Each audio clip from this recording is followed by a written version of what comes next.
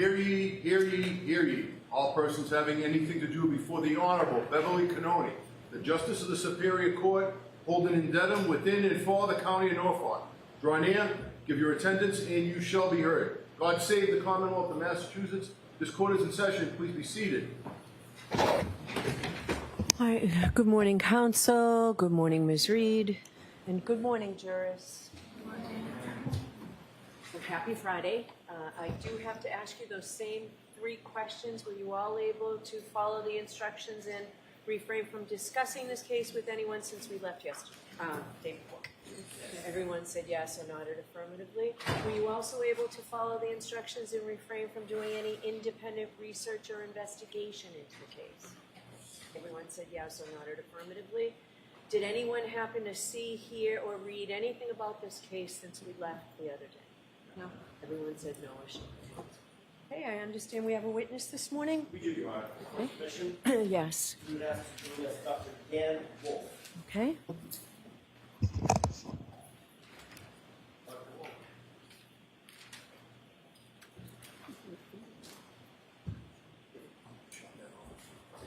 But we'll see how. Thank you, Tony.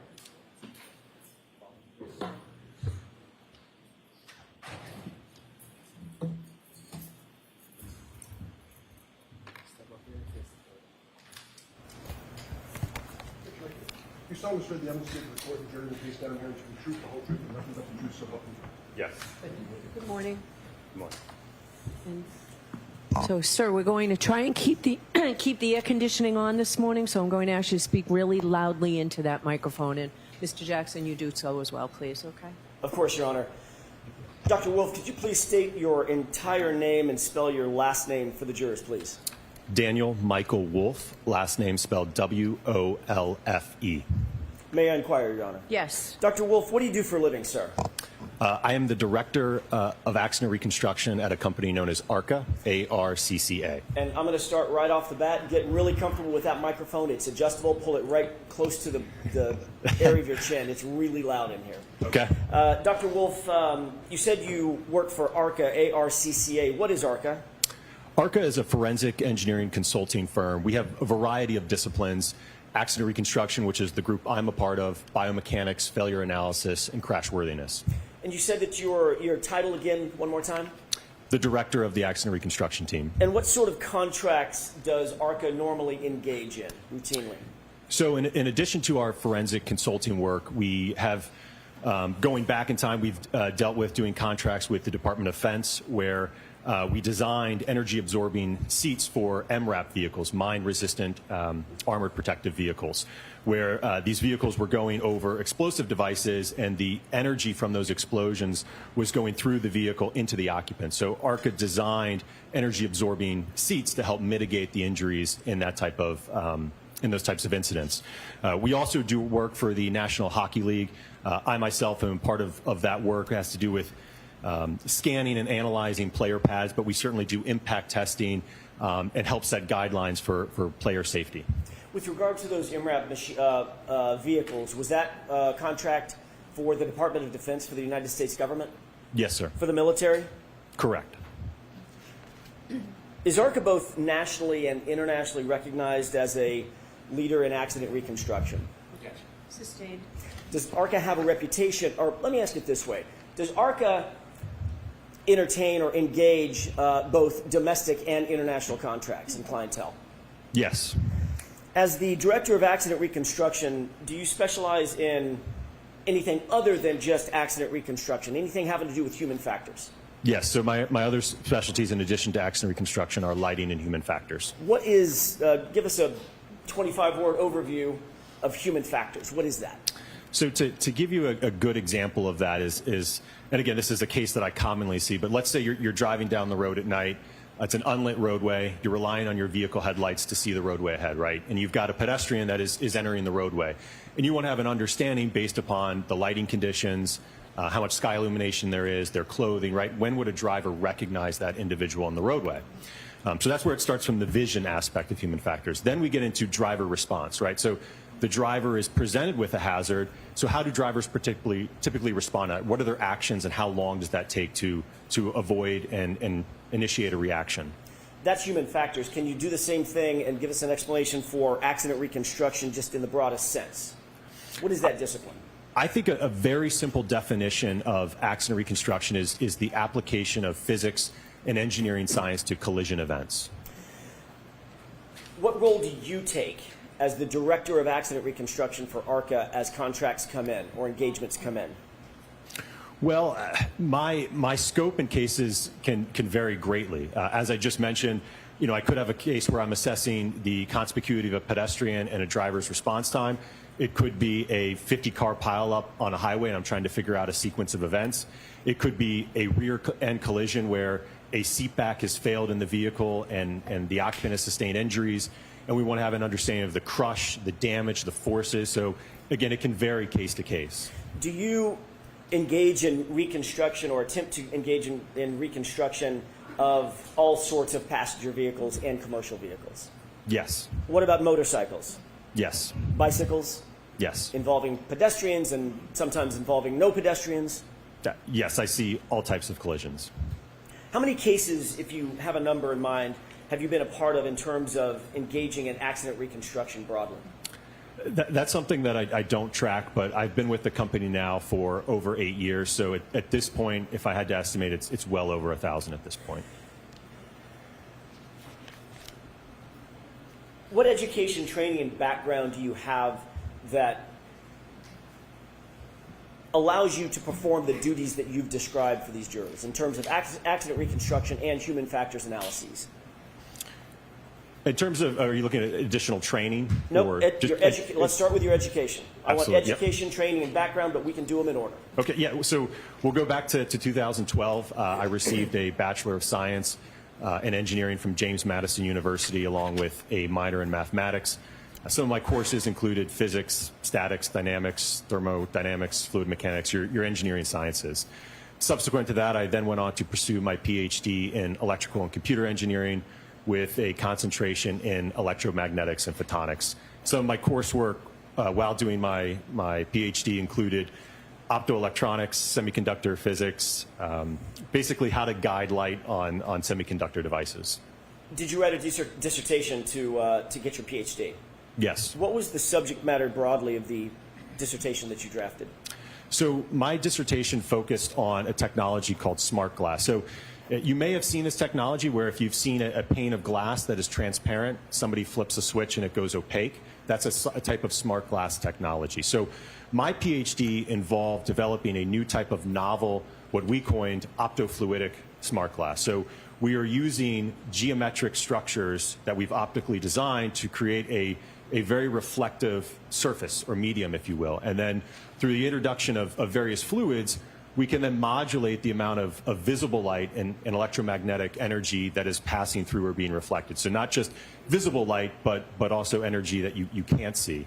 As part of that process, I ended up prototyping these structures with a 3D printer that was capable of printing 3D printable polymers. And as we kind of got towards the end of my work, we looked at how we could scale this up on a larger scale. And we ultimately ended up researching and doing tests with a material known as polymethyl methacrylate, which is PMMA or acrylic. What relevance does PMMA play in terms of this case? So with respect to this case, the outer lens and the clear plastic diffusers of the taillights on the Lexus are comprised entirely of polymethyl methacrylate, or that PMMA material. The same material that was the subject of your dissertation? Correct. What additional training and experience do you have as it relates to accident reconstruction beyond your BS and your PhD? So certainly the 8 years of work that I've had at ARCA has certainly trained and taught me a lot over the last 8 years. Like I said, I've seen hundreds of collisions, all different types of accidents. But in addition to that, I've continued to take courses through Northwestern University in crash reconstruction, human factors and lighting, heavy vehicle forensics, heavy vehicle EDR downloads, Bosch data retrieval and black box downloads, photogrammetry, so a number of continuing education. Are you accredited as a traffic accident reconstructionist? Yes. By whom? An organization known as ACTAR. Is that a nationally recognized organization? Yes, sir. What does that stand for, ACTAR? The Accreditation Commission for Traffic Accident Reconstructionists. Are you trained in photogrammetry? Yes. What is photogrammetry generally? So photogrammetry is the science of extracting and measuring information in a photograph. So you don't actually have to physically inspect something to be able to get information about its measurements or where things are spatially. You can do that from a photograph alone. Is that an accepted methodology in the field of accident reconstruction to use photographs and or videos without actually having been at the scene during the course of the crash? Absolutely. It's very common. You mentioned Bosch. What is the Bosch crash data retrieval analysis? What is that generally? So generally, most modern vehicles on the roadway now have what's called an airbag control module, or more commonly known as a black box, which can contain crash-specific data in a collision. Are you a member of any professional societies? Yes. Can you describe those for us, please? So I'm a member of the Society of Automotive Engineers, the National Association for Professional Accident Reconstruction Specialists, the Illuminating Engineering Society, and the Optical Society of America. Is it fair to say that you've authored a number of peer-reviewed papers in the field of physics and or accident reconstruction? Yes. Can you describe that for us? So my most recent publication in the field of accident reconstruction deals with vehicle control history records. Publications prior to that were focused primarily on my dissertation PhD work. I think you testified that you have dealt with probably over 1,000 different types of cases. Are you able to estimate of those 1,000 different types of cases dealing with accident reconstruction, how many of those or what percentage of those have involved pedestrians? I don't know if I can give a percentage. I would certainly say it's the majority of my casework. As I mentioned earlier, given one of my specialties being in human factors and lighting, there's a direct correlation between time of day and pedestrian collisions. We certainly see a rise as sky illumination drops and the illumination levels go down. We're having to rely on artificial light sources. So given that occurrence happens in nighttime hours and low illumination, like I said, I certainly see many pedestrian accidents. What types of pedestrian impacts have you been involved with in terms of your analysis or evaluations? All different types, everything from pedestrians being run over, running into the side of vehicles, being hit by the front of a vehicle backing up in a parking lot into a pedestrian. So I've seen it from all sides of a vehicle. What is kinematics? Can you describe that or explain that phrase or term? I think a simple definition would just be the motion of an object or a body. Have you done any testing as it relates to kinematics and the interaction between pedestrians and motor vehicles? Yes. How many times have you engaged in such an analysis? Numerous times. We frequently and routinely do testing at ARCA. You mentioned ARCA has several different disciplines within it. What are some of those different disciplines in addition to accident reconstruction? So, as I mentioned, we have biomechanics and crashworthiness, and there's a few others. And I will note that it's very common in our casework that we will work together as a team. So to give you an example of that, I mentioned earlier about, that rear end collision, right? So let's just say we have a rear end crash and there's crush and there's damage to the rear of the vehicle and the seat back failed, which caused the driver to ramp up in the seat and ultimately hit their head on something and sustain an injury. So I myself, as a reconstructionist, will analyze the forces, the speeds, and the severity of the crash. The biomechanist will evaluate the mechanism for the injury based upon those crash forces. And the crashworthiness expert may analyze, okay, is there a better or stronger seat that may have held up in this crash? Is it normal for you, as the Director of Accident Reconstruction at ARCA, to work with others in the other disciplines that are housed under the umbrella of ARCA? Absolutely, yes. Is that a normal process for you? Very common, yes. As a matter of fact, it probably would be uncommon if you didn't do that, correct? Depending on the kind of case, but yeah, certainly wouldn't be uncommon. Tell me about the testing that you've undertaken to determine forces that are at play in a given accident or an impact. Okay.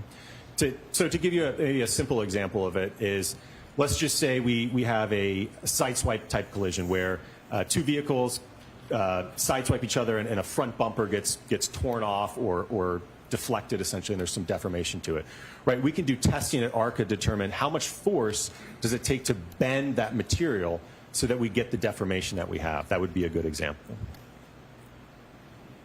Is there a specific type of testing, or is there varied types of testing that you've done and undertaken to determine the forces that would be, for instance, in your example, in that side, the forces at play in that sideswipe collision? Yeah, absolutely. It would have been, again, as part of the test, we would be measuring the forces, we'd be measuring the displacement, we'd be able to calculate acceleration and things of that nature from that test data. The tests that you undertake, are they generally accepted methodologies in the field of accident reconstruction? Yes. What are quasi-static tests? So a quasi-static test would be like the example I just gave you, where we have basically the bumper would be stationary, right? And now we're pulling on it to determine how much force it takes to bend it. So that'd be an example of a quasi-static test. So that test specifically is determining or attempting to determine the amount of force necessary to deform a bumper, for instance, in the way that it's seen after an impact. Yes. Or any other body panel, correct? Correct. And on the human side, also there are forces at play, I'm assuming, in terms of injuries that are sustained by pedestrians in the accident reconstructions that you've done involving pedestrians. Yes. Do you have experience in evaluating whether damage to a vehicle is consistent with a proposed scenario or set of facts? Yes. Describe those circumstances for us. What are the circumstances in which you're trying to determine whether or not the damage fits a proposed scenario? So a case that commonly comes across my desk is we have two very different versions of how an accident unfolded according to Party A and Party B, right? And we have a set of evidence in terms of the damage to the vehicles, maybe some roadway evidence, right? So we can look at that objective evidence, utilize physics, maybe some calculations, determine whose version is most consistent based upon the damage and the roadway evidence. Is that an accepted methodology in the field of accident reconstruction? Yes. In other cases in which you've undertaken such an engagement to determine whether or not the physics or the physical evidence matches a particular scenario or is inconsistent with that scenario, have you been able to ultimately reach conclusions and opinions to a reasonable degree of scientific certainty in those cases? Yes. Is that normally what you're seeking, to ultimately come to an opinion or a conclusion about those scenarios or circumstances? Yes. Are your opinions and conclusions based on your education, your training, the background and experience that you've explained to the jurors? Yes. Is it also in furtherance of the scientific methodologies that you employ in order to come to those opinions and conclusions? Yes. And are those generally accepted in the scientific and accident reconstruction community as a proper methodology to come to opinions and conclusions of that nature? Yes, sir. Have you been qualified in other courts to testify in the area of accident reconstruction? Yes. Let's talk about how you began your work in this particular case. When you were initially retained in connection with this case, were you hired by the defense? No. Did you know who we were? Sustained. Your Honor, may we approach? Yep, you can ask it differently, Mr. Jackson. Sure. Were you hired by anybody affiliated with the defense? No. At that time, did you know any of the names of the defense?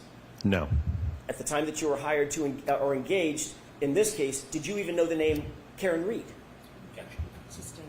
Did you know any of the names or of any of the parties? Sustained. I'll see it. Sure.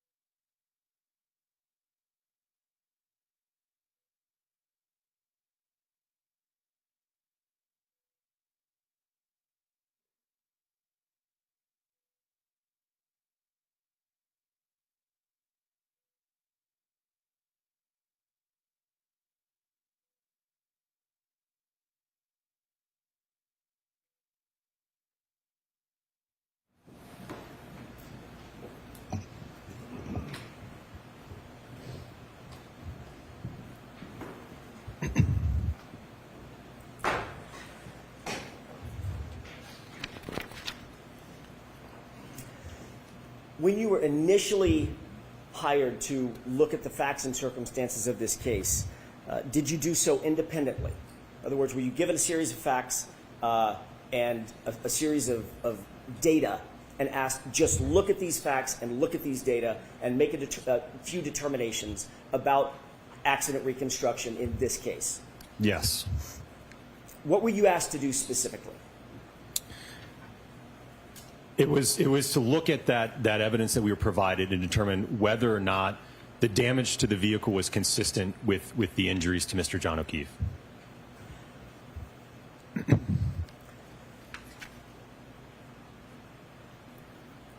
At the time that you were asked to engage in this independent analysis, were you provided information or data? Yes.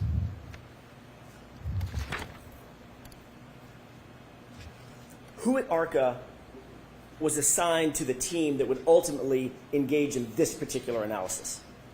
It was myself, Dr. Andrew Rentschler, and Scott Klein. Describe what the materials were that you were provided in your initial assessment of this case. Could I refer to my report? With the court's permission.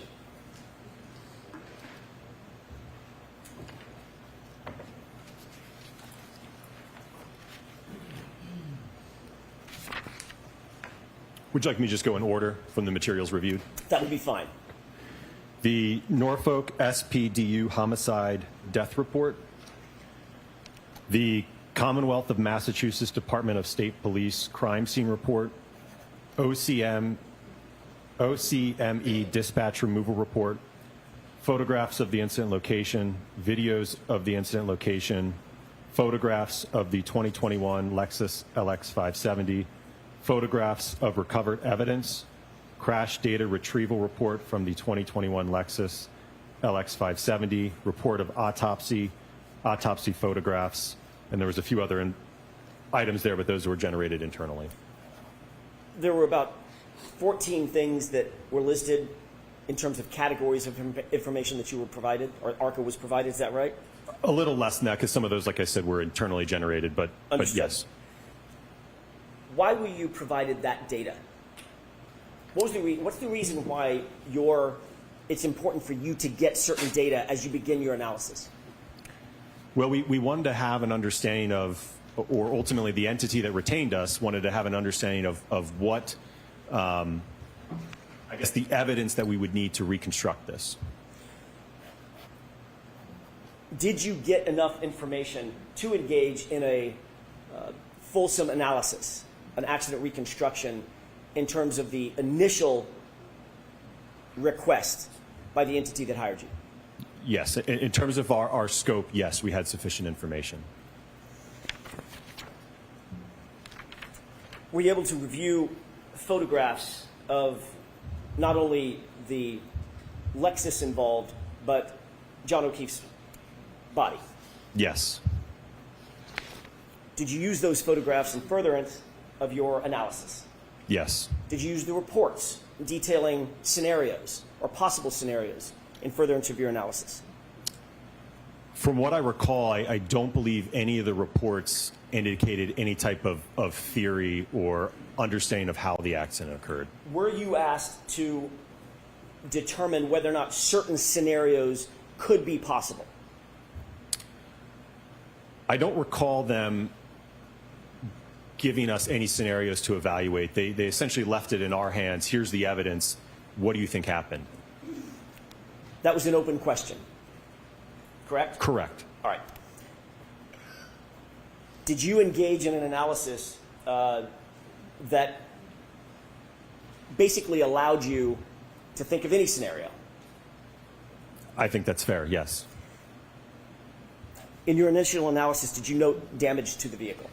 Yes. Describe the damage. Let's start with the vehicle. Describe the damage that you noted in furtherance of your analysis. The primary damage was to the right rear taillight on the quarter panel section. The majority of the outer red lens was broken and shattered, as well as some of the underlying components and diffusers that are underneath that outer layer, as well as some damage to the back portion of the taillight. Can I stop you right there? Describe, when you say the outer lens material and some interior material as well was damaged. Describe that in detail for us. So the outer lens is red, and it's about 5 millimeters in thickness, and it basically encompasses the majority of that quarter panel taillight. And then there's a small segment that is clear that is for the turn signal indicator, which is yellow. Underneath that 5 millimeter thick red lens, there are additional diffusers that run along the bottom. There's two rows of those, I believe, and then they also go up vertically on the side, and those are clear. And I think the thicknesses of those are about 3 millimeters. Is 5 millimeters of PMMC, have I got that right? PMMA? You'd call it acrylic. That's the more common name. Easier for me. Is 5 millimeters of that acrylic, that outer lens material, is that considered thick or thin in terms of just sort of what we'd see on a taillight? I would describe that as a pretty thick piece of plastic. It's certainly by no means. You can't, if you had a segment of it and you try to bend it, it's not going to bend. Okay. In addition to that outer taillight material, that acrylic, in terms of the information that you received, did the interior acrylic also have damage to it? Yes, those clear diffusers that, again, there's 2 rows of those, and they also went up vertically. Those were shattered and broken as well. Was that important to you in your ultimate analysis? Yes. Did you note any superficial scratches or dents anywhere on the tailgate area or the liftgate area? Yes, there was a dent and some paint chips, if you will, above the liftgate taillight assembly. So again, that next to that quarter panel taillight, there's another assembly that is on the liftgate, and there was a small dent and some paint chips at that area.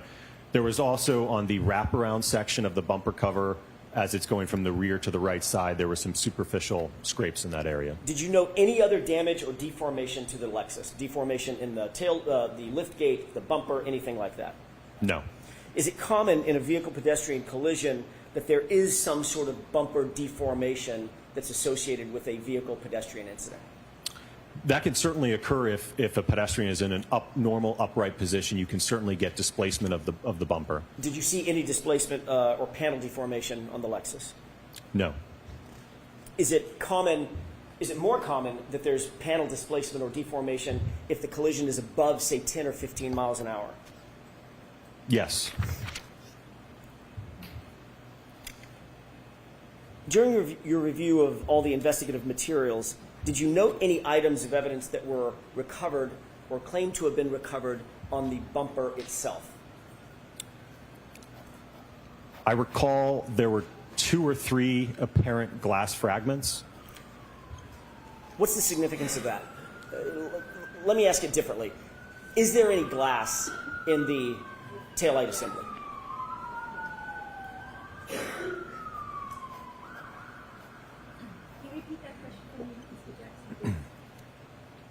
May I ask that again? Yes. Is there any glass in the taillight assembly? No. Was there any shattered glass anywhere on the Lexus? Meaning panes of glass, the back window, quarter panel windows, anything like that? No.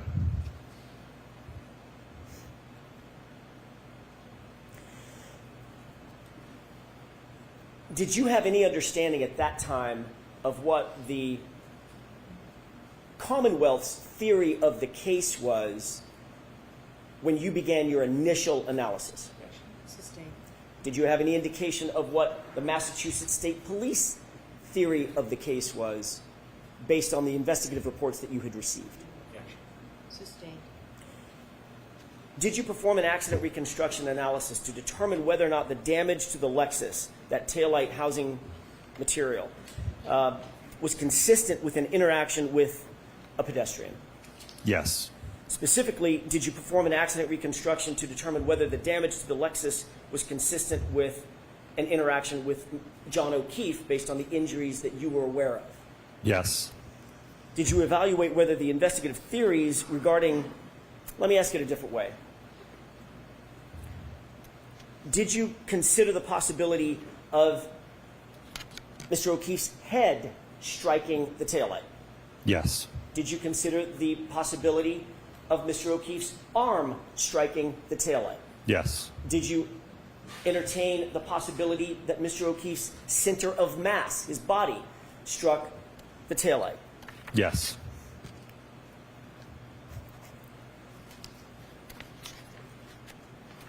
Before we get into the initial testing, were you able to come to opinions and conclusions concerning those things that I've just mentioned?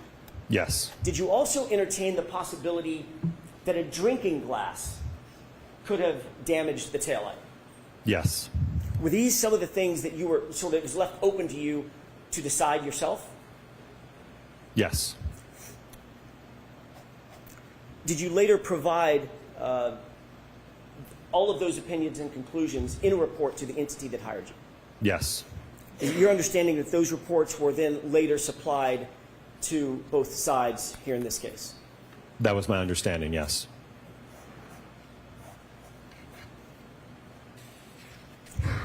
Did you testify about those initial testing opinions and conclusions at a proceeding last year?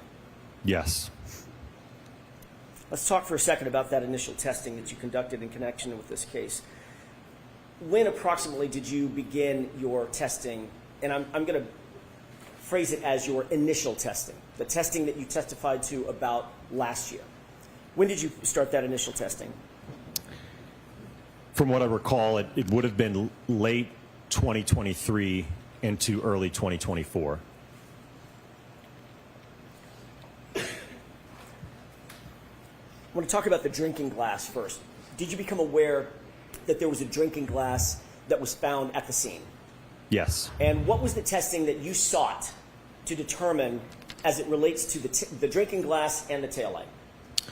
So looking at the evidence, as I mentioned earlier, when we're looking at that quarter panel taillight, we have an isolated region of damage. And looking at the additional evidence in terms of a broken drinking glass at the scene, we wanted to do testing to determine if a small object or projectile such as the drinking glass could induce damage that was consistent with that we saw on the subject Lexus.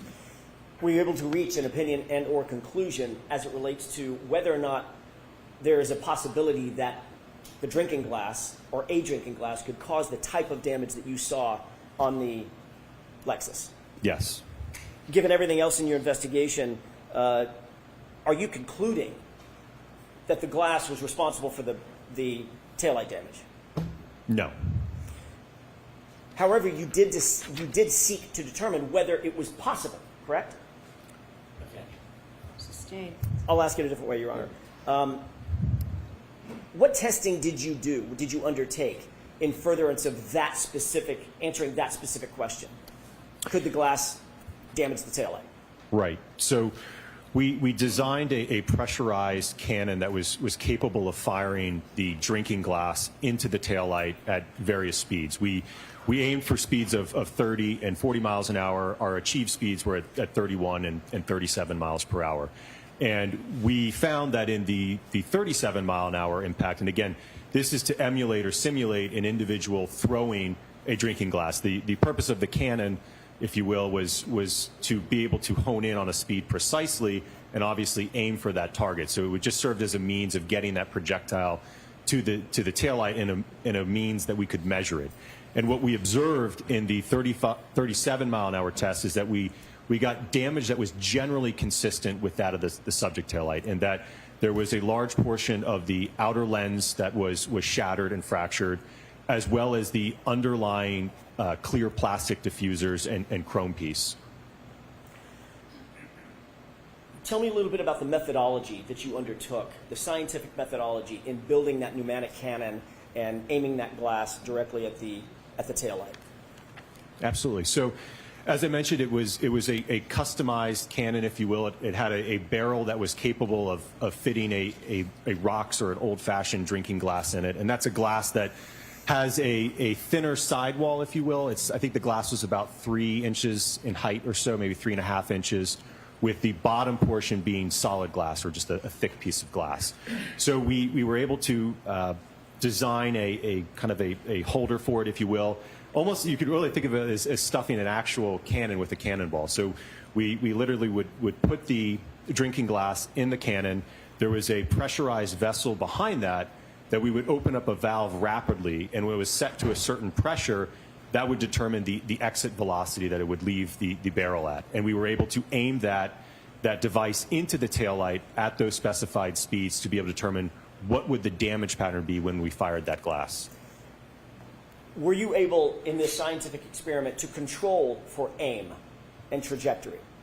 Yes. Were you able to control for velocity or exit speed of the glass? Yes. Were you able to control for damage patterns as it pertained to both the glass as well as the taillight at which it was aimed? I don't know that we have had control over that. Ultimately, physics takes over after that interaction occurs. I can't influence how that material is going to perform or how the glass will break, per se. It was a poor question on my part. Were you able to, or did you undertake to memorialize the damage pattern that you saw on the taillight and the glass as the glass was projected into the taillight? Yes. All right. Did you do that through photographs, Yes. high-speed video, Yes. and all of that was memorialized in your report? Correct. Your Honor, may I approach? Yes.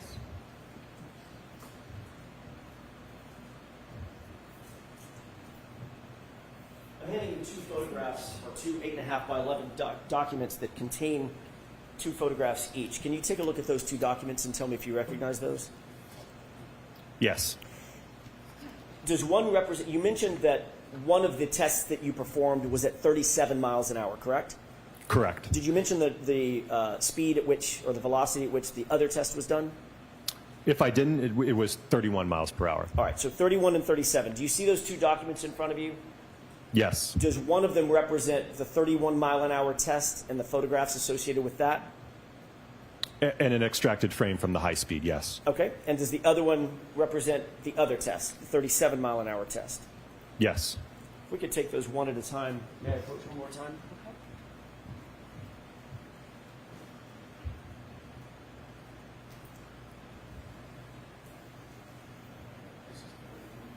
If I could ask that these be marked as next in order, one at a time, 31 mile an hour test, and hand it to the order with the court's permission. So there's no objection? None, thank you. Okay. I'm sorry. 213? And the second document represents the 37 mile an hour test. 214.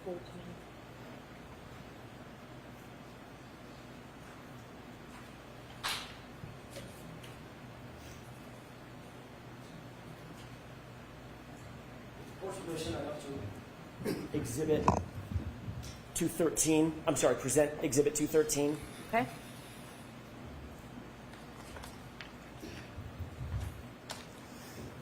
Is this the photograph that was just marked as exhibit 213 that's in front of you? Yes. Can you explain to the jurors what they're looking at? So on the left part, you are looking at a frame from the high-speed video just after the contact with the taillight. On the right, you're looking at the post-damage to the taillight after the glass had been fired into it. And if we could look at the next exhibit with the court's permission. Okay. And what are we looking at here? Same thing on the left. Again, this is the 37 mile an hour test. The glass striking just in the area where the bottom of the turn signal indicator is, so right where it meets the red portion of the lens and the clear portion of the lens. That's about where the impact point was. You could see that a large portion of the outer red assembly, lens cover is missing and fractured. The clear portion of the part of the outer lens to the turn signal indicator is also fractured, as well as the underlying clear diffusers in that assembly. Would your testing in both of these scenarios, the 31 mile an hour test and the 37 mile an hour test, represent an accepted methodology for controlling for aim, velocity, impact site, and those issues, if you will, as it relates to testing of this sort? Yes, we were able to control those variables. And is that an accepted methodology in the area or the field of accident reconstruction? Absolutely, yes. When you finished your testing, were you able to make a determination as to whether or not either one of these velocities, the 31 mile an hour velocity or the 37 mile an hour velocity, were consistent with the damage that you saw on the subject Lexus, which is the 2021 Lexus belonging to Ms. Reed? Yes, from the 37 mile per hour test, we are getting damage that's generally consistent, and that I mentioned we have portions of the outer lens missing, the underlying diffuser. There was also some fracturing on the backside of the assembly. So again, we observed damage that was generally consistent with that of the subject taillight. And that was the 31 or the 37? The 37. The 37. What about the 31? Didn't have enough energy to create that damage. So were you able to conclude, in your opinion, whether or not the velocity of that glass hitting the taillight would have to be somewhere in the vicinity of 37 miles an hour, well above 30 miles an hour?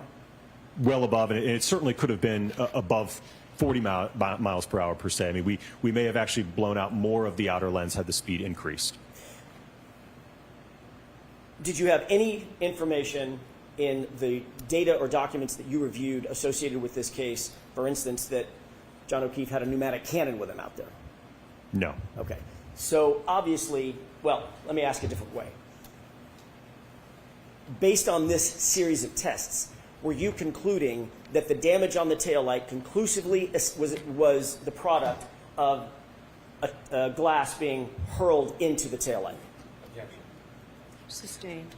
Were you concluding, or did you opine, that the damage to the taillight came from a drinking glass?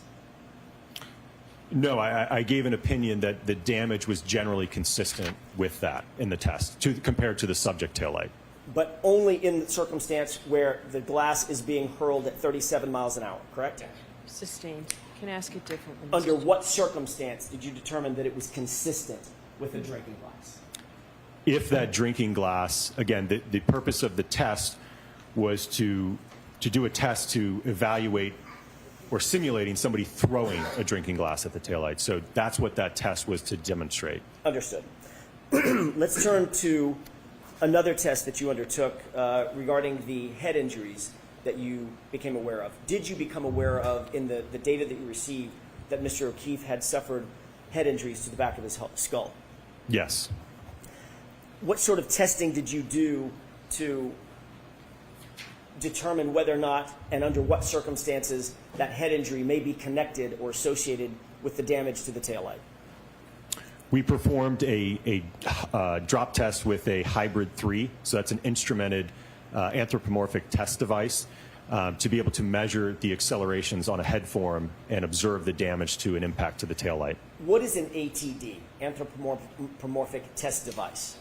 So it's a device that's commonly used in our field, and it's certainly approved by the federal government to evaluate crash forces and occupant kinematics, or I should say occupant crash forces.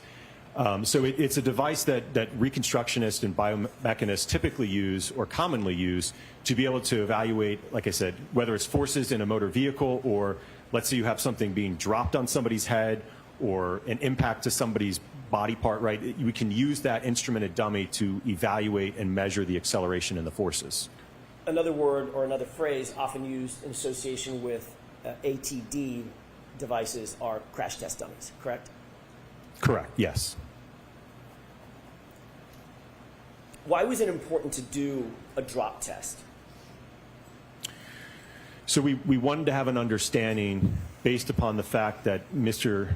John O'Keefe had a skull fracture to the back of his head, whether or not an impact, a direct impact between the taillight and the back of his head could have caused that skull fracture. What did your testing indicate? When we did the test, the impact to the taillight was at 15 miles per hour, and we observed that the damage to that taillight was significantly more than the subject taillight at the 15 mile an hour speed. Furthermore, it did not generate, according to my colleague, Dr. Rentschler, enough forces to cause a skull fracture. So ultimately, what was your conclusion related to the taillight potentially striking John O'Keefe in the head at above 15 miles an hour? From a damage perspective, it was inconsistent. Inconsistent. Correct, inconsistent. Did you consider temperature and control for temperature in any of your testing. Yes. Why is that important? Well, that will affect how that, we've talked a lot about that acrylic material of the lens. That will certainly affect how it fractures. So we absolutely controlled the temperature during these tests. How did you control for temperature? So we had them sit overnight in chest freezers to get them to the desired temperature, which for our original set of testing was at 28 degrees Fahrenheit. We then rapidly moved them to our test fixture, and then they were fired almost immediately after that. And when you're talking about them, you're talking about exemplar taillights. Correct, yes. Are those exact replica taillights that you would find on the 2021 Lexus SUV? Yes. After your testimony in the first proceeding last year in the spring of 2024, were you ultimately contacted by the defense in this case? Yes. When were you contacted by the defense? I know that I had reached out to you, I believe it was in February of this year, because I think I saw some things in the media and was just wondering what was going on. Sustained. Just when? Just a date, Dr. Wu? I don't know if I could give a specific date. If I had to estimate, sometime in February or March, probably. Were you still under contract with the other entity that hired you? Sustained. At some point, you and I spoke, correct? Correct. And that was, you believe it was February of 2025? Yes. Had we spoken at all between the end of your testimony at the proceeding last year and February of 2025? No, that was the first time. Did I ask you anything about retaining you? Not at that time, no. At some point, subsequent to that initial discussion in February of 2025, did we have another discussion about the potential of retaining you? Yes. Tell me about that. When was that? From what I recall, it was sometime in March, and we were trying to figure out. Sustained. Next question, please. Did I ask you if you were available to be retained by the defense? Sustained. May we approach? Okay.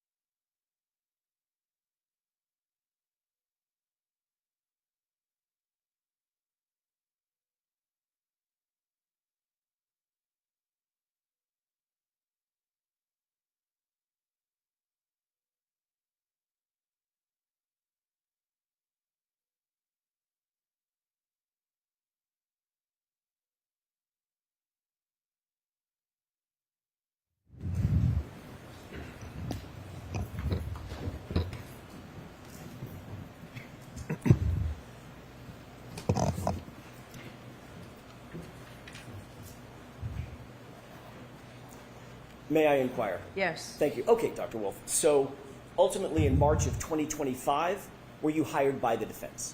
Yes. Okay.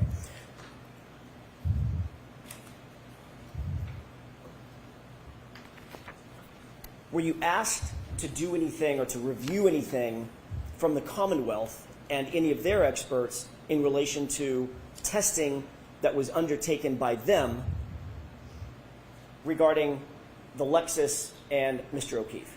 Yes. What were you asked to do? My understanding is that we were asked to review and evaluate the report and analysis conducted by Dr. Welcher. Did you receive Dr. Welcher's reports? Yes. Did you receive his raw data? Yes. Did you receive his 140-plus page PowerPoint? Yes. And did you undertake a review of that, all of that data, in order to evaluate that data? Yes. What methodology did you undertake at that juncture before you began any testing? Just your review process. What methodology did you undertake in terms of your review of his evaluations and his opinions and conclusions? Well, I think when reviewing his report and his analysis, I look to his opinions, and then I look to what's the basis and the foundation to those opinions, right? How did he ultimately arrive at those final conclusions? So I'm looking for the methodologies that he followed, what testing did he do, what type of experiments, what type of data analysis, ultimately to provide that opinion. Ultimately, did you prepare a PowerPoint presentation in furtherance of memorializing your review and opinions and conclusions of his evaluation and testing? Yes. Did you bring that with you today? Yes. Do you have that with you on your computer, or are we going to run the PowerPoint? It's on this computer up here with me. With the court's permission, could Dr. Wolf present his PowerPoint presentation? Okay. Your Honor, I have a thumb drive that I believe represents the PowerPoint. Can we have this marked? Yes, is this coming into evidence? I'm agreeing it's demonstrative name, not evidence. All right, so we'll mark it for identification. We can mark it for identification for the time being and discussing it. Thank you, Your Honor. Should it BBB for identification?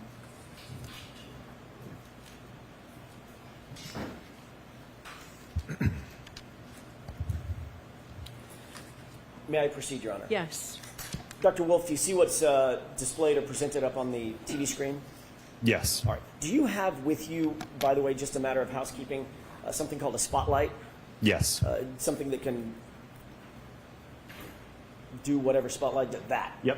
Okay. Yes. I may ask you to employ that, or I may take it from you at some point as we're discussing this. Do you recognize what's on the screen? Yes. What is this? This is my PowerPoint with just the first page, the title.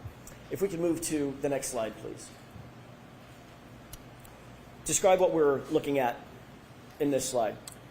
This is from Dr. Welcher's PowerPoint presentation, slide 121, in which he's indicating that there are lacerations on John O'Keefe's right arm and forearm, and he's indicating in this slide that the location and orientation of the lacerations on John O'Keefe's right forearm and arm are consistent with the geometry and orientation of the right rear taillight of the Reed 2021 Lexus LX 570. In coming to your opinions and conclusions, and I know this is a mouthful, did you consider the opinions and conclusions of Dr. Welcher in conducting your analysis and your ultimate testing?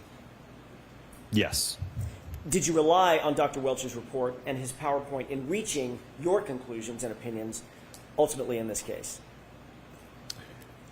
I don't know that I relied on it. Certainly, I utilized them to have an understanding of what his basis was for his opinion and what his opinion was. Ultimately, at ARCA, we did our own independent testing to evaluate that. So just to be clear, I'm not asking Dr. Wolf if you agreed with his opinions and conclusions. I'm simply asking, did you rely on those in order to come to your opinions and conclusions? Did you incorporate them? Sustained is to the floor. Did you agree ultimately with Dr. Welcher's opinions and conclusions? Sustained. You certainly were aware of what his opinions and conclusions were, correct? The form, Mr. Jackson, on that one. Were you aware of Dr. Welcher's opinions and conclusions? Yes. Are some of those opinions and conclusions represented in your PowerPoint? Yes. Are some of them represented on this slide in your PowerPoint? Yes. You indicated that this slide indicates that the location and orientation of the lacerations on John O'Keefe's right forearm and arms are consistent with the geometry and orientation of the right rear taillight, correct? Correct. Are the injuries to John O'Keefe's arm lacerations? That would be an opinion from my colleague, Dr. Rentra. Have you ever heard the phrase abrasion? Yes. In your opinion, are the injuries to John O'Keefe's right arm better described as lacerations or abrasions? I don't have an opinion on that. Okay. Slide number 2, please. Based on your review of Dr. Welcher's reports and his data, what testing did Dr. Welcher undertake or conduct? So he did, initially it appeared that he did a static test, if you will, just demonstrating holding his right arm out adjacent to the rear taillights on the right side of an exemplar Lexus to demonstrate his theory of how the arm contacted the taillight. What is a static test? So I'm sustaining that. Ask it differently, Mr. Jackson. And I'm going to strike that. What testing did you note that Dr. Welcher did with regard to this particular photograph? What is a static test? Well, in a static test, that neither the arm or the vehicle is moving. It's just he's aligning his right arm adjacent to show how his arm aligns to the geometry and the dimensions of the Lexus. Did Dr. Welcher appear to be wearing similar clothing as John O'Keefe was wearing on January 29th, 2022? Yes. Was there any significance or purpose for that, in your opinion? In this test, no. Did you identify any limitations with regard to this sort of testing undertaken by Dr. Welcher? Well, it's very basic in that the only thing that this demonstrates is that you can get your right arm to align with the taillight. Beyond that, it doesn't tell you anything with respect to what happens to the arm when it makes contact with the taillight, right? What's the motion of the arm? What's the damage to the taillight? What's the acceleration of the arm? What's the forces of the arm? So it doesn't answer any of those other questions. The only question it answers is, does the arm align with the taillight? You're aware that John O'Keefe was 6'1", correct? Correct. Is the only person, let me ask it a different way. Can only a 6'1" person align their arm with the taillight? No, the arm is adjustable, so certainly people of different heights could also meet that alignment as well. Just by pivoting your arm a little bit, right? Sustain. How would you describe the ability of somebody 5'7" or 6'3" being able to align their arm with the taillight? Just changing the orientation and the posture of your arm. Was there any scientific significance, in your opinion, of this particular test? Again, other than just demonstrating that it aligns with it, no, nothing beyond that. Next slide, please. What are we looking at here? So this is an extracted frame from one of his dynamic tests in which the vehicle is moving at about 2 miles per hour into his arm, making contact with his hand, his forearm, and his elbow. What is a dynamic test as it relates to a static test? So that's when something's in motion, and in this instance, it's the Lexus moving at about 2 miles per hour into his arm. Did Dr. Welcher explain what the purpose of this test was? From what I recall, I think it was to demonstrate that when his arm makes contact with the taillight, he observed paint transfer in the general location that there were the abrasions or the lacerations on his arm. Did he appear to paint the taillight? He did, yes. Do you see that Dr. Welcher appears to be wearing an orange T-shirt? Yeah. Sustained. What is he wearing? Appears to be an orange T-shirt. Is that similar to what was described as John O'Keefe having worn that night on January 29th, 2022? Yes. Is there any significance to wearing that T-shirt? Not that I can think of, no. Did you note any or identify any shortcomings with this particular test? Well, much like the static test, again, it leaves the door open to all those questions, right? About, again, doing this at 2 miles an hour doesn't tell you anything about, well, what happens at 10? What happens at 15? What happens at 20? Right? In terms of what are the collision forces? What's the damage? How does the arm move? What would the expected injuries be, right? This dynamic test, as well as the static test, doesn't answer any of those questions for us. Is this test from Dr. Welcher considered a force calculation? I'm not aware of him making any type of force calculations or measuring accelerations or anything of that nature, no. Did Dr. Welcher conduct any testing to determine whether the damage to Ms. Reed's Lexus was consistent with the striking of an arm of a pedestrian? I'm not aware of any impact testing that he did, no. Did Dr. Welcher conduct any testing to determine the forces necessary to cause the damage to the taillight of Ms. Reed's vehicle? Not that I'm aware of, no. Did Dr. Welcher conduct any testing to determine the forces necessary to cause the injuries to John O'Keefe's arm? No, not that I'm aware of. Did Dr. Welcher provide any opinions as it relates to the speed of the subject Lexus at the time of the alleged incident? No, from reviewing his report and his PowerPoint and analysis, I could not find anywhere in it a specified speed or even a range of speeds. Did Dr. Welcher provide any opinion as it relates to the forces experienced by the taillight in such an impact? Not that I'm aware of, no. Did Dr. Welcher provide any opinion at all as it relates to the post-impact trajectory or movement, if you will, of John O'Keefe's mass or his body subsequent to the alleged conduct? No, not that I'm aware of. Next slide, please. Do you recognize this photograph? Yes. What is this? So this is something that you probably have heard and certainly I've discussed already, but this is looking at the right rear corner of the subject Lexus, specifically in the area of the damaged right taillight. Did you consider this photograph in coming to your opinions and conclusions? Yes. What, if anything, of significance did you note about this taillight other than the fact that it's damaged? Well, I'm going to jump to the next slide, if you will. So this is now the taillight obviously has been removed from the vehicle. So obviously what's important here is looking at what is the damage that we have to this taillight. What components were damaged in this alleged interaction. So we're looking at the clear diffuser at the bottom is fractured and missing. Same with the ones on the vertical side. The majority of the outer red lens is also missing and fractured. And then on the back side, we also have some damage in terms of some fracturing to that black plastic, and there's also a chunk of plastic missing on the top portion of the taillight as well. I want to ask you a couple of questions about that diffuser. If you could focus your attention on this area.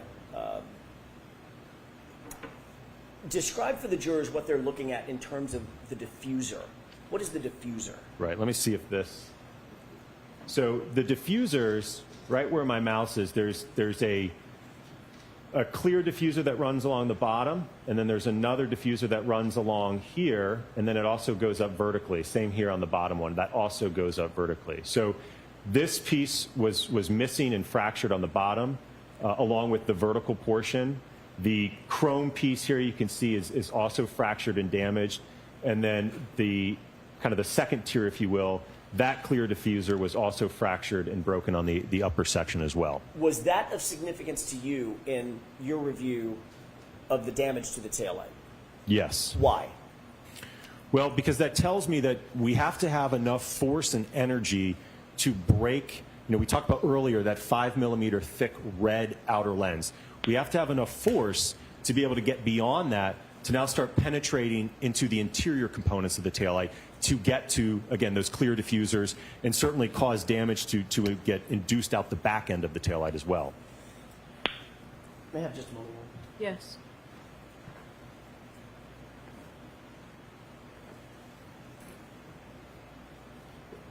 Dr. Wolf, did you bring with you an undamaged taillight exemplar? Yes. It's up here with me. It's up there. Oh, I was just looking for it. Yep. Thanks for nothing. Describe what it is that you brought with you. So I brought a two-part assembly. So what I did is I 3D printed a bracket so that I could mount the lift gate taillight assembly as well as the quarter panel taillight assembly. And these are undamaged in sort of manufacturing specs, correct? Correct, yes. May I have just a moment, Your Honor? Okay.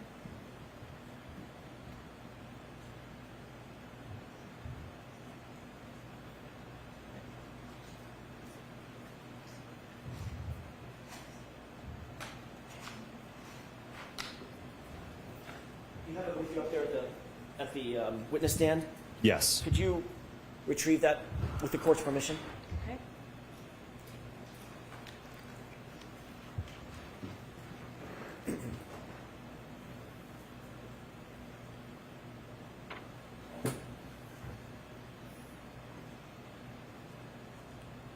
If you could remain standing for just a quick second.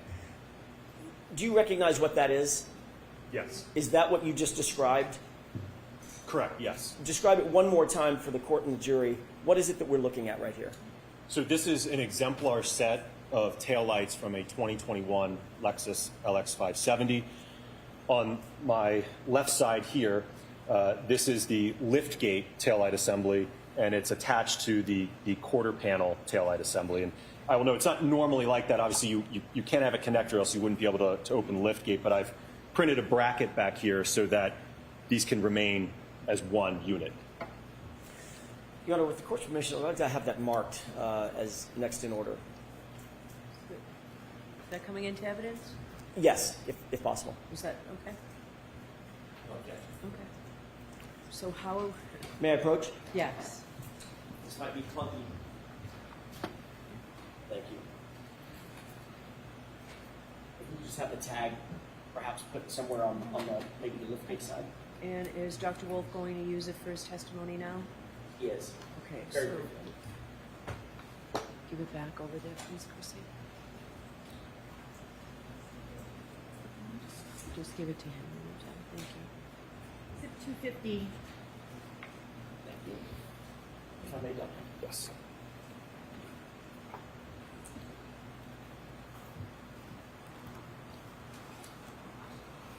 May I? Okay. Thank you. Dr. Wolf, you indicated that there was a 5mm area of acrylic covering the diffusers, correct? Correct. What I'm knocking on, is that the 5mm acrylic? Yes, both on the quarter panel part that you just pointed to as well as the lift gate part. Mr. Those are- Jackson, why don't we give that back to the witness and let him do it instead of you? Sure. Is there... Can you see through that loose material into the diffuser that you've just been describing? Yes, so as I mentioned earlier, in this area here, there's a diffuser that's running along the bottom. So, Dr. Wolf, I'm going to ask you to not have that so close to Oh, the court reporters. my apologies. Use the other side of the witness stand. Yes, Your please. Honor. So along the bottom is the clear diffuser that runs along and then goes up vertically. And then on the second tier, there's also a clear diffuser that runs along here and then goes up vertically. And you might be able to see it through, it kind of looks like there's little dots on it. So that's what I'm referring to in terms of the diffuser that's underneath. And that, again, so you have that outer material that's 5mm roughly in thickness. And then those diffusers are about 3mm in thickness underneath this. Could you make a determination, and you can go ahead and have a seat. Well, actually, you may not want to. Could you make a determination of the space, the gap between the outer plasticine area, the outer acrylic area, and the internal diffusers? If you could just estimate that gap. If I had to estimate, I'd probably estimate around an inch, maybe 1.5 inches. Okay. You indicated that something was of significance to you in this photograph. about the diffusers on the subject taillight, correct? Correct. Describe, now that you're holding that, what was it that was of note to you, Dr. Wolf? So as I mentioned, we have damage not only to this outer thick portion, but it was enough force and energy to then penetrate deep enough to fracture the underlying diffusers that sit below this outer surface, and certainly enough force then to work its way back through inducement into the backside, and ultimately there was a top portion of the taillight that was also fractured up here. Was all that significant to you in your review of the subject taillight material? Yes. Okay, you can go ahead and put that away. All right, so that can't go back there because it's in evidence, so why don't you take it and... Mr. I was McDermott. just going to store it there until he's finished with his testimony, and then we can give it to Okay. the clerk magistrate. Okay. However you want to do it, Your Honor. All right. I have Do no you wanna take preference. it? Is he using it still for his testimony? Not right now. All right, so, thanks, Jim.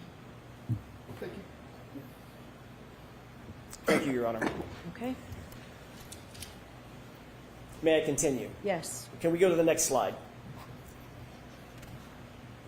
What are we looking at here?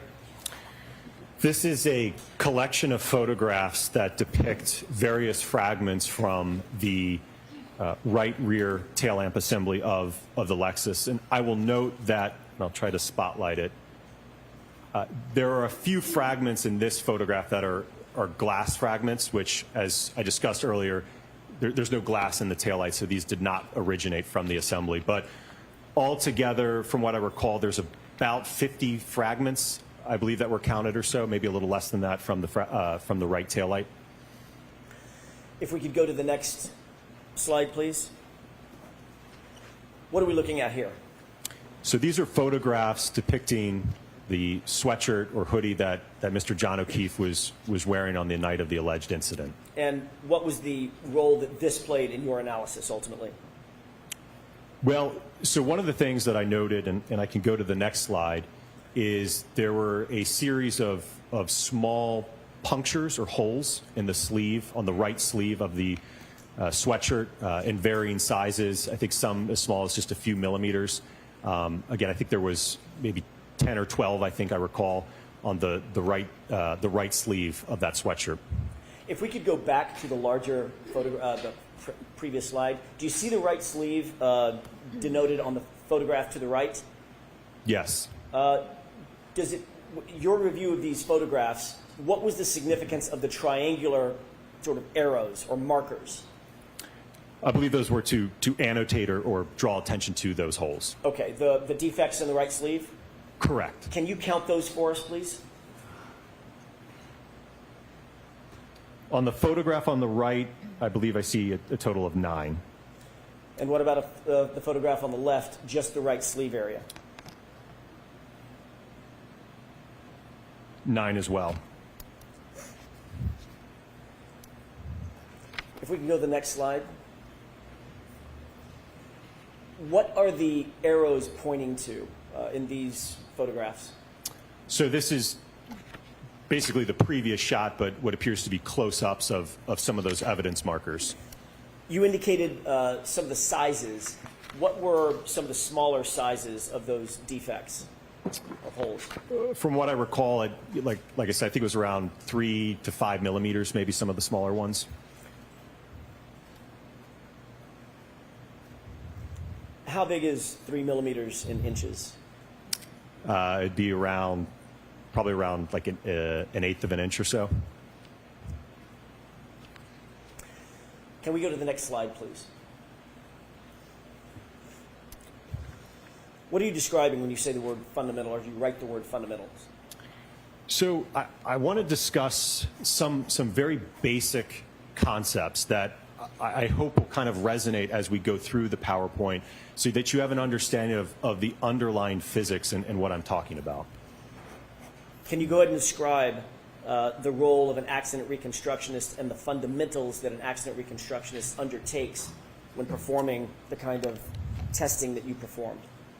So as I mentioned earlier, when I was describing what a simple definition of accident reconstruction is, it's the application of physics and engineering to collision events. So this is, I want to go through some very basic elements of that so that you have an understanding of the physics. Can we go to the next slide, please?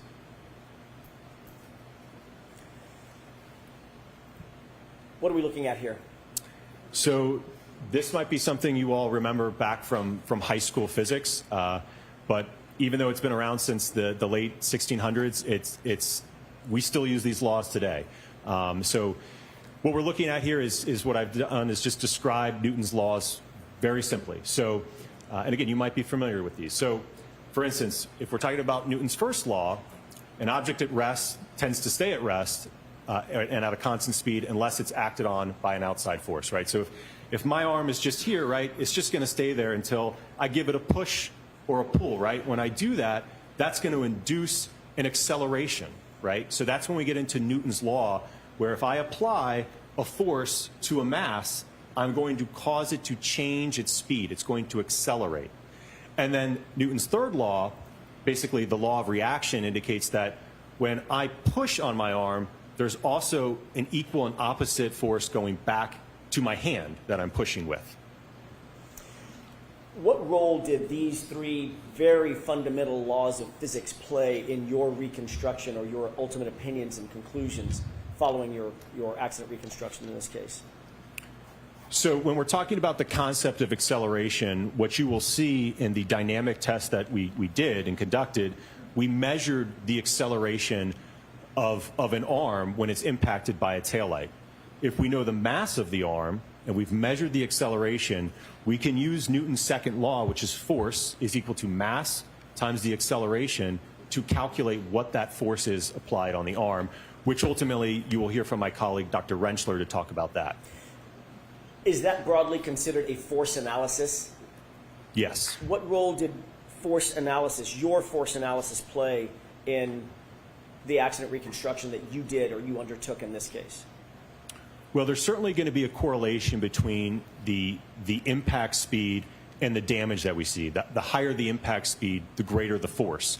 So from my perspective, I was interested in the speed and the force to look at what's the observed damage to the test taillights that we did. Do you think that's fundamental to an accident reconstruction? Yes. Did Dr. Welcher engage in any force analysis with regard to John O'Keefe's arm and the taillight? Not that I'm aware of, no. Let's move to the next slide, please. What are we looking at here? So don't be too afraid. This is some really simple equations that I want to show you. So that first one, delta V. So what do I mean by that? That simply just means you could think of delta, change in. So change in velocity. So if you look at that equation, the change in velocity, really simple.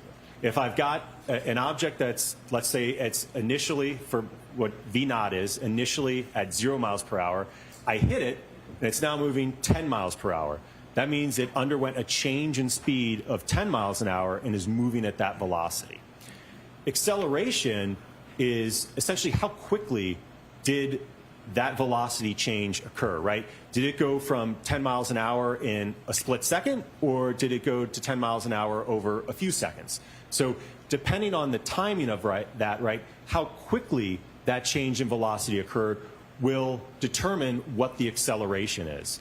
And as I've already mentioned on the previous slide with Newton's second law, we can then take that information about acceleration and apply it to, if we have a known mass, to calculate what the force on that object is. How did these math equations, delta V, acceleration, force, how did these play into, what role did they play in terms of the accident reconstruction here, in this case? Well, they're extremely fundamental. And I think as we go through the PowerPoint, you will have an appreciation and understanding of what these concepts are. You'll see that I have plotted graphs with acceleration that shows the rate in that change in speed over time. You will see graphs of delta V, so the change in speed of the arm as it's being impacted by the taillight. And then ultimately we can calculate the force of that impact to be able to assess whether or not there's a mechanism for the injuries. And as I mentioned, that'll be my colleague, Dr. Rentschler, that will discuss that. Can I ask you about delta V specifically? I'd like to focus on that for a second. Is that okay? Yes. When you say that that equation suggests or dictates that an object that is struck by another object with mass moves up to the same speed of the object that struck it. Describe that in a little bit more detail in colloquial terms, if you will. Sixth grade terms.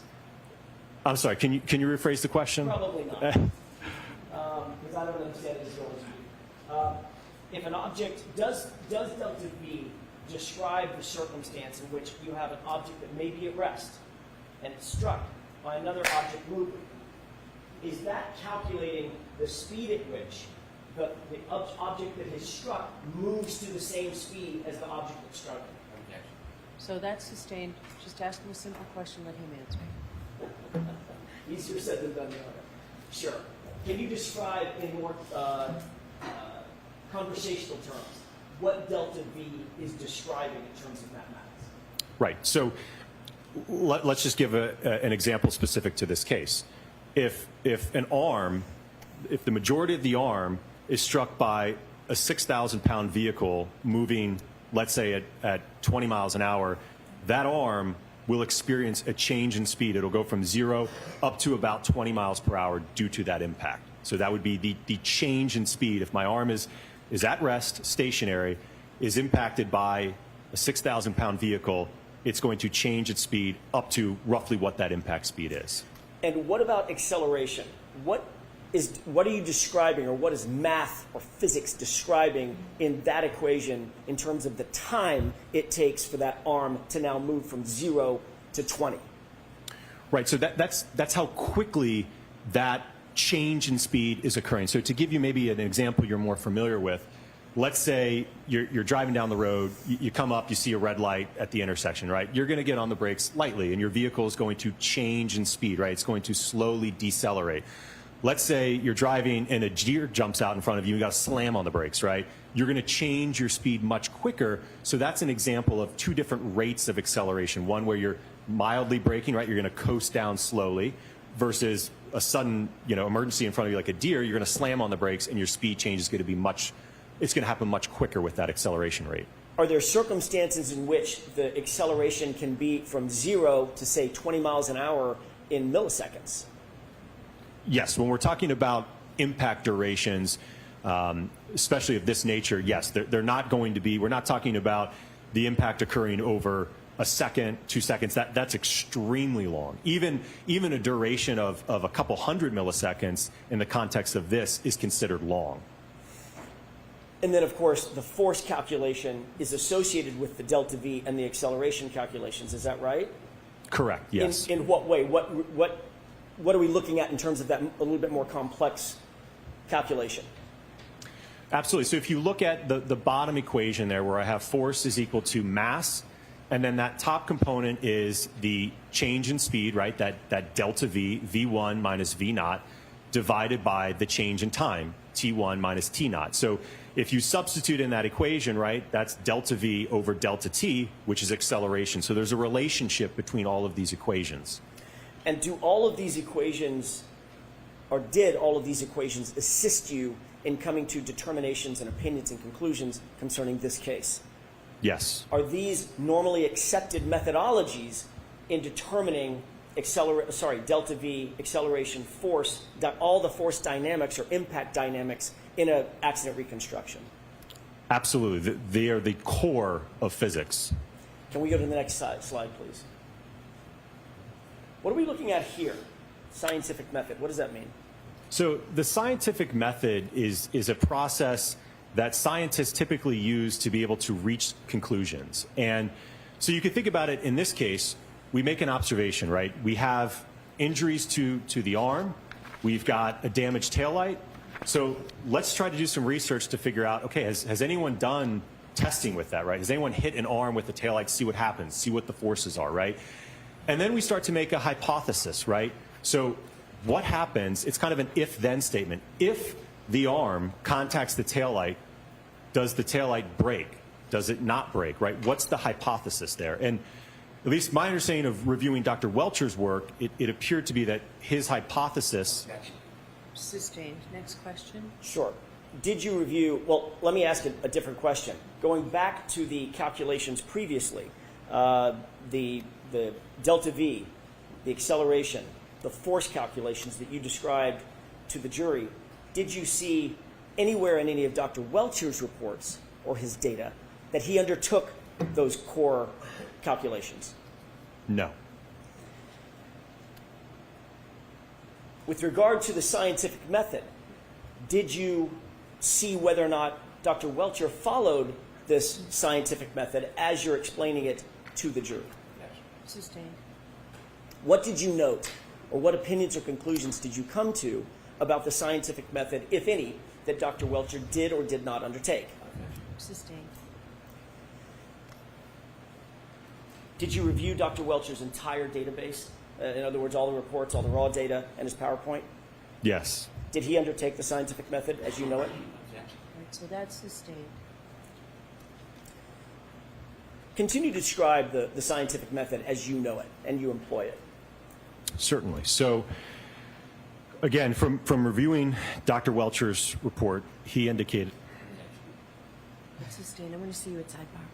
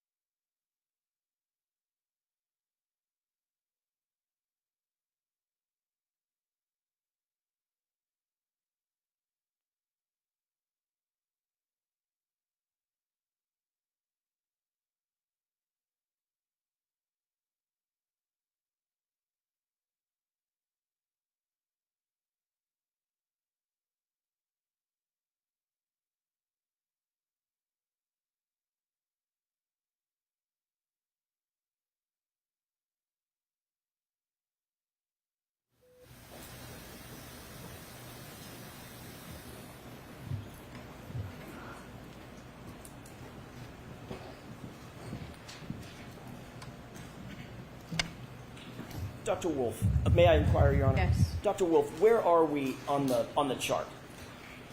I've lost my place. I think hypothesis. Okay. Let's describe, if you would, please, what role hypothesis plays in the general scientific method. So generally, it's like I said, it's an if-then statement. So if you make a statement, if the arm contacts the taillight, then the taillight will shatter, right? So you want to do tests and experimentation and analyze that data to see whether you can accept or reject that hypothesis. And what's the next stage? So as I mentioned, after hypothesis, it's once you've determined that, what your hypothesis is, you want to test with experimentation, analyze that data, and that certainly may be an iterative process that you do multiple times to then be able to draw a conclusion from that analysis and testing. What's the next stage? to basically report those conclusions and findings. Why is it important to report those conclusions and findings? Well, I think so that you can, whether you can accept or reject the hypothesis that was put forward earlier. Do you have to analyze the data following the testing that you undertake? Yes, like I mentioned, I think it's an iterative process, because certainly you could do one test and it may not be clear what the answer is at that point, so you may have to do additional tests to basically parametrically evaluate your hypothesis. Did you see this well, let me ask you first, did you undertake this scientific method with regard to your reconstruction or your testing in this case? Yes. Did you observe this same scenario in Dr. Welcher's report? Sustained as to that form, Mr. Jackson. Did you see this undertaken anywhere else? Sustained there.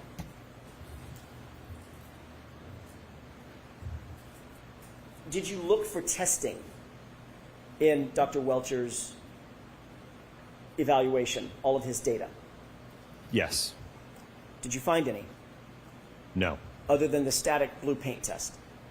That was the only test, correct. Did you see any force dynamics testing? That's leading, so you can Sure. get to it without that.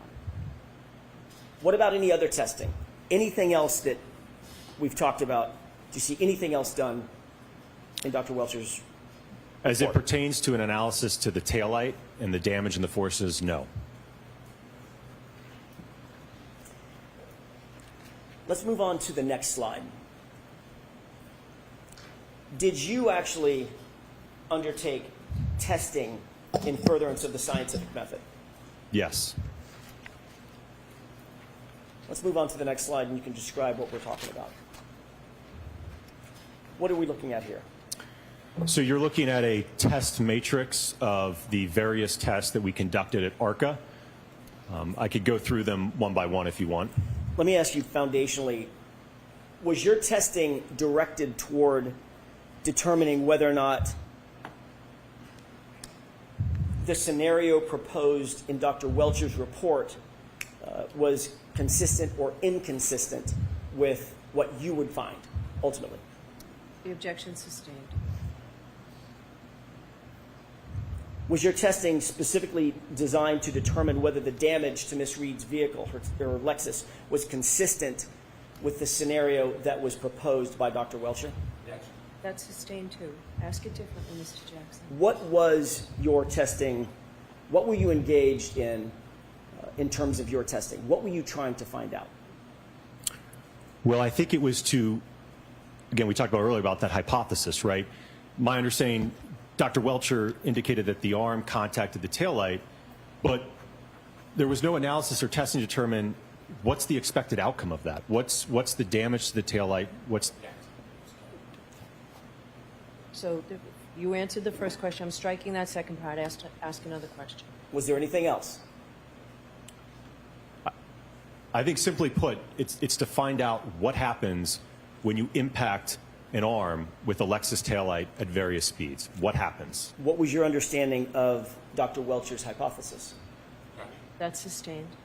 Did you have an understanding of Dr. Welcher's hypothesis? That's sustained too.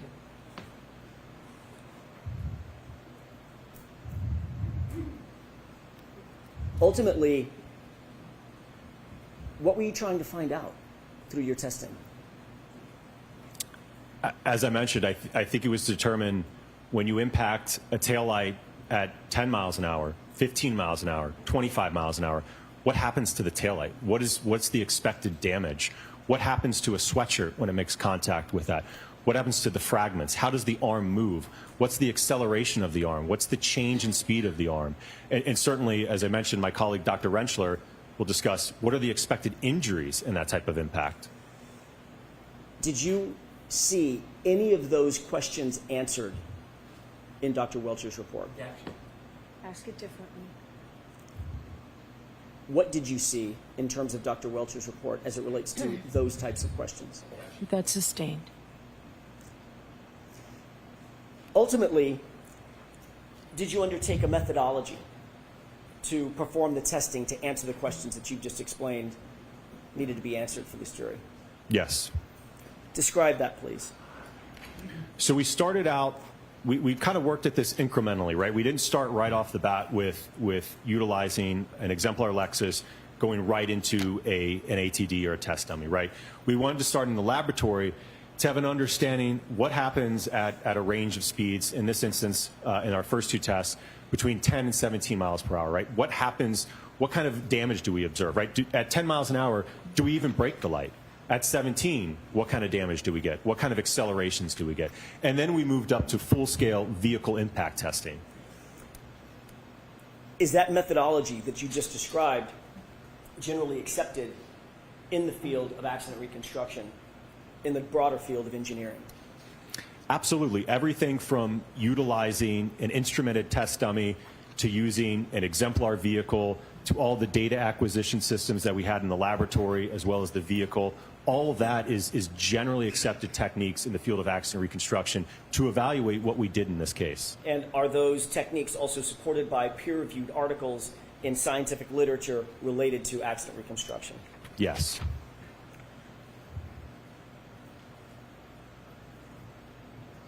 Did you rely on this methodology that you just described to render opinions and conclusions as it relates to this case? Yes. Have you relied on that same methodology in rendering opinions and conclusions in other courts? Yes. Let's go to the next slide, please. What are we looking at here? So we've gone over this before, but this is looking at the exemplar vehicle that we utilize for the latter part of our testing. You're looking at again, just annotating where the liftgate taillight is as well as the quarter panel taillight. When you say exemplar vehicle, what is this SUV that we're looking at? So it's the same year, make, and model of the subject vehicle. So it's a 2021 Lexus LX 570. So it's the same weight, same geometry, same as the subject vehicle. Is this a picture off the internet, or do you actually have access to this truck? We have access to that vehicle, yes. And ultimately, what testing did you undertake specifically as it relates to this particular vehicle? We did full-scale vehicle testing with the vehicle driving into an ATD arm as well as an ATD arm attached to a dummy and then a full-on impact to a test dummy. Did you assess the damage to the right tail light after these various tests? Yes, after all of the tests.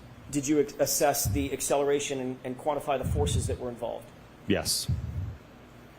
Did you assess the material and textile damage to the clothed ATD? Yes. Ultimately, did you conduct lab tests in an effort to answer some of these questions as well? Yes.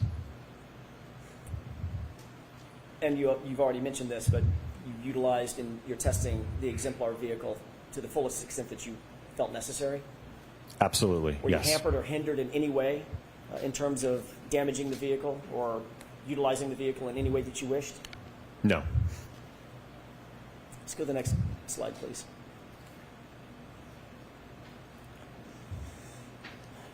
What are tests A and B? What are those laboratory tests?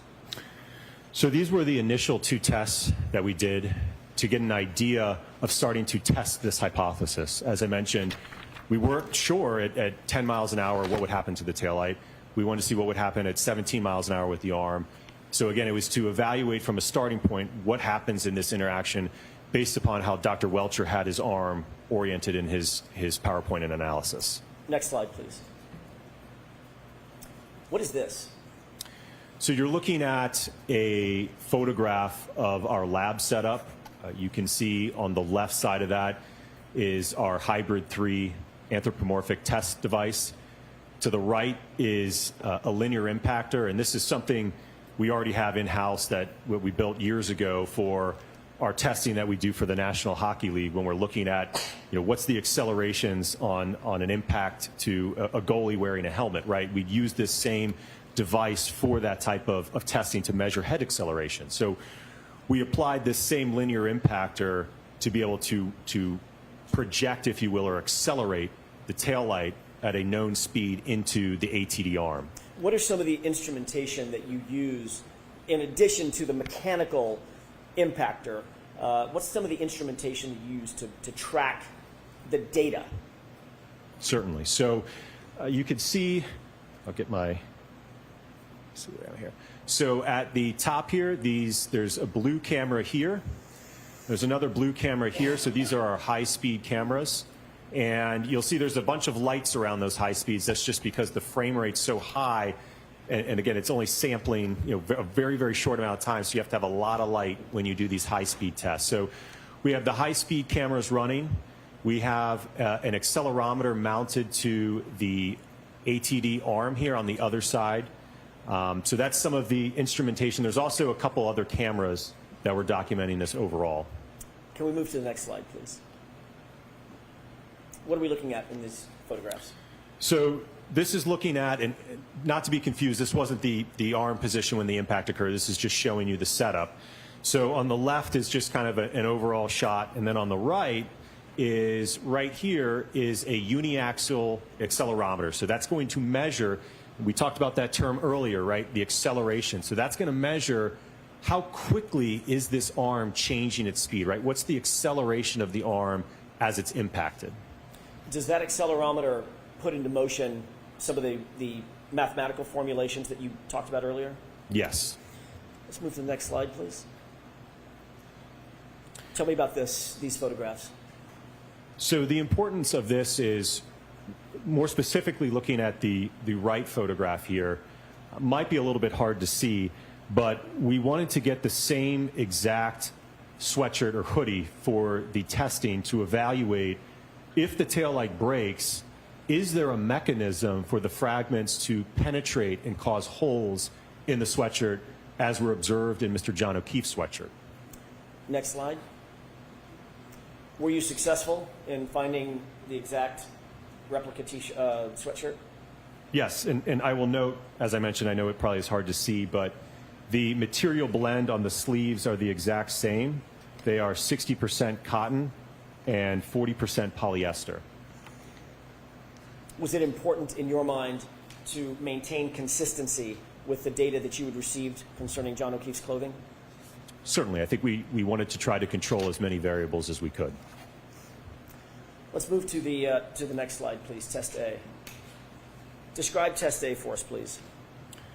So you're going to see a series of photographs and then videos, but Test A was mounting a preconditioned taillight on that linear impactor to accelerate it into the Hybrid 3 arm to, again, evaluate the damage to the taillight and the acceleration to the arm. Let's move to the next slide, please. What are we looking at in these photographs? So you're looking on the left, a photograph just before the impact test was conducted. On the right, you're looking at a thermal image that is depicting the temperature profile of the taillight. Describe that thermal image. Certainly. Your Honor, may I refer to my notes? Yes.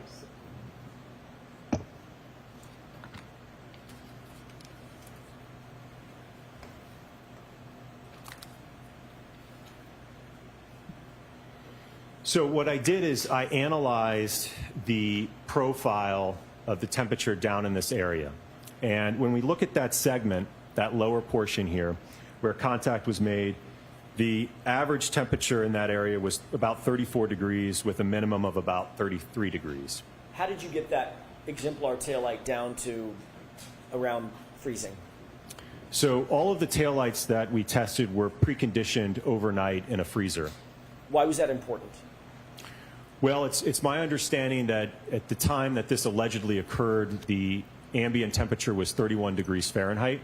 So, as I mentioned earlier, certainly there's a correlation between how plastics perform in cold weather. So we wanted to take that variable into account in our testing to precondition them down to temperatures that were consistent with at the time of the alleged incident. Next slide, please. What are we looking at in this slide, on this photograph? So this is a video. Do you want me to go ahead and play the video? Tell us what we're about to see, and then I'll ask the court's permission. So you were looking at a camera that is mounted above the entire setup. If you look at the top portion of this video, you will see the taillight. Part of it's covered by the high-speed camera. But what will happen is the linear impactor will fire, and the taillight will be accelerated up to 10 miles per hour, striking the clothed ATD arm. With the court's permission, Okay. let's go ahead and play the video.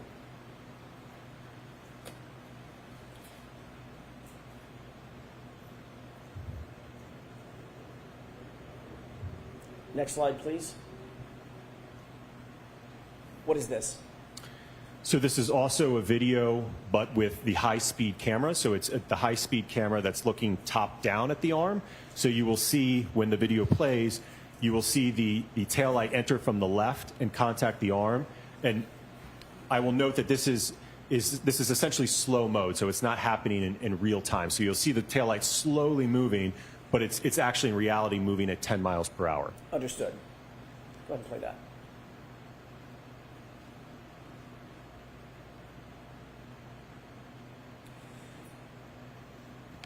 Can I ask a question now that that's played? How did you mount the taillight to the accelerator, that linear accelerator? Right. So we had to get a little bit creative there, because you may have observed this when we had the physical assembly out earlier. The back of that, it's not some nice clean surface that we can just bolt on. So what we had to do is 3D print a bracket that we could bolt onto the linear impactor, and we used a polyurethane expanding foam to be able to marry those two together so that we could then bolt it onto the linear impactor to use it for this test. Did you see any debris from that foam mounting mechanism? Yes, there's a few flakes you can see of that polyurethane foam off the backside, kind of going into being dispersed there. Okay. With regard to this particular 10-mile-an-hour test, what did you note in terms of the damage to the taillight? It was very minimal. And what did you note in terms of any damage at all to the hoodie? There was none. Can we go to the next slide, please? What are we looking at in this slide? So this is looking at a side view. So same test, just looking at it from the side. And similarly, you'll see the tail light come from the left and impact the arm. If we could play this, please.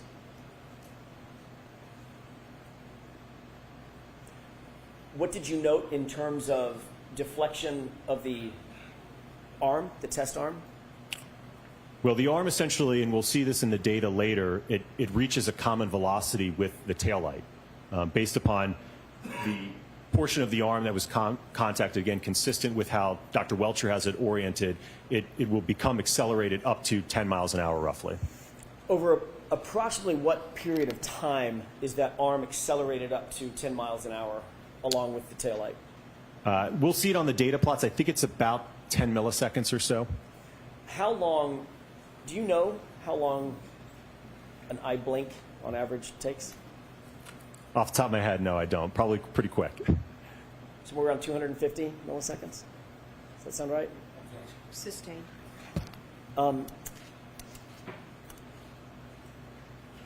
Let's move to the next slide, please. What are we looking at in this series of photographs? So these are extracted frames from the high-speed video that we just saw on the previous slide, basically showing just at contact, just after contact, and then post-contact, so you can see the kinematics of the arm and how the arm is moving. Okay. Let's move to the next slide, please. What is this photograph? So this is photographs taken of the taillight after the 10-mile-an-hour test.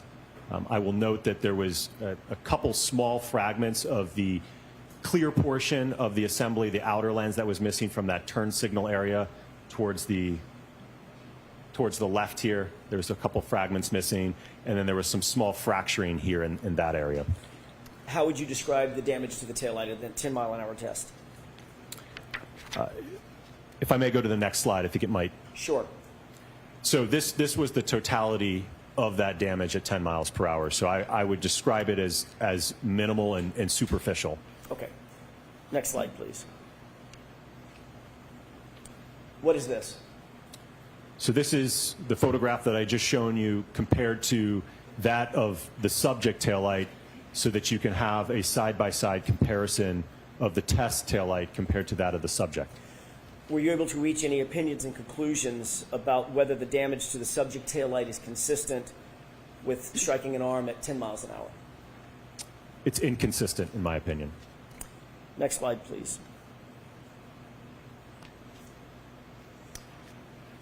This is still test A, is that correct?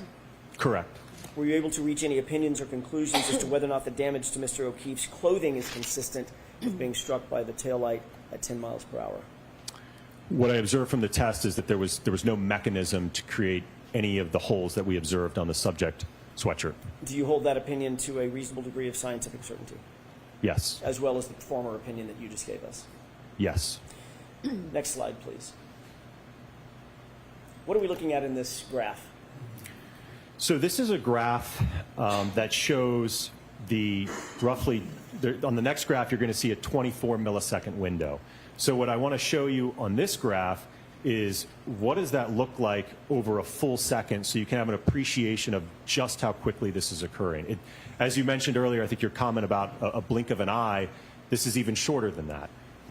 We're looking at, as you'll see on the next graph, again, it spans over just a few milliseconds. So that yellow tick that you see in the middle there, what I've done is I've plotted that over a full second. So 1 second is equal to 1,000 milliseconds. So if we go 500 milliseconds to the right, 500 milliseconds to the left, this whole graph represents 1 second in time. This impact duration is occurring very quickly. 1 second, is that reflected from the beginning of the graph to the end of the graph? That's representative of 1 second, is that right? Correct. So starting at this y-axis all the way to here is 1 second in time with our impact duration happening over just a few milliseconds. And this was at 10 miles an hour? Yes. Next slide, please. What are we looking at in this graph? So we're looking at the acceleration or the change in speed over time, that parameter that we discussed earlier. So what you can see is that as the arm is impacted, we had the accelerometer mounted on the inside portion of the forearm, if you will. You see that it starts to accelerate, right? Because it's changing its speed, and then it starts to level off after the impact has subsided, basically, and it's reached a common velocity. What do we see in terms of the G-forces that the arm is subject to? So the peak is occurring right around here at about, looks like just over 6 milliseconds. And the peak acceleration is just over 130 Gs. And what does that mean? What is a G? So a G is acceleration due to gravity. So if we're being held down by 1 G, so you could think of it as basically a multiplication factor, that it's 131 times the acceleration due to gravity. And the next slide, please. What are we looking at in this slide? So this is, again, that concept that we talked about earlier, delta V. This is the change in speed. So if we do some math to the previous data that we collected, it's a technique called integration, where we can actually add up all of that acceleration to determine what speed did the arm get up to. And when we do that calculation to this data, what we see is that initially at the impact, right, the arm's at rest, right, Newton's law, first law. And then we impart a force on it in terms of the tail light impacting it. It's going to cause the arm to accelerate and change its speed. So as I noted earlier, it's essentially going to reach a common velocity with the impact force based upon how Dr. Welcher has the arm oriented. And we can see that it's a tick over 10 miles per hour at just over 10 milliseconds. So that means that the arm in a 10 millisecond period is going from 0 up to about 10 miles per hour, which was the speed of the impact. And 131 times the force of gravity is exerted on the arm at the same time? Sustained is to that point. Where does gravity play into this? What is the 131 Gs? Where's that force exerted?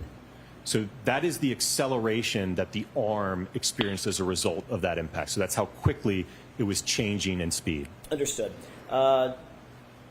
Let's go to the next slide. So is this a good place to take It is. the morning recess? All right, folks, we'll take a recess. Dr. Wilkins can file our jurors. I'm going to see counsel regarding just scheduling, please. All rise for the court, please.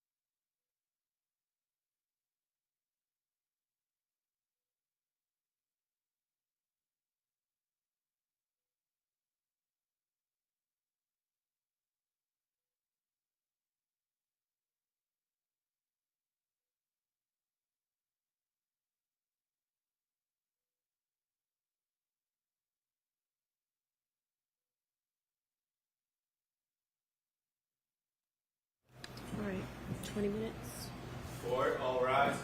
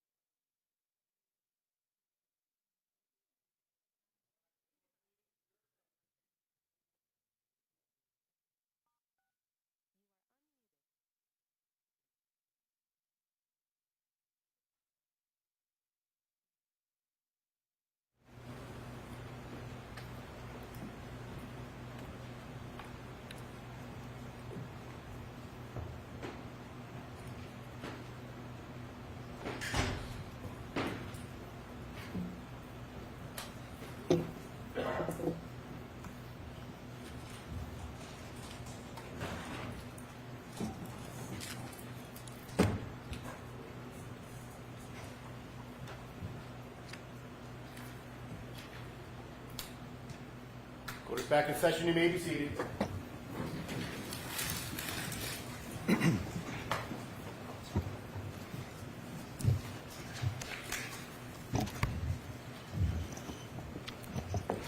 Okay, you all set, Dr. Wolf? Yes, thank you, Your Honor. Okay.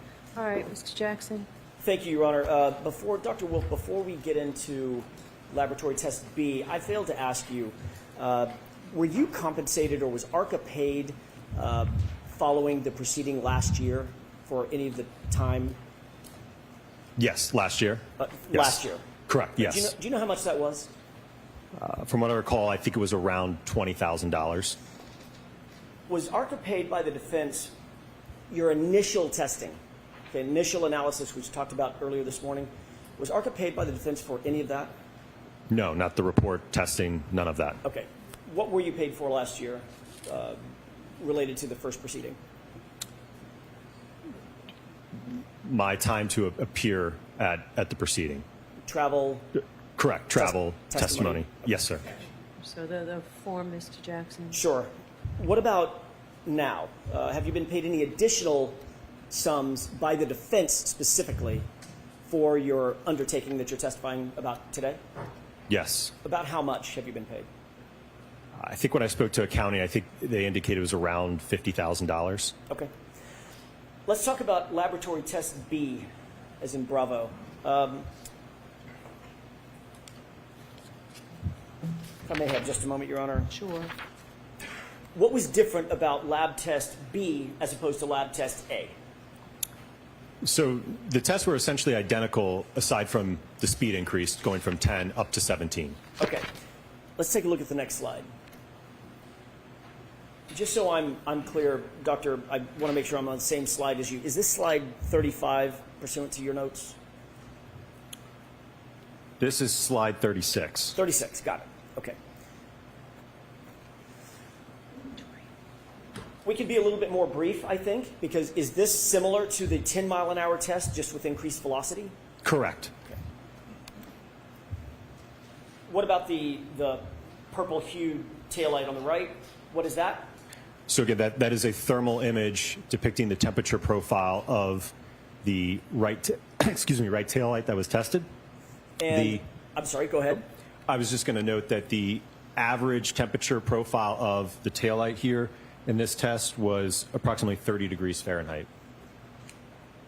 Is that below freezing? It is, yes. And the ATD, the test dummy, if you will, Yes. is it also clothed? Correct, yes. With you may notice a difference in the sweatshirt color. We put on a new sweatshirt in this test. Was it also an exact replica of the sweatshirt at issue worn by John O'Keefe? I'll ask it a different way. How did it compare to the sweatshirt that was worn by John O'Keefe? It was made by the same company and had the same material blend as the previous test and the one that Mr. John O'Keefe was wearing. Next slide, please. What are we looking at here? So this will be a video. You will see, much like you did in the other one, where the taillight will be accelerated up to 17 miles an hour, impact the arm. And one of the things you'll see is actually an artifact of the test, if you will, where the taillight, due to the fact that the impactor stops at the end of the stroke, that force actually causes it to decouple from that polyurethane foam that we use to adhere the two. What do you mean by decouple? What does that mean?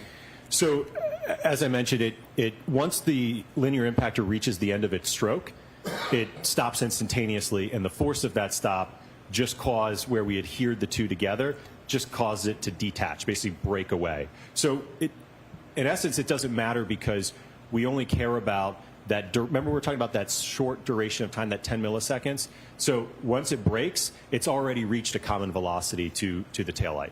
Okay. Can we go ahead and go to the next slide, please?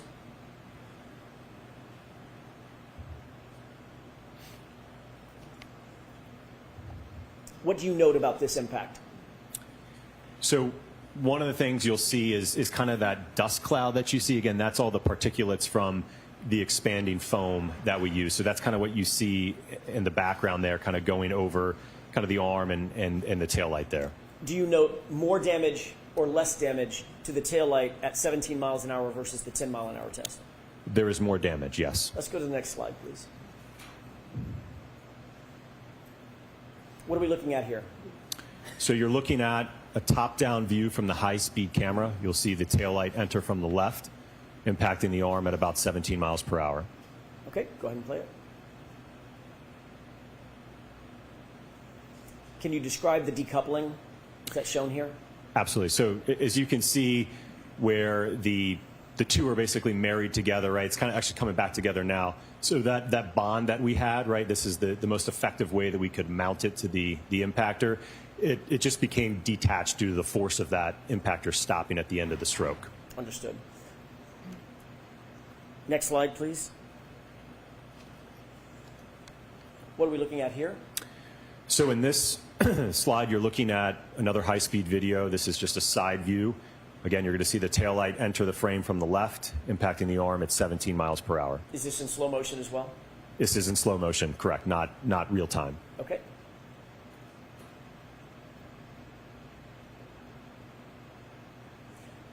What do you note in terms of the deflection on the arm? The arm, as we saw in the previous one, is accelerated up, so it's moving now at roughly a common velocity with what the impact speed was. And what did you note about the damage to the taillight? It was more significant than the 10 mile an hour test, which, again, there was very minimal damage to that, where several fragments of that red outer lens fractured as well as the clear lens. Okay, next slide. And what is this depicting? This is extracted frames from the previous video just showing right at contact, during contact, and post-contact. Next slide, please. What is this a photograph of? This photograph is depicting the damage to the taillight at the conclusion of the test, where, again, it's missing fragments of the outer red lens. I will note that the interior diffusers and plastic components are intact in this test. When you say intact, what do you mean? They are not damaged or broken. At all?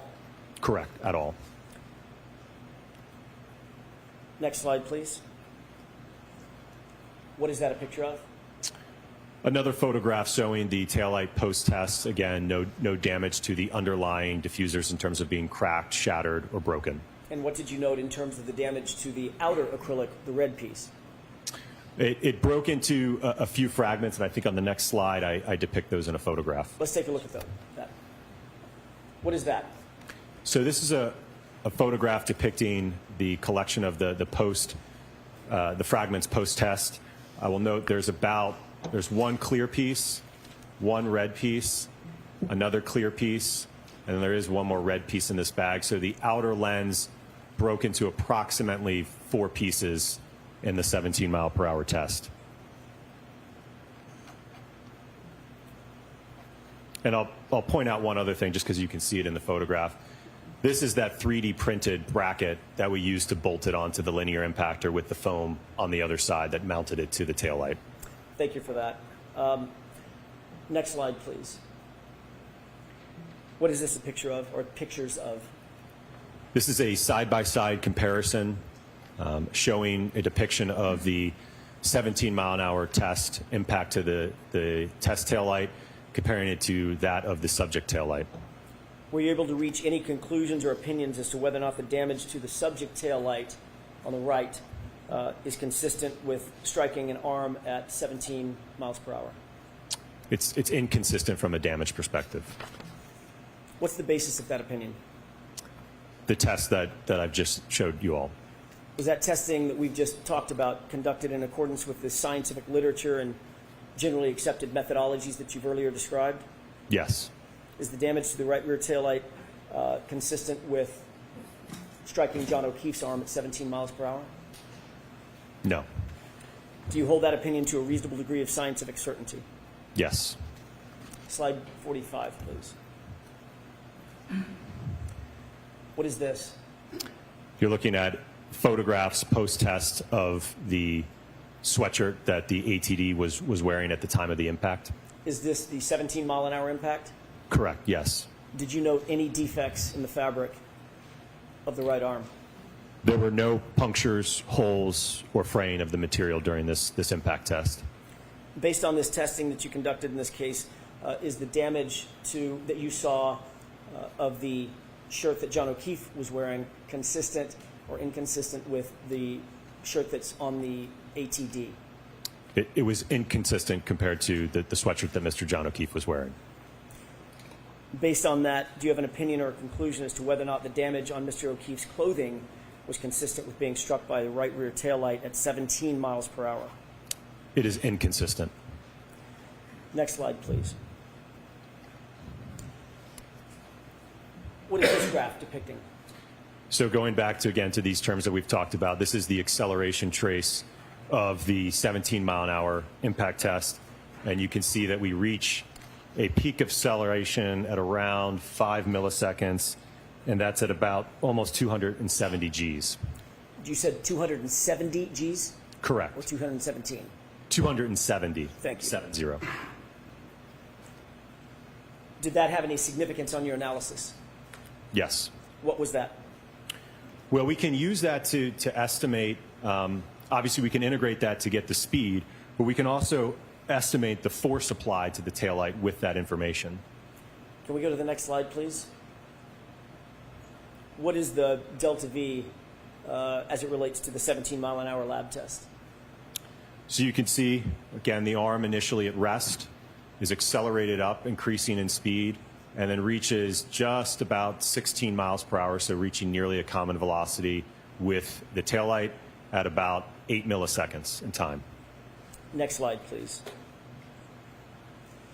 Did you conduct additional tests other than the 2 lab tests that we've talked about? Yes, sir. Describe just in general, and then we'll talk in more specifics. What were the tests that you undertook after the lab tests?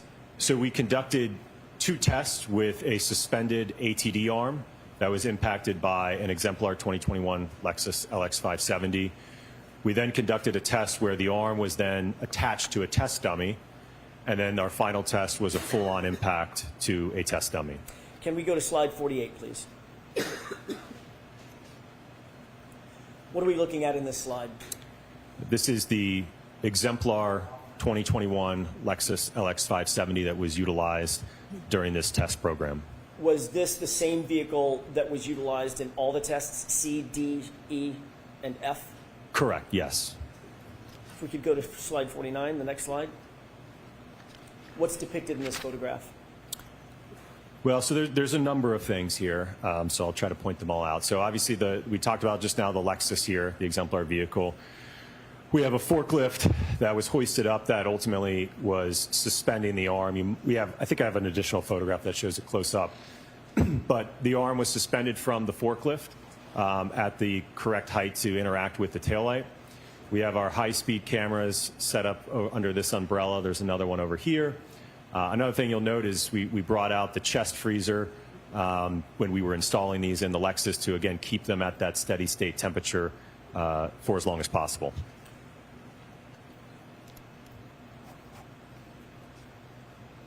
If we could go to the next slide, please. What are we looking at in this photograph? So this is the approximate position that we plan to have contact occur in these tests. So as you can see, the forearm is in contact with the lift gate and the quarter panel taillight along with the elbow. Why did you choose this configuration for the arm, the forearm, the hand, the elbow? It was based upon my review of Dr. Welcher's work, and that he did through his static and dynamic test or paint test that this is how the arm was roughly oriented when the alleged contact occurred. What were you trying to replicate in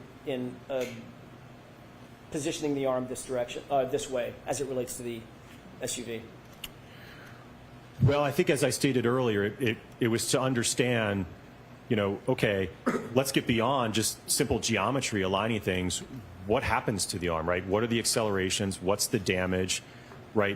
What we want to answer some of those other questions that Dr. Welcher didn't answer. Does this So I'm going to strike the last part of that answer. Does this configuration align with your understanding of Dr. Welcher's alignment of the arm as it relates to the vehicle. Existing. May we approach, Your Honor? Yes.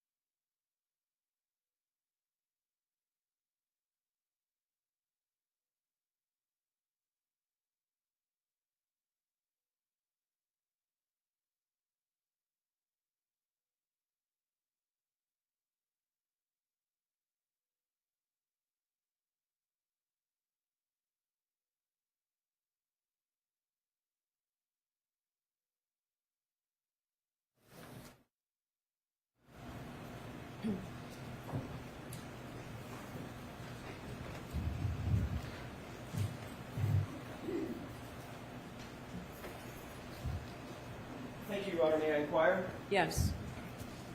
Okay, let's go to the next slide. It's maybe self-explanatory. What was the speed of your first test out in the field? 15 miles per hour. Next slide, please. What are we looking at in these two photographs? So on the left is a photograph of the installed preconditioned taillights just after the install, and on the right is a thermal image of that. And if I may just point out with the temperature. So one of the things you may see here is that due to the reflective chrome here, this is just an artifact of that being really reflective. So when we look at the average temperature profile of the taillight for this test, the average was approximately 17 degrees Fahrenheit for the taillight. Was it important in this testing to account for the temperature variance of the taillight assembly? Yes, absolutely. And I will note we certainly strive to maintain that. One of the things you actually may see in this photograph on the left are these pellets on the ground, and that is due to the fact during the installation process, one of my colleagues was positioned adjacent to the taillight fixtures, applying a compress of dry ice to help mitigate any heat transfer during the install process. Let's move on to the next slide. What are we looking at in this overhead view? This is it's a drone video, so you're going to see the Lexus accelerate from left to right, impacting the hybrid suspended arm in the area where you could see the umbrella. Can you use your spotlight and orient us? Where are the vehicles and the testing locations? Yes. So the Lexus is starting here. You will see it accelerate in reverse with the hybrid arm suspended in this area here. Okay. Is this a video or just a still shot? This is a drone video. Let's go ahead and play that.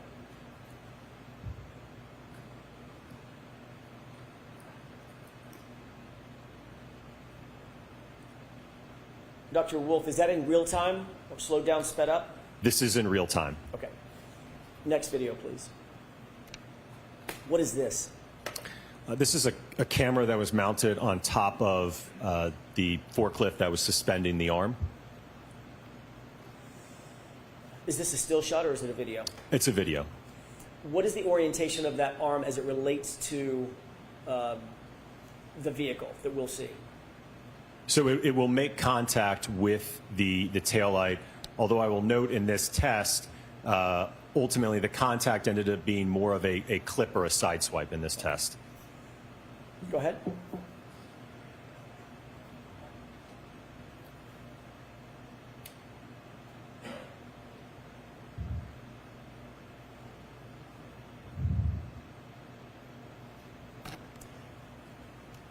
Did you see the impact area? It's quick. Right. What did you mean when you said more of a side swipe or a clip? So I think the next couple of videos will help demonstrate that. Let's move on to the next one. What are we looking at in this video? Or, I'm sorry, in this photograph? So this is going to be a high speed or a slow-mo video. You're going to see the Lexus come in from the right and then move across the screen to the left. And you'll see contact occur between the taillight and the arm. Okay.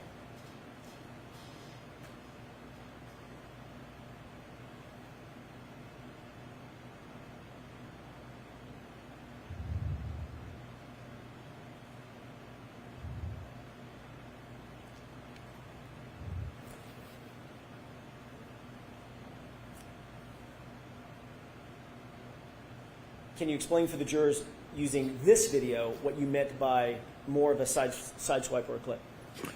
Right. So this is where the hand and the wrist are kind of in the area of the quarter panel taillight, and then a portion of the forearm in contact with, I'm sorry, what I previously said, the wrist and the hand in contact with the lift gate portion of the taillight, and then on the forearm is more in contact with the quarter panel taillight. Okay. Can we move to the next slide? And what is this angle? This is, yeah, same test, just a different angle with the high-speed cameras in slow motion. And this is at 15 miles per hour, correct? 15 miles an hour, correct. Can you explain for the jurors, given the fact that this is suspended, does that have any impact on the ultimate analysis or reconstruction, rather than being attached to an ATT?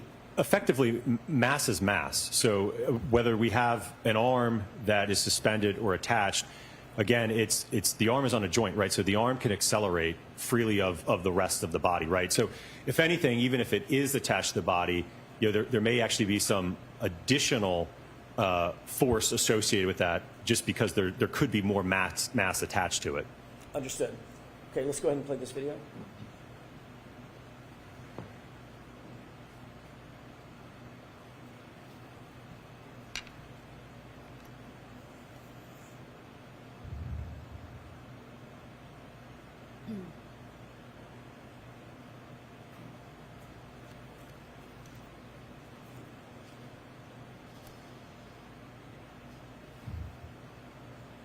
Can we go to the next slide, please?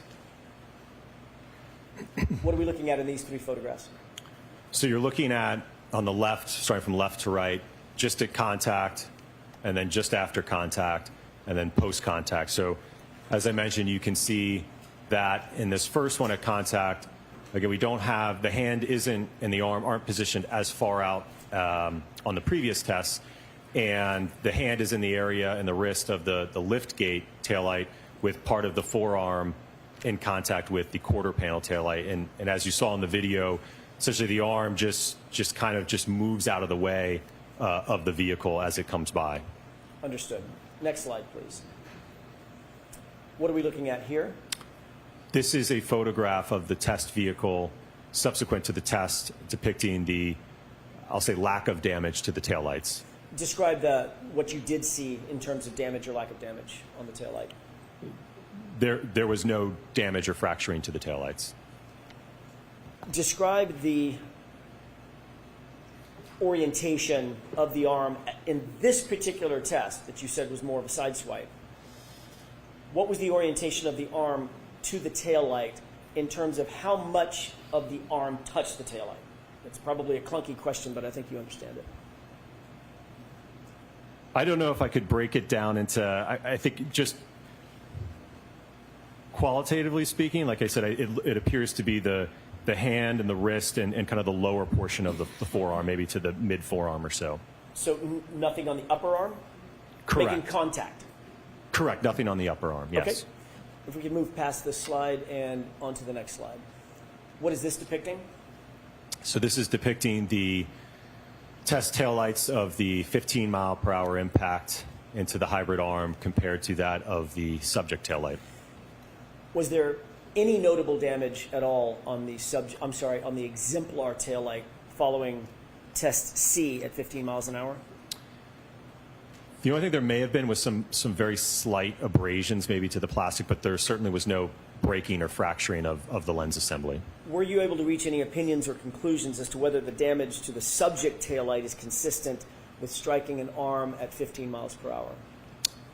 In this test, it was inconsistent. Even in a side swipe? Correct. Was that testing that we just saw done in accordance with scientific literature and generally accepted methodologies in the area of accident reconstruction? Yes. Is the damage to the right rear taillight of the subject vehicle consistent with striking John O'Keefe's arm at 15 miles per hour in a side swipe configuration? It's inconsistent. Do you hold that opinion to a reasonable degree of scientific certainty? Yes. Can we move to the next slide, please? What are we looking at in this graph?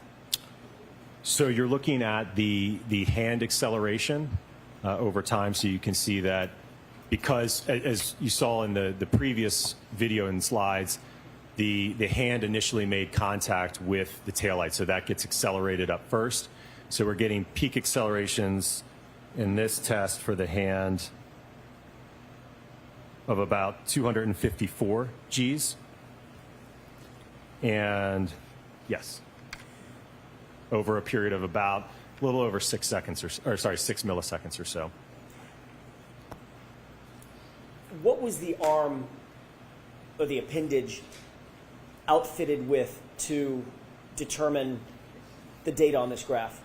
Right. So if you think back to the lab testing that we did, right, because we didn't have, and again, this is kind of why we did the testing incrementally as we went about it, but in the lab test, we didn't have a way to mount the liftgate assembly to also evaluate that interaction. So when we moved outside the full-scale vehicle testing, we had a liftgate taillight, obviously the full vehicle, so we also instrumented the hand with an accelerometer as well as the forearm. So we were able to measure the acceleration of both the hand and the forearm in these tests. Can we move to the next slide, please? And what are we looking at here? So this is the, the acceleration of the arm. So you can see that it reaches a peak around 5 milliseconds at about, looks like just under 200 Gs. And the next slide. What's depicted in this graph? So this is doing, again, the integration of the acceleration data for the hand to determine what speed did the hand get accelerated up to. And you can see that at the onset of this, it's at rest, it's impacted, and then gets up almost to 15 miles an hour in 4 milliseconds. Ultimately does reach at about 18 milliseconds, it does reach that 15, but it's nearly at 15 at contact. Thank you. The next slide, please. And what is this delta V showing us? So this is showing the change in speed of the arm. And again, because the hand was, and the wrist was more of the central impact to the ATD arm, this ultimately saw less acceleration, therefore less of a change in speed. So at around 6 milliseconds, well, roughly actually about 1 millisecond after it started to increase in acceleration, it's at about 5 miles per hour. Is that reflected in the fact that the arm pivoted? Yes. And spun? There's some rotation going on, so it's not translating or accelerating. Understood.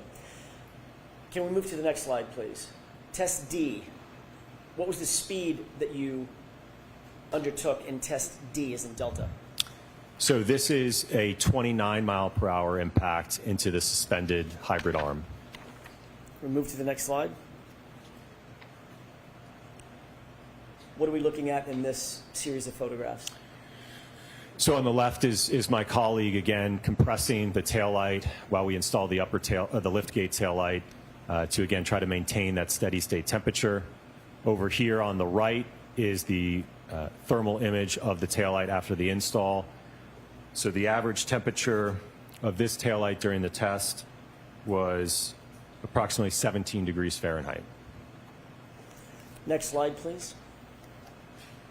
Staying with test D, what is this depicting? This is a drone video showing a top-down perspective of the test with the Lexus starting on the left-hand part of the screen, accelerating in reverse into the suspended hybrid arm over here at the location of the forklift. Okay. If we could watch this video, please.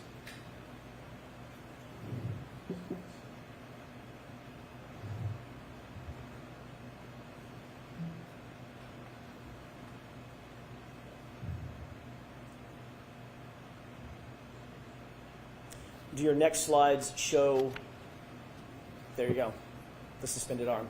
What are we looking at here?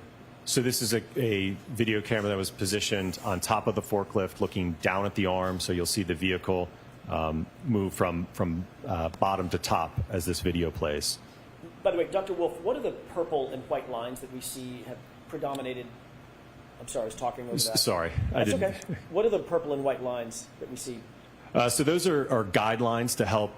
I will note that this is kind of like a needle in a haystack. It's very hard to hit this small of a target. So just served as a guideline to reference as we're accelerating rearward into this. Is this in real time? This is in real time, yes. What's the speed that the vehicle is entering the frame at? 29 miles per hour. Thank you. What happened to the arm in terms of its suspension? It actually gets ripped off from the mounting location. Is there a reason you believe physically that that arm was ripped off from the suspension tethers? Well, certainly there was enough force to break the tie lines to the forklift. Was there a test value of those tie lines? I think they were rated at 150 pounds. What does that suggest in terms of the force that was exerted? Just before we get to the other testing, the force that was exerted on the arms to tear off the tie lines. Well, it indicates that the arm saw at least 150 pounds of force. Okay.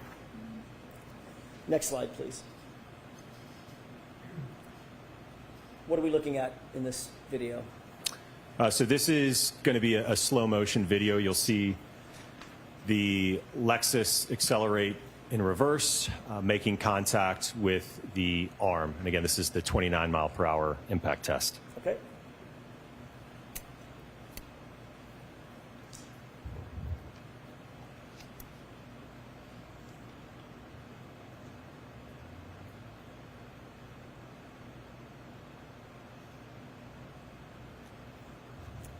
Next slide, please. And what is this? This is a video, a high-speed video, so slow motion of test D at 29 miles per hour into the ATD arm that is suspended. So you'll see the Lexus enter the frame from the right and impact the arm. Okay.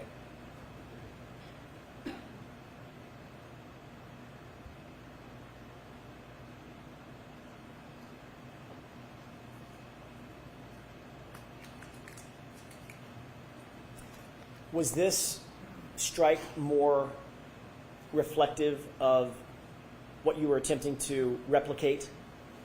Yes, this was a more central impact to the arm, yes. Thank you. Next slide, please. And what is this? So this is a high-speed or slow-motion video depicting the test D at 29 miles per hour, just a different perspective than the previous video. Okay.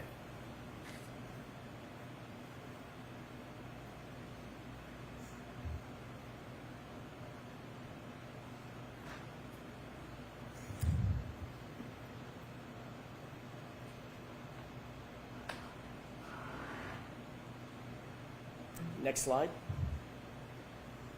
And what are we looking at here?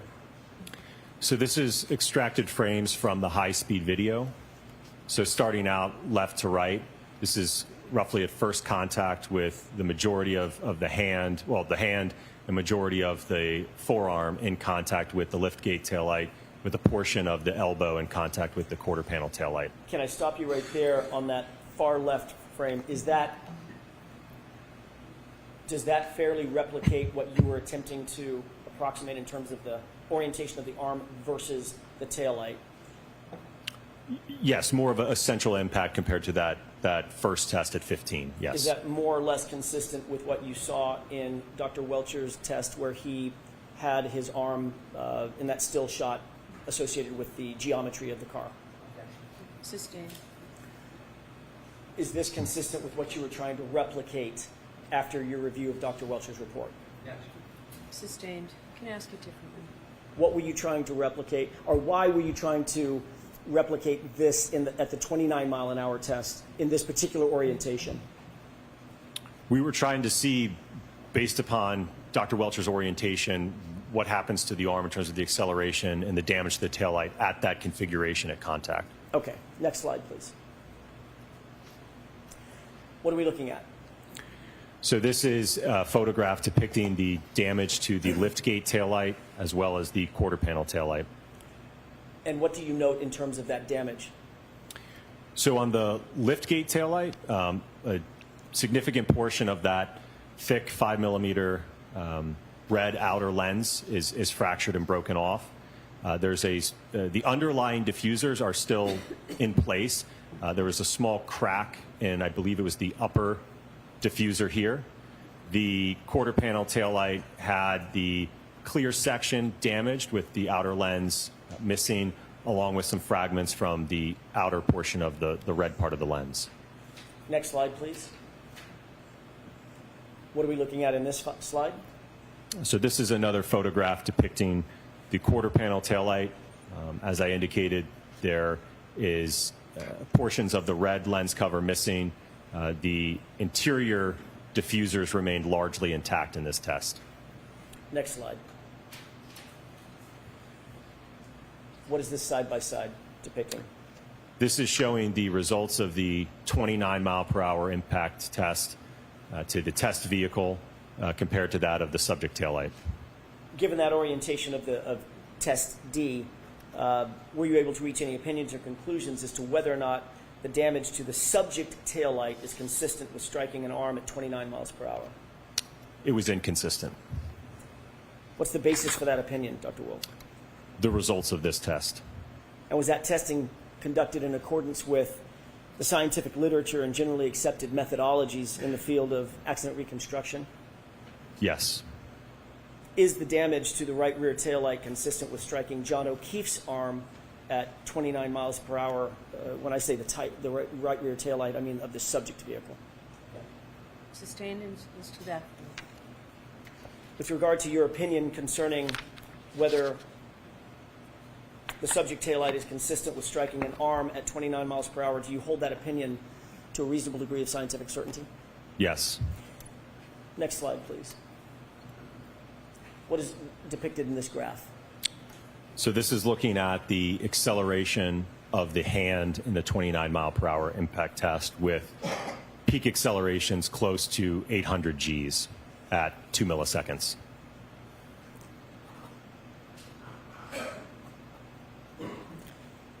Next slide, please. What are we looking at in this graph? This is the acceleration of the arm, reaching peak acceleration of about 500 Gs.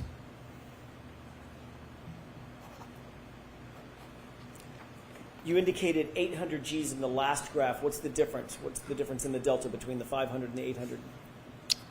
Between the hand and the arm? Understood. Which one suffered or was subject to 800 Gs? That would be the hand. And which one was subject to the 500 Gs? That would be the arm. Next slide, please. What are we looking at in this graph? So this is looking at the change in speed. So what speed did the hand get up to as a result of the impact? So we can see that in about 3 milliseconds, the arm is moving nearly at almost 25 miles per hour. And then a little bit later, again, this is still very quick in time, at about 14 milliseconds, it's at about 30 miles per hour.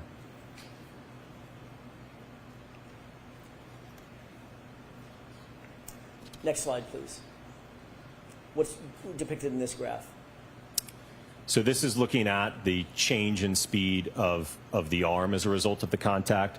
So starting here at about 2 milliseconds, the arm accelerates up to, by 8 milliseconds, we're at about 35 miles per hour. And this, you may be wondering, why are we getting more speed than what the input was? And that's because you get a phenomenon known as restitution. Basically, there's an elastic collision between the two where you can get almost a bouncing effect. So when you have something that weighs 6,000 pounds striking something that's much, much lighter than that, it can actually cause it to accelerate up to a greater velocity than the impact speed. Next slide, please. Test E, 24-mile-an-hour impact test. What is that? So this is a 24-mile-an-hour impact test to the ATD arm attached to a test dummy. Next slide, please. Why did you utilize 24 miles an hour for this test?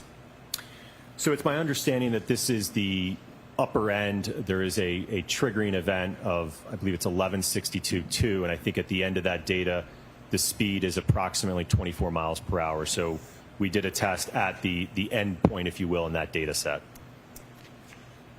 What is this photograph showing in terms of the orientation of the arm and the hybrid test dummy, or ATD?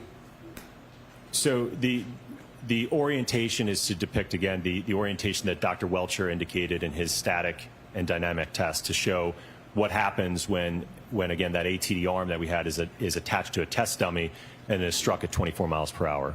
Next slide, please. And what is this?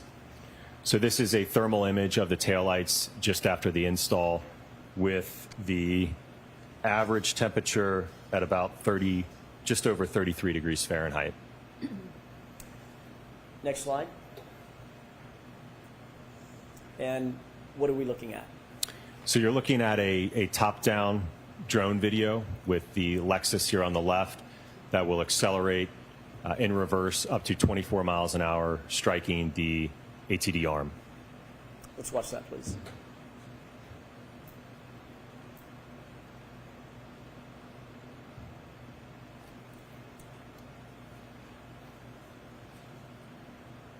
Next slide. What are we looking at in this slide? So this is a top-down video from atop of the forklift, or where the arm is suspended attached to the dummy.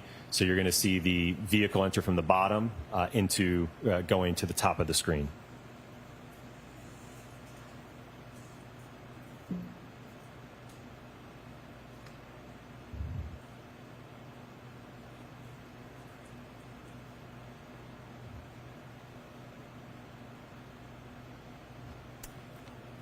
Next slide.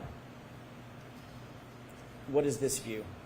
It's just another perspective. This is a slow motion video where you'll see the Lexus in reverse. I think this one actually has kind of a long build up before it starts here.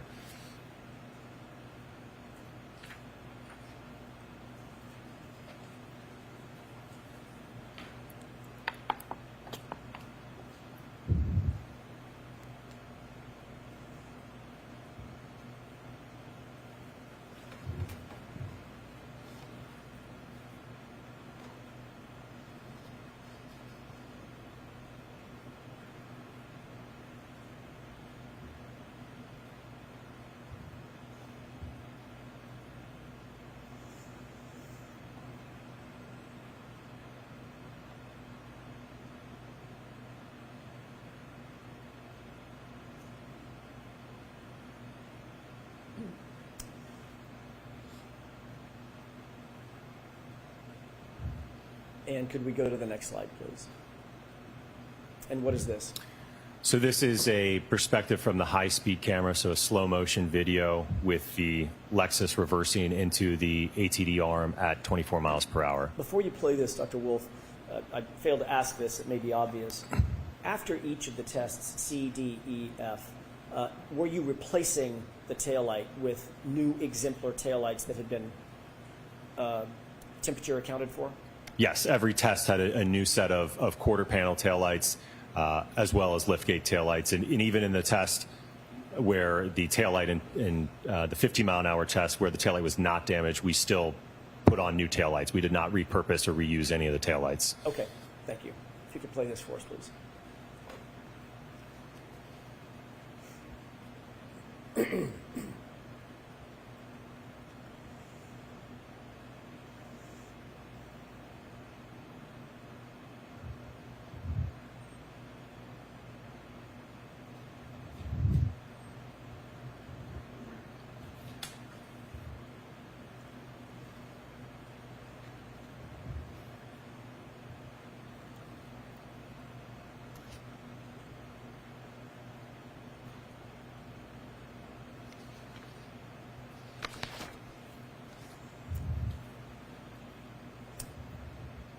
Next slide.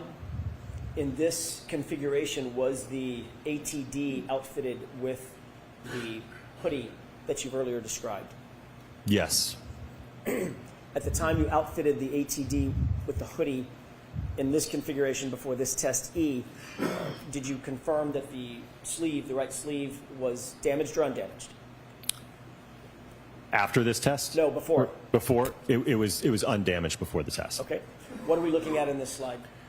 So this is still frames from the high speed. So starting out on the left here, just at contact. So the forearm making contact with the liftgate taillight, and then the upper part of the forearm and the elbow making contact, a direct hit into the quarter panel taillight. And the middle here is just after contact, and on the right is post contact. Thank you. Next slide, please. What are we looking at in this video, or in this picture? So this is a overall photograph depicting the taillights subsequent to this test at 24 miles per hour. I will note that there's no damage to the liftgate taillight, and then there is damage to the quarter panel taillight. Is there any damage to the internal diffusers on this taillight? So if I go to the next photograph, if I may. Please. So you can see here there is this kind of thicker, it's actually not a crack. So I'm looking at the clear diffuser here with the dots that you see. This line that you see, kind of opaque. I don't know if you've got a laser pointer to. Donna, may I? Yes. Just so there's no confusion, thank you. So the line right here that's part of the assembly. So that's just a part of how the plastic is molded. There's a very small crack right here in the underlying diffuser, but all of the remaining part of the diffuser in terms of this portion here and here are all intact, and same with this portion of it. What about the chrome piece that's running between the diffusers? I don't believe that was damaged during this test, no. And what about the clear acrylic toward the top left of that taillight housing? It was partially fractured, but not the entire outer portion of it. Next slide, please. What is this depicting? So this is a photograph depicting the quarter panel taillight subsequent to the 24-mile-an-hour impact test with the ATD arm compared to that of the subject taillight. Based on this test, were you able to reach any opinions and conclusions as to whether the damage to the subject taillight is consistent with striking John O'Keefe's arm at 24 miles an hour? Sustained in that form. Were you able to reach any opinions or conclusions as to whether the damage to the subject taillight is consistent with striking an arm at 24 miles per hour? Based upon the test results, it's inconsistent with striking an arm. On what do you base that opinion?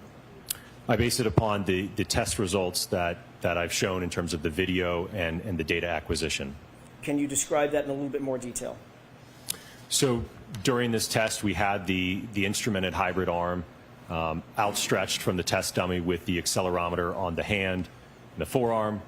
We had data acquisition on the vehicle, monitoring the speeds of the vehicle. We accelerated that vehicle into the arm at 24 miles an hour to conduct a dynamic impact test to collect data certainly about the acceleration that the arm experienced, but then also make observations about the damage that we observed to the taillight.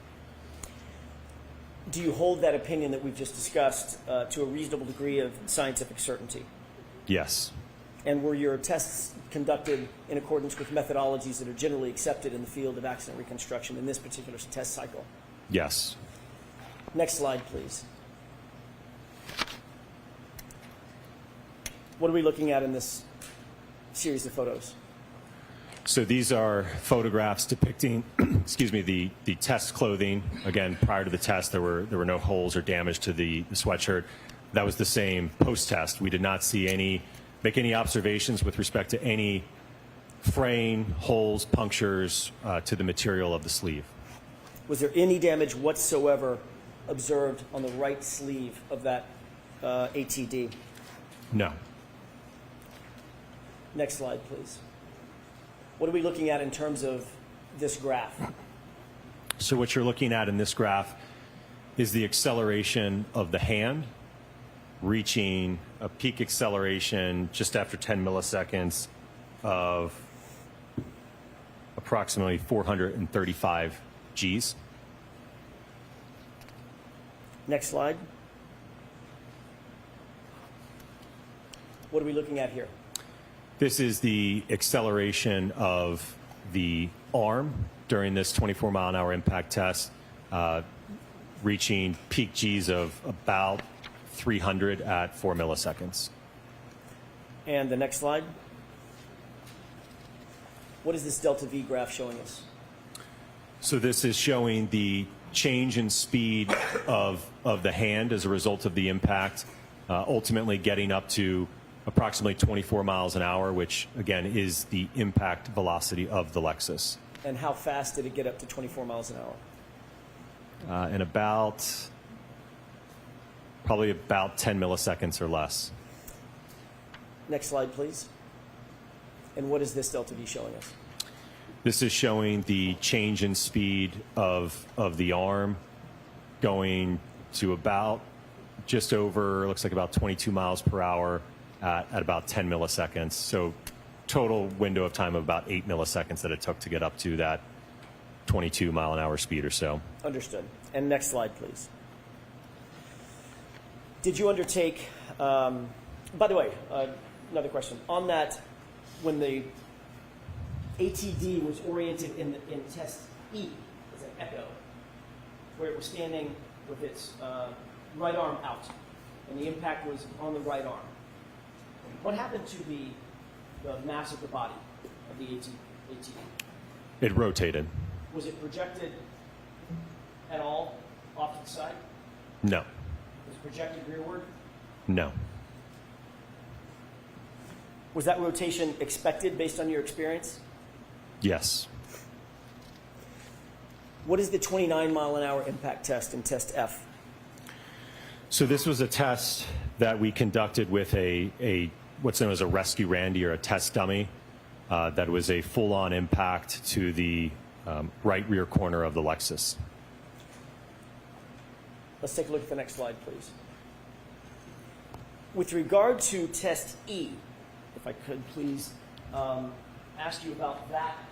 I would go back to that test even though we're looking at this one. With test E, was that reflective of a direct impact on the arm itself? Correct, right in the area of the elbow to the quarter panel taillight. As opposed to a side swipe on the arm? Correct, yes. Thank you. Did you undertake to test a direct impact on the body of the ATD in this test? Of the rescue Randy dummy? Yes. Yes. What are we looking at here? So this is the intended impact configuration with the rescue Randy suspended here by the forklift and again kind of in the path of the profile at that right rear corner. How much does this test dummy weigh? Approximately 200 pounds. Next slide, please. What are we looking at in this photograph? So this is a video. We had a little bit of a false start, so our high speeds weren't triggered, but thankfully we were able to pull our surveillance video to get at least an overall video of the test taking place.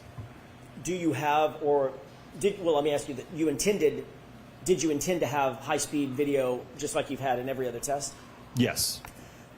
What went wrong? Something Just didn't get miscommunication between the driver and the rest of the test engineers. Got it. So false start. Okay. Was the taillight housing reassembled for this test?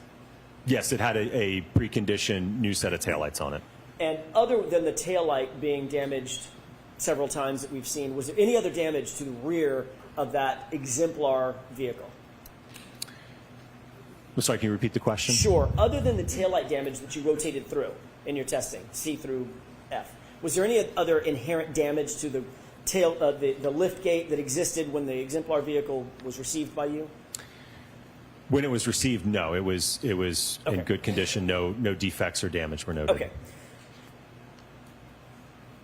What are we going to expect to see in this video? So in this video, you'll see in the surveillance video, the Lexus will come from the right to left, strike the Rescue Randy, and then you'll see the Rescue Randy projected and slide on the ground. Okay.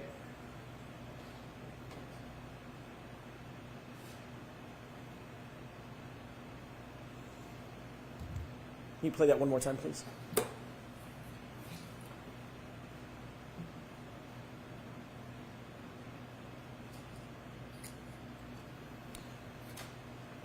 Next slide, please. What are we looking at in this series of photographs? So this is a extract from our VBox software and data acquisition system. So on the top, you'll see the video. On the bottom is the data. So this is another feed that we had of video. This was triggered, so we do have data from this perspective. So what you'll see is my colleague will move away from the assembly with the dry ice, and then the vehicle will accelerate in reverse. That was my question. The blue, that's dry ice, gloves? You can't, you don't want to touch dry ice with your bare hands. So Okay. it's, he's wearing gloves. He's capturing the thermal images now.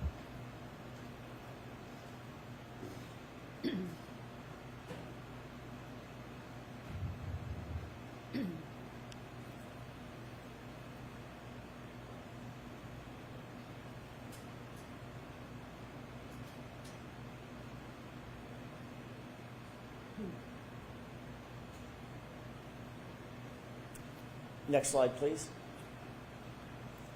And what are we looking at in this? So these are extracted frames from that video you just saw from the data acquisition system. So on the left here is just before contact between the test dummy and the Lexus. On the right is just at contact.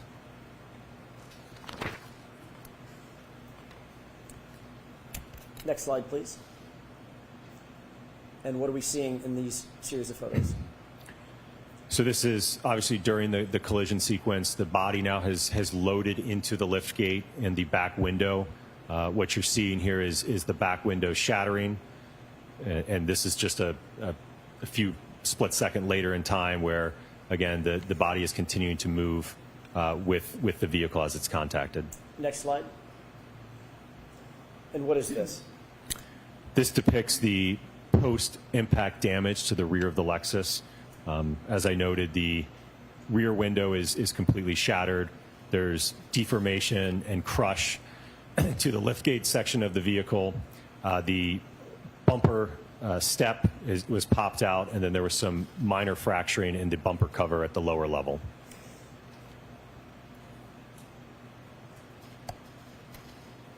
Did you note anything regarding the internal components of the exemplar taillight, even at this direct impact?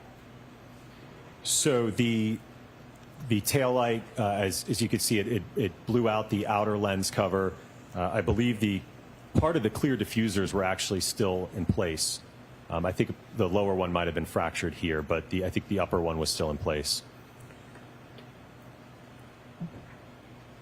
At 29 miles an hour with a direct impact, did the exemplar taillight exhibit the same type of damage to the diffuser as the subject taillight? I'm not sure I understand your question. More or less damage in this photo to the diffuser specifically than in the subject taillight? Well, I think there was more in the subject taillight. As I mentioned, I believe the top diffuser More on this damage? was correct. Okay. That was my question. And is there another slide at the on the back end of this one? That's it. Okay. We can have the lights. Dr. Wolf, you conducted tests at what miles per hour? Tell me the sequence. It would be 10 miles per hour, 17 miles per hour, 15 miles per hour, 29 miles per hour, 24 miles per hour, and then a full-on hit at 29 miles per hour. Regarding all of the tests you conducted, what did you observe with regard to the damage, if any, to the internal components of the quarter panel taillight? And I'm talking about the chrome pieces and the diffusers. It was less in all of the tested taillights than that of the subject taillight. Did you reach any opinions or conclusions as to whether the damage to the right rear taillight of the subject 2021 Lexus is consistent with an impact to John O'Keefe's right arm during a high-speed reversing maneuver? Sustained in that form, Mr. Jackson. Did you reach any opinions or conclusions as to whether the damage to the right rear taillight of the subject vehicle is consistent or inconsistent with an impact to a right arm during a high-speed reversing maneuver? It was inconsistent. What's the basis for that opinion? All of the test data that we did from the laboratory testing, moving up to full-scale vehicle testing, all of the collected data in terms of the photographs, the observations, all of the acceleration data collected. So all of the testing that we've walked through in this PowerPoint, along with certainly that was based upon all generally accepted and peer-reviewed methodologies in the accident reconstruction community. Do you hold that opinion to a reasonable degree of scientific certainty based on your experience, training, and education? Yes. Did you reach any opinions or conclusions as to relating to the punctures, holes in the hoodie that you saw that was related to John O'Keefe? Yes. Do you have an opinion or conclusion as to whether or not the damage that you saw to the hoodie related to John O'Keefe is consistent or inconsistent with a impact from a right rear taillight of the subject SUV? It was inconsistent. And what do you base that opinion on? Based upon all of the impact testing that we did with the clothed ATD arm in the laboratory as well as the field. In any of the testing that you did you ever see taillight pieces cut, puncture, or fray the sleeve of that hoodie? No. The exemplar hoodie, I should say. Correct. Did you reach any opinions or conclusions as to whether the rear taillight of the subject SUV was involved in a center of mass strike of a pedestrian at a high-speed rearward maneuver? Yes. What is your opinion? That the damage to the subject Lexus is inconsistent with a center of mass hit. What do you base that opinion on? The testing that we conducted in that last test that you just saw. Do you hold that opinion to a reasonable degree of scientific certainty, Dr. Wolf? Yes. Thank you. That's all I have. All right. Is this a good place for a break, or do you want to get started? Court's preference. Lunch is on the Juris, why don't we let you have your lunch? Okay. So we'll come back. We'll come back ready to go at 1:30. All rise in court, please.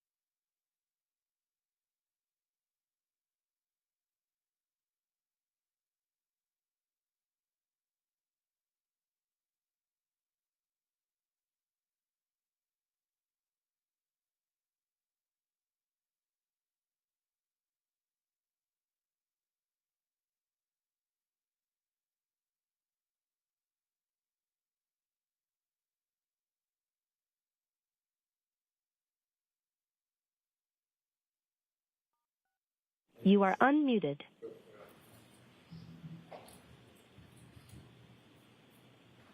Please be seated, court is in session. All right, so counsel, we have a juror that needs to leave at 3:45, so we're going till 3:45 today. Okay? Yes, Your Honor. Okay. All rise when the court leaves. The jurors entering.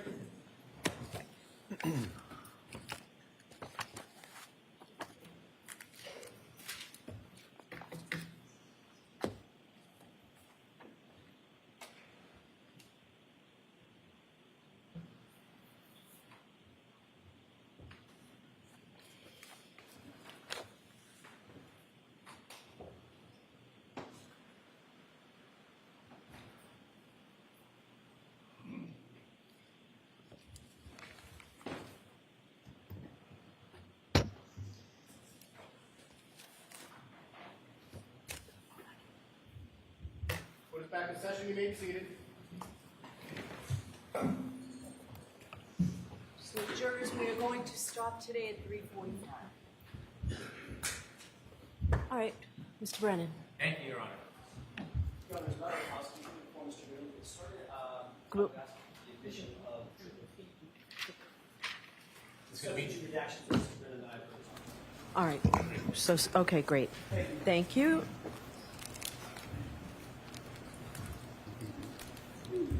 All right, do we have the actual? Okay, great. Yep. So, Exhibit 216. thank you. All right, Mr. Brennan. Good afternoon, Dr. Wolf. Good afternoon. When you testified in direct, you shared with the jury some of the work that ARCA does. Do you remember that? Yes. And you had mentioned a couple interesting things, that there had been some work with the Department of Defense. Correct. Yes. The work with the Department of Defense, was that during your time or before you got there? That would have been prior to my employment. Yes. So when you were telling them about working with the Department of Defense, that really had nothing to do with you. That was ARCA before you began working there. ARCA as a whole, yes. The work that we do, yes. Not you. As I said, I wasn't involved specifically in that project, no. And you mentioned that you did some stuff, or the company does some things for the NHL. Yes. You didn't tell us much more about what you do. There's other things that ARCA does as far as clients, right? Certainly. Did you share with us that you work for lawyers and law firms? Yes, we do. And you do litigation, insurance companies? Yes. Okay. Is there any reason why you highlighted the Department of Defense that you don't do and the NHL, but didn't share the rest of the stuff with us? That's just some of the prominent clients that we have. I see. You provided us a CV, didn't you? Yes. And that's like a resume, tells us a little bit about your education experience. You get to highlight some of the things, your accomplishments. Yes. You shared with us you've been the Director of Accident Reconstruction at this company, ARCA, since 2017. No, not since I started. You started with ARCA in 2017. Correct, yes. When did you become the Director of Accident Reconstruction? I think that would have been in January of 2024, so about a year and a half. About a year and a half ago? Yes. And you received your certification from ACTAR. Yes. Did you pass the test on both parts first time? I don't recall if it, I think it was I had to retake, I think, the practical section in the afternoon. Well, you would recall something like that, wouldn't you? Did you pass both parts on the first try? Like I said, I think it was the second part I had to retake. Well, this is a pretty important test, isn't it? Not really. It's your certification. It is, but much of the concepts that are covered in it are very elementary. Well, not so elementary. You had a hard time with part of it, didn't you? Well, with respect to the portion that I had to retake, it's a practical exam where you have to reconstruct an accident, where you have to determine approach angles, departure angles, and it can be very sensitive to those inputs. And unfortunately, if you mess up one of your first angles and you carry out that calculation, then the whole problem is graded wrong, even if you did all of the math correct. So we understand there's a multiple choice question part that's the easier part, correct? I don't know if it's easier, but there is a multiple part. multiple choice part. There's a more practical part where you actually have to go out in the field and do assessments, kind of like the things that you did today. You don't go out into the field, no. And, when did you first take that second part that you didn't test? I don't recall. You don't remember when you took the test? No, I don't. Suffice to say, you took it again. Correct. And ultimately, you passed both sections of that test? Yes. In your CV, you list your schooling and you list your degrees, don't you?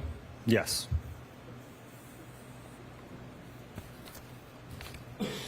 You mentioned some of the things that you focused on in your academic experience, don't you? Yes. And you have publications. Correct. Recently, you did a publication regarding vehicle control history on Toyotas. Correct. Vehicle control history is data that is stored in a vehicle, Yes. and Toyota owns Lexus, correct? Correct. So you have familiarity with vehicle control history. In fact, you have a publication on it. Yes. In your entire resume, you only mention pedestrian collisions or that you're involved in pedestrian-type events 3 times. Is there anything specific in your resume or your publications that show a published accomplishment, for example, in pedestrian collisions? Do you have any publications that have been peer-reviewed or published in that area? No, I don't have any publications in pedestrians. You write or you note areas of specialty, and you list a bunch: accident reconstruction, human factors, EDR, commercial vehicle, HVEDR, pedestrian bicycle accidents, nighttime visibility, and a number of others, correct? Correct. Is there anywhere in your resume that notes particular classes that you've attended and completed regarding pedestrian collisions? No, I haven't taken any classes in that. You haven't taken any classes on pedestrian collisions? No. Have you ever taught regarding pedestrian collisions? No. Have you ever been a speaker in a presentation about pedestrian collisions? Yes. Okay. Is that listed in your resume? I don't list lectures or presentations, no.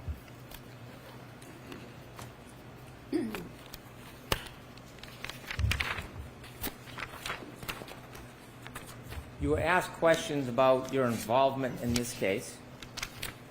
Yes? Yes. And you had shared with us that you, at the beginning, were working for a separate party or a third party, you said? Yes, another agency. Another agency. And at some point, you came into court and testified last year. Yes. And during the time before you came in and testified, you weren't wholly independent of the defense, were you? Well, certainly before all of our testing, at the point at which we did all of our testing, report, and analysis, as I mentioned on direct, I didn't know the Commonwealth or the defense in this case. My question, more precisely, before you testified, before you came into court and gave your testimony, you weren't totally independent from the defense, were you? No, I mean, I had to communicate with them to be able to determine when to appear for testimony. So you were communicating with them, yes? Yes. And in fact, some of the time that you spent, ARCA actually built the defense for, and they paid that bill, didn't they? Eventually, after the trial, yes. During that time, you know what a sequestration order is, don't you? Yes. Do you think that you're under a sequestration order today? Yes. Did you talk to anybody about any of the prior testimony in this case before today? No. How'd you get here today? How did I get here today? I took a car ride over from the hotel. Who drove you? It was a driver. I don't know his name. Who set up the car? It would have been someone on the defense team. Was it like a window, like a limo? It was an SUV. Was there anybody from the defense with you on the ride over? There were 3 young ladies in the back seat. I think they might have been interns, and Mr. Woke. And who? Mr. Wolk, I think is it pronounced? Am I saying it wrong? Have you discussed anything about this case before your testimony today as far as the trial? Before today? Yes. Yes. Have you discussed anybody's testimony in this case? Nobody's testimony, no. That was different last year, though, because before you testified last year, you did have discussions about testimony, didn't you? Not with the Commonwealth or the defense, no. But I'm asking, though, you did have discussions about testimony before you testified last year, right? Correct, yes. And you know what a sequestration order is, don't you? Yes.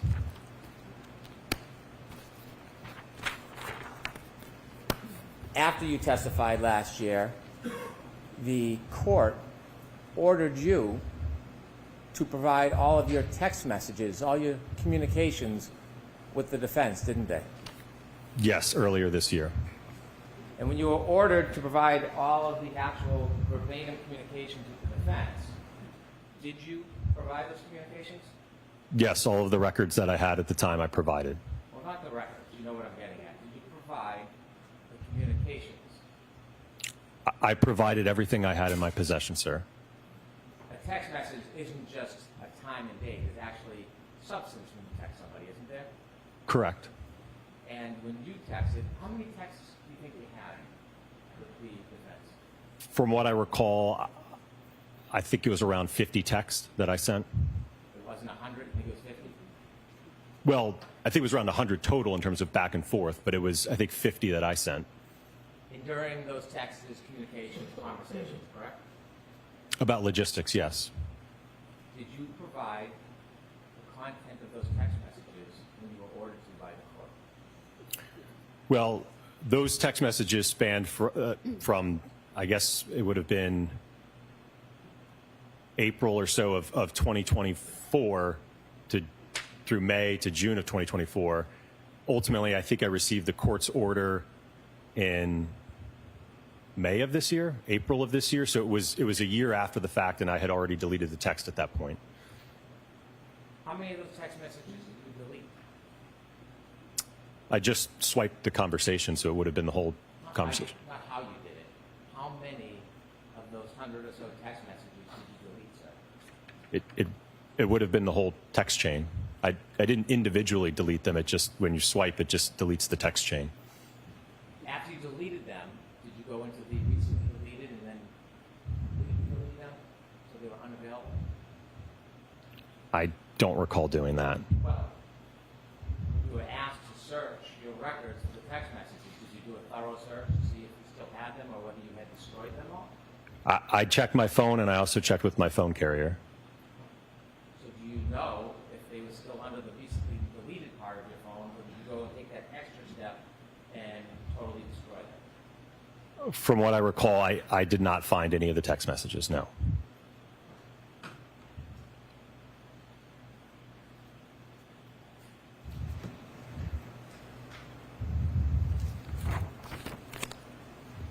Is there any reason why you deleted all of your text communications with the defense?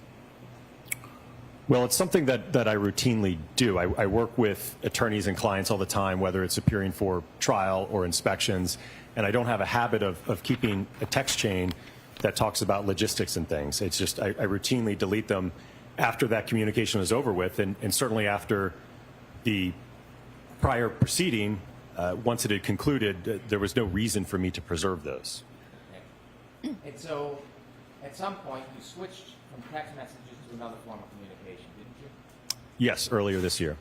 Tell us a little bit about this new form of communication, not text messages. Mr. Jackson had indicated that he and his defense team utilized an application known as Signal for their communications amongst their defense team.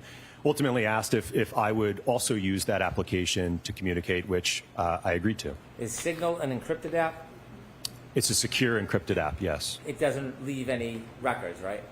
I don't believe so, no. Well, you have it. You're using it. Do you have any records from your Signal use? I'm going to allow that. Do you have any records from your Signal use? I do not, no. So you know full well that Signal as an encrypted app leaves no record. There may be a setting that you can change. I just know that the way that it was set up, there was no record. Well, who set yours up to have no record? I don't know. I think it was default. Have you ever checked your Signal app to see if you have any record of your communications pursuant to that court order? Well, I don't have the application anymore, but at the time I did check the application. Out of all these clients that you've had, how many times or how many clients would you use Signal with? This was the first time. Have you used it since with other clients? Not yet, no.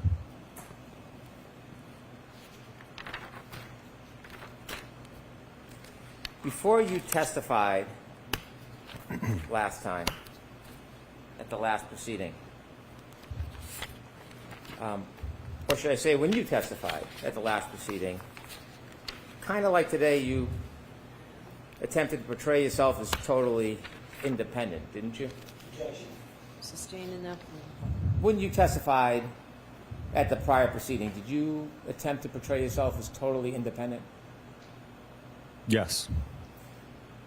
The truth is, before you testified, you were communicating with the defense and attempting the best you could to assist their cause, weren't you? I wouldn't characterize it that way. So before you testified, you wrote out questions that you thought could help, that you should be asked when you testified, correct? So something I routinely do before testifying is prepare an outline of topics and questions that would best help be able to get out my opinions and the analysis I undertook, ultimately so that you all have an understanding of what I did. So I'm asking you a question. You gave the explanation, but you're skipping over the answer to my question. So Sustained. I'll ask you again. Before you testified, did you write out a list of questions that you wanted to be asked? Yes. And when you listed out the questions, you also listed out the answers, didn't you? A general response. It wouldn't be verbatim to that. I didn't say verbatim, but did you list out the answers to each and every one of the questions that you had prepared? Yes. So for every question, there's an answer that you provided so that you could follow a script, so to speak, yes? I wouldn't characterize it as a script. One of the questions asks, so not being able to inspect vehicles is something that is not uncommon in your line of work? And your answer, absolutely not. Remember writing that out? Yes. Then you put a footnote, a comment. And you said, not sure if you want to put this somewhere in the direct examination. I have a feeling they are going to argue I didn't personally inspect the vehicles. I had enough information from the material I reviewed, so it wasn't necessary. Need to show the jury it doesn't matter in this case. Did you write that? Yes. When you're talking about they, I have a feeling they are going to argue I didn't personally inspect the vehicle. Who's they? That'd be the Commonwealth. And so when you were writing out these questions as is your routine with the answers, is this the mark of independence to you? Well, I think, again, whether the Commonwealth asked me that question or the defense asked me that question, my response would be the same. It wouldn't change depending on who called me to testify. There are a number of cases, by the time I get involved, the evidence is gone from the roadway, the vehicle is gone. So it's certainly not necessary to inspect a vehicle. And I wanted the jury to have an understanding that because I didn't physically inspect the vehicle, it didn't affect my analysis in the case.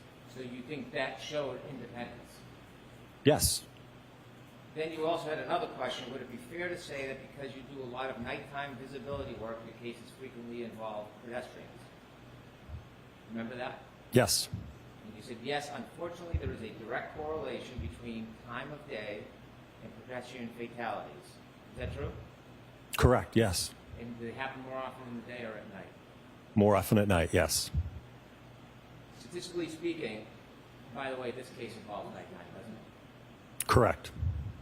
Statistically speaking, most of pedestrian fatalities occur during the evening and night hours. So my specialty in the area of lighting and human factors results in a lot of my cases involving pedestrians.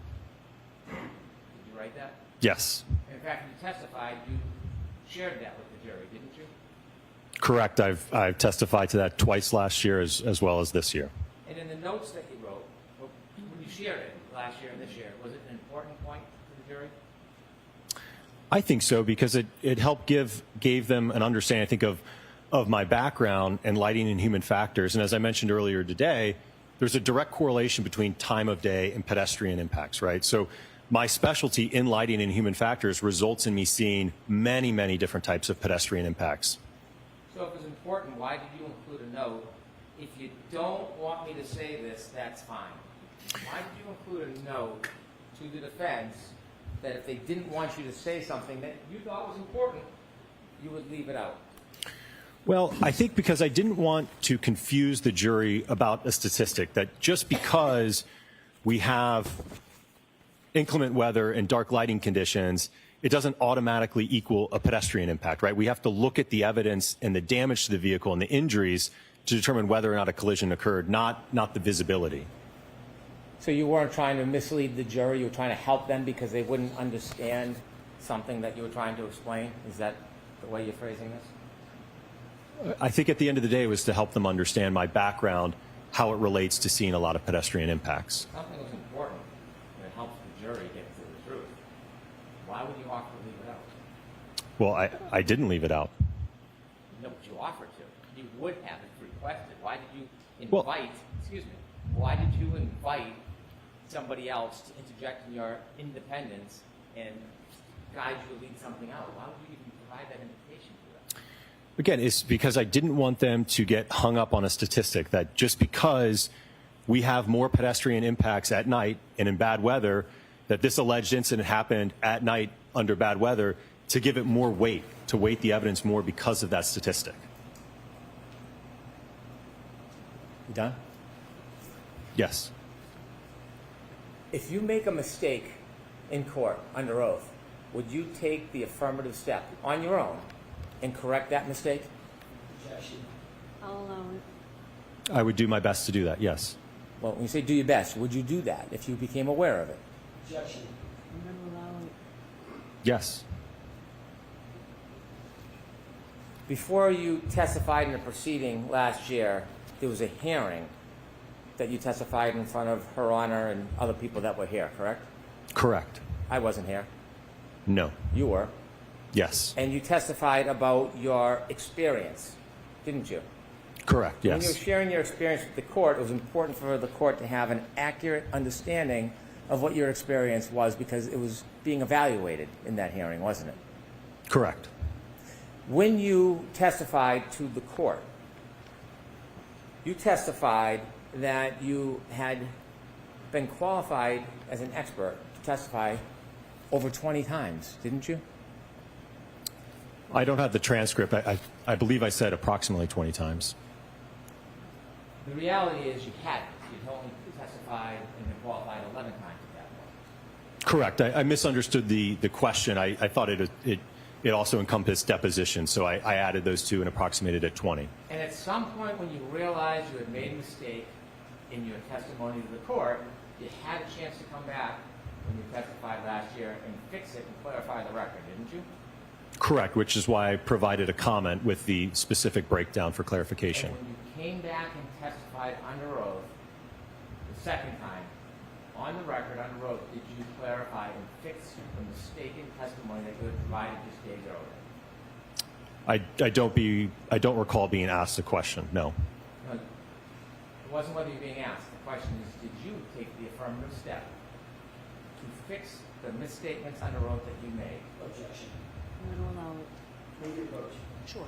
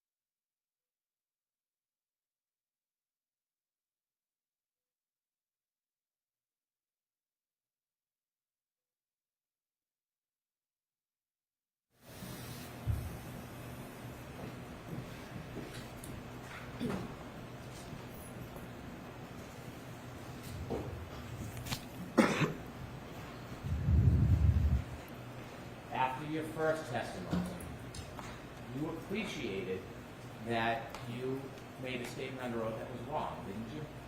Yes.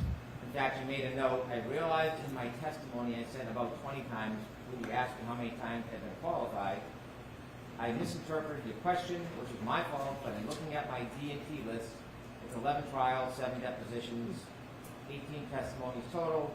Not sure if you want to clear it up or just leave it. Was that Correct. right? Yes, sir. Did you just leave it? I'm not responsible for asking the question, sir.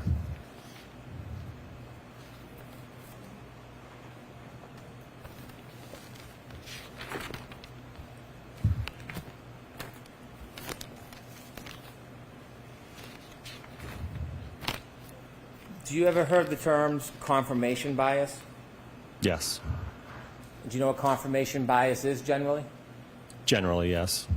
Do you think that you suffer from any confirmation bias in this case? No.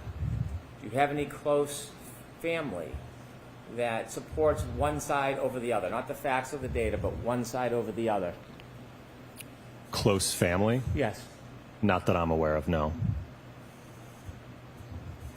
Wife? My wife? Yes. I don't really know what her thoughts are on the case. May I approach? Yes.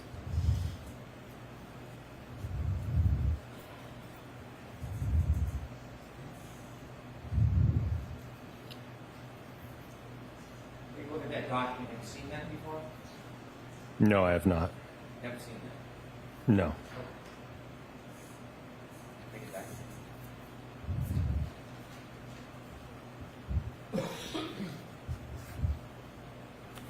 You're unaware of anything that may influence you to lean one way or another? Correct.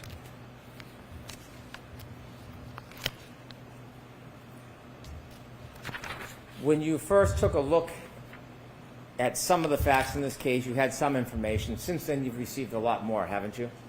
Correct, yes.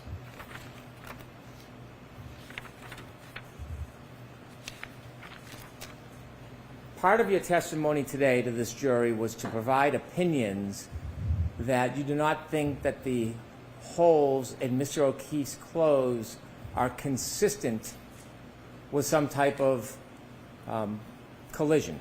Is that fair to say? Yes. In coming to that opinion, you relied on some of your testing that we saw in those videos, didn't you? Yes. And that testing involves a hybrid 3-arm, doesn't it? Correct, yes. A hybrid 3-arm is an arm from a crash dummy. Yes. That's not the technical name, but that's what it's often referred to. Yes. And you and Dr. Renshaw have been working together on this case, haven't you? Yes. You've discussed ideas and shared thoughts. Yes. In fact, you've worked so intimately together, you know some of the things he's going to testify if he comes to testify, you've said many times today, right? Yes.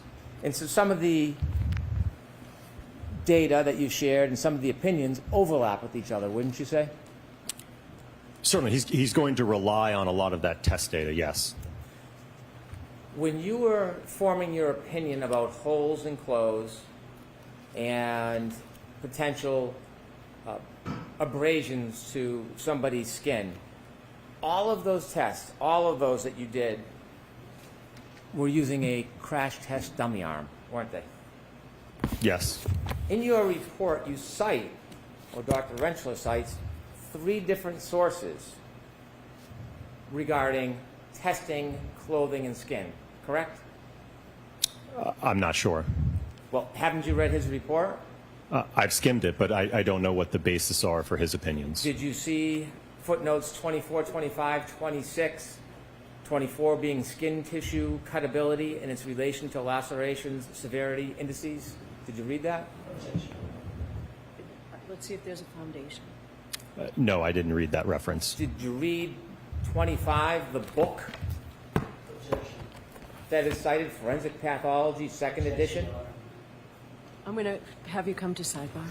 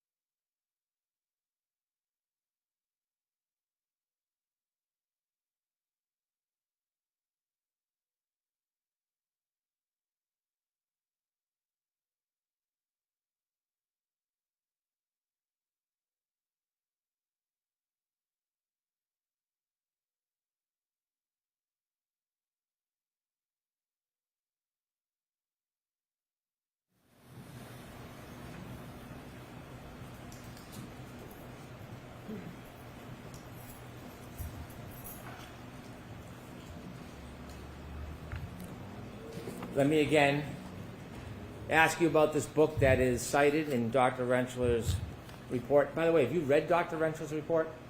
As I mentioned, I skimmed through it.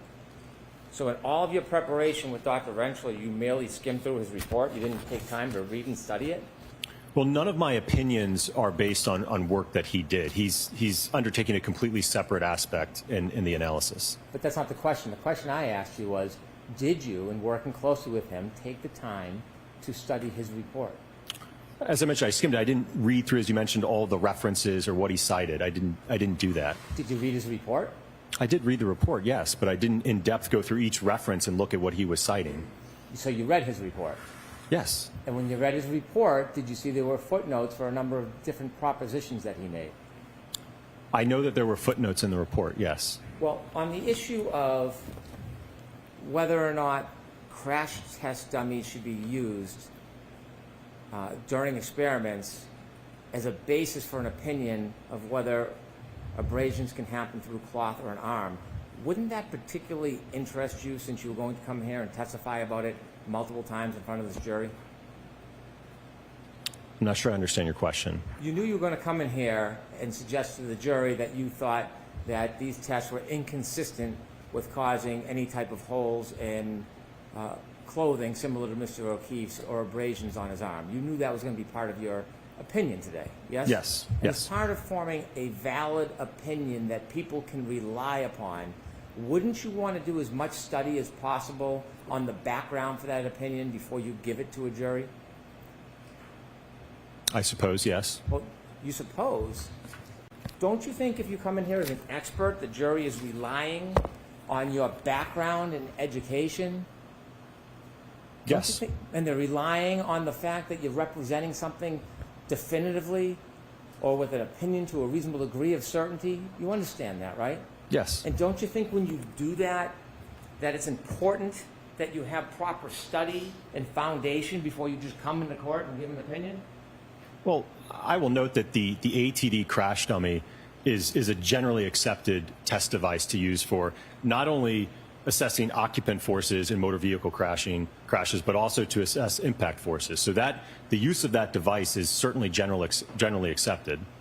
When you get uncomfortable with my question, you generally tend to answer a different question. Sustain, Mr. Brennan, next question. Oh, that's the strike. Strike that, Juris. Let me ask you again. Don't you think, as an expert, it's important when you come in and you're going to present an opinion based on science or engineering or whatever you want to do, that you study the basis for that opinion before you give it? Yes. When you saw in Dr. Rentschler's report references to this very issue about what should be used when you're doing demonstrations or study of what can cause tears to clothing, weren't you interested in the basis for those opinions? Well, again, it was something where Dr. Rentschler and I worked together, and we were in agreement that we could utilize the ATD arm clothed. When you decided to have an agreement that you could use that arm, did you read the book that he cites as support, Forensic Pathology, 2nd edition, Vincent J. DeMaio? Did you read it? No, I did not. Did you brief it? No. Did you peruse through it at all? No. When you decided to come to this agreement that's going to have a foundation for your opinions, did you look at footnote 26, understanding the acute skin injury mechanism caused by player surface contact during soccer, a survey and systematic review? Did you review that? No, sir. Have you seen any articles that support the proposition that a hybrid 3 arm of a crash test dummy is appropriate to use when you're trying to provide a foundation for an opinion about whether or not tears can happen to clothing or abrasions to skin? Do you have any support for that in your report? Well, again, Dr. Rentschler is going to be addressing the... You're shaking your head. You need multiple Objection. So I'm going to let him answer the question first, Mr.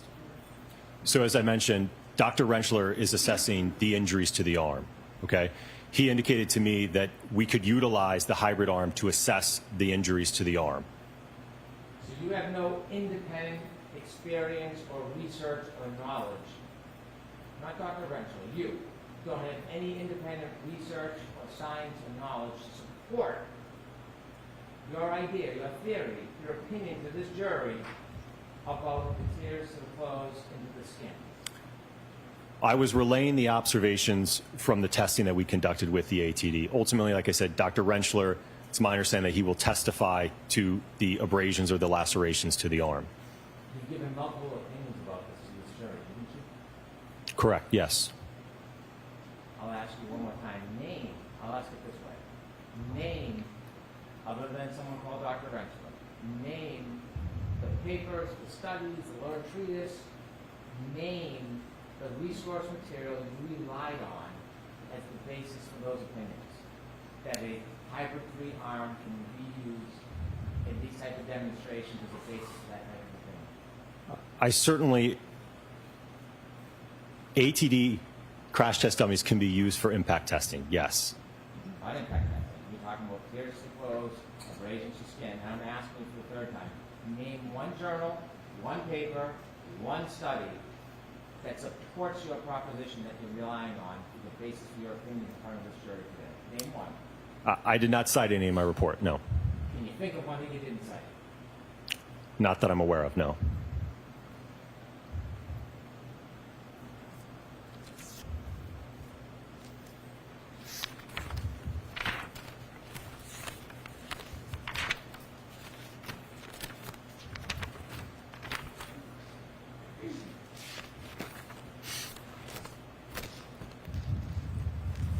You had mentioned on direct examination that when you first started looking at materials some time ago, at the beginning, you were unconstrained in the scope of your study. Is that fair to say? Are we talking about 2023? Yes, we are. Okay, yes. You were unconstrained. You could have done anything you wanted to. I don't know about anything. When you said unconstrained, what did that mean? Well, the agency that retained us didn't ask us to do specific work per se or specific tests. You didn't do any type of crash test at that time, did you? Not like was demonstrated today, no. Instead, you started a working theory that perhaps a glass was thrown at the rear taillight of the defendant's car? Yes. Did someone suggest to you that was a theory? No. It's just something that you and Dr. Rentschler thought up together? Based on the evidence that we had, yes. When you thought up that as a potential theory, that's why you built the potato cannon? The pressurized cannon, yes. Pressurized cannon. And you shot a glass at the rear taillight, yes? Yes. You determined that at 37 miles per hour there'd be similar damage? Yes. And then you came into court last year, didn't you? Yes. And you provided that opinion of consistency to the jury, didn't you? Yes. You got up and you said that something to the effect that that speed is consistent with the damage? Yes.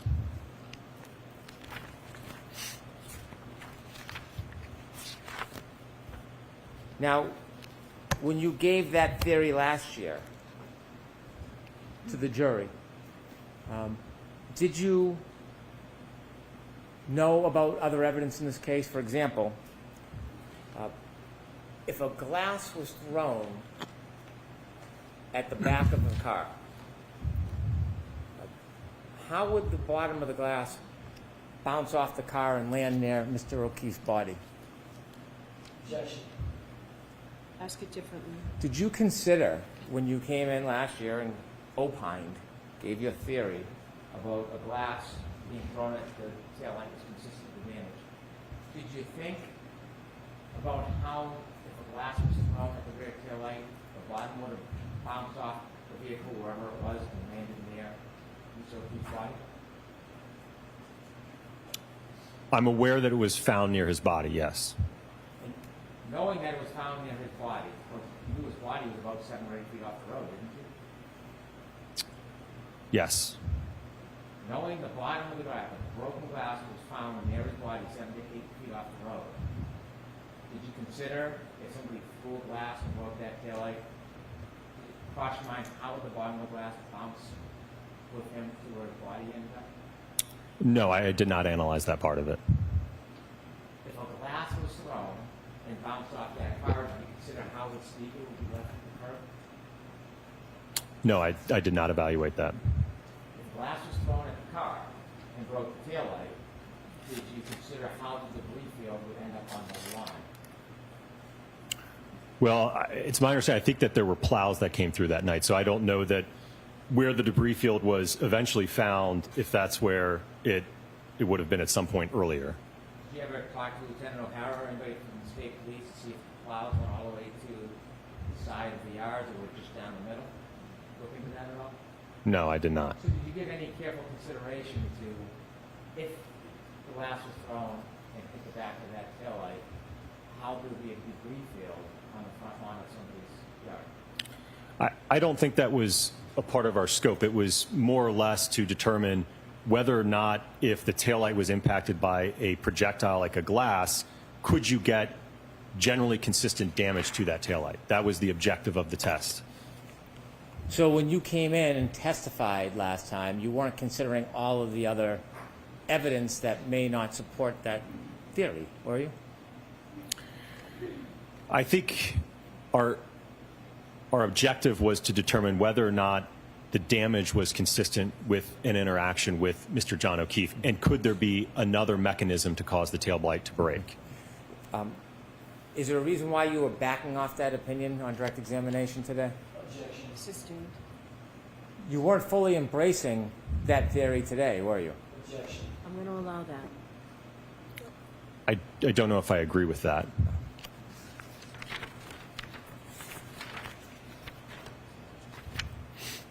In this case, you provided reports recently. Yes.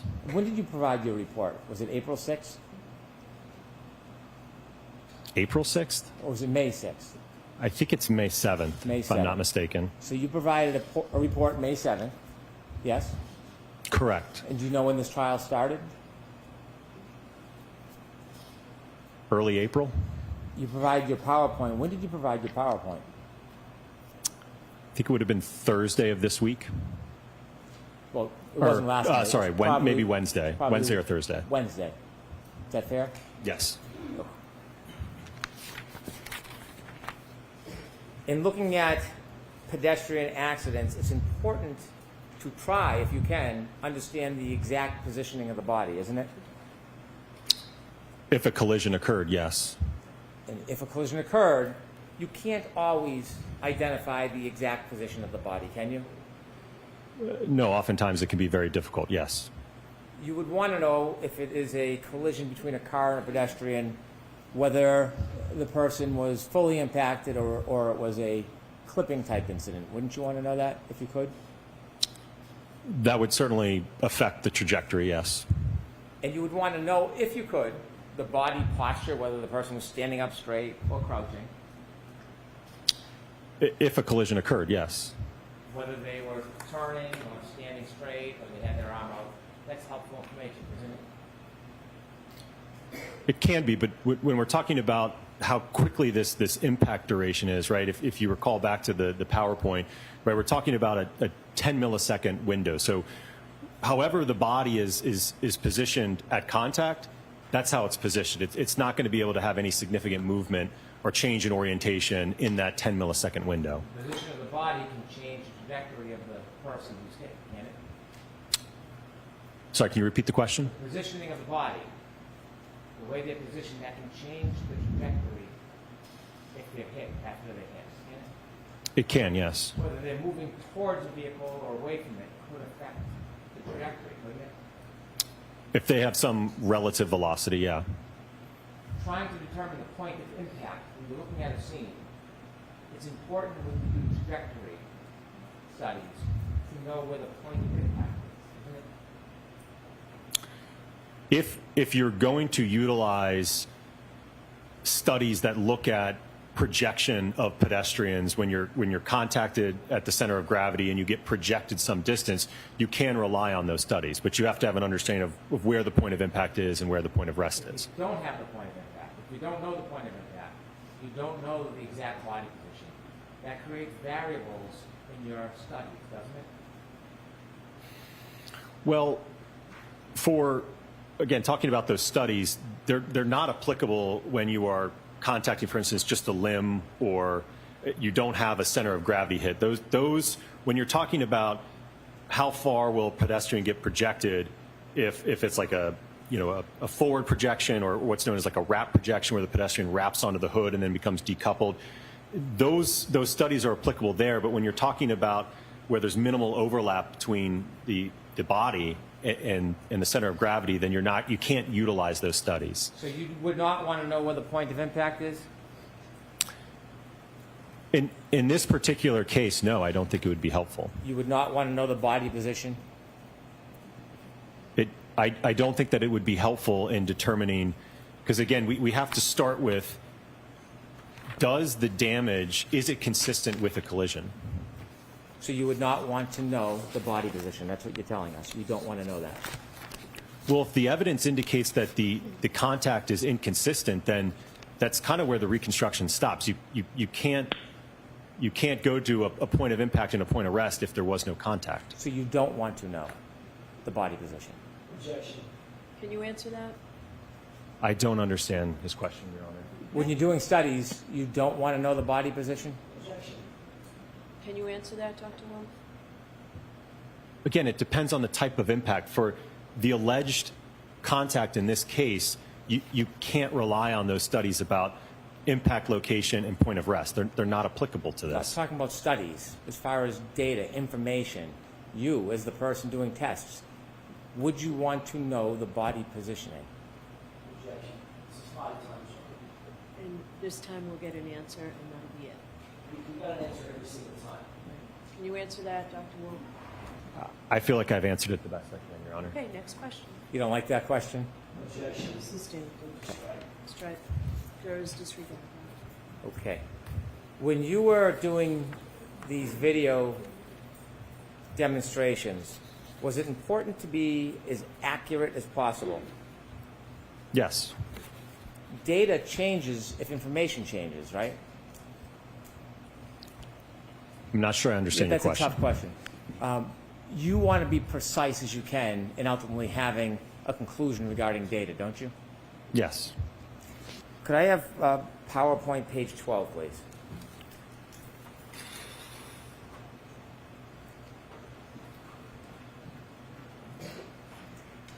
Now look at force on the bottom.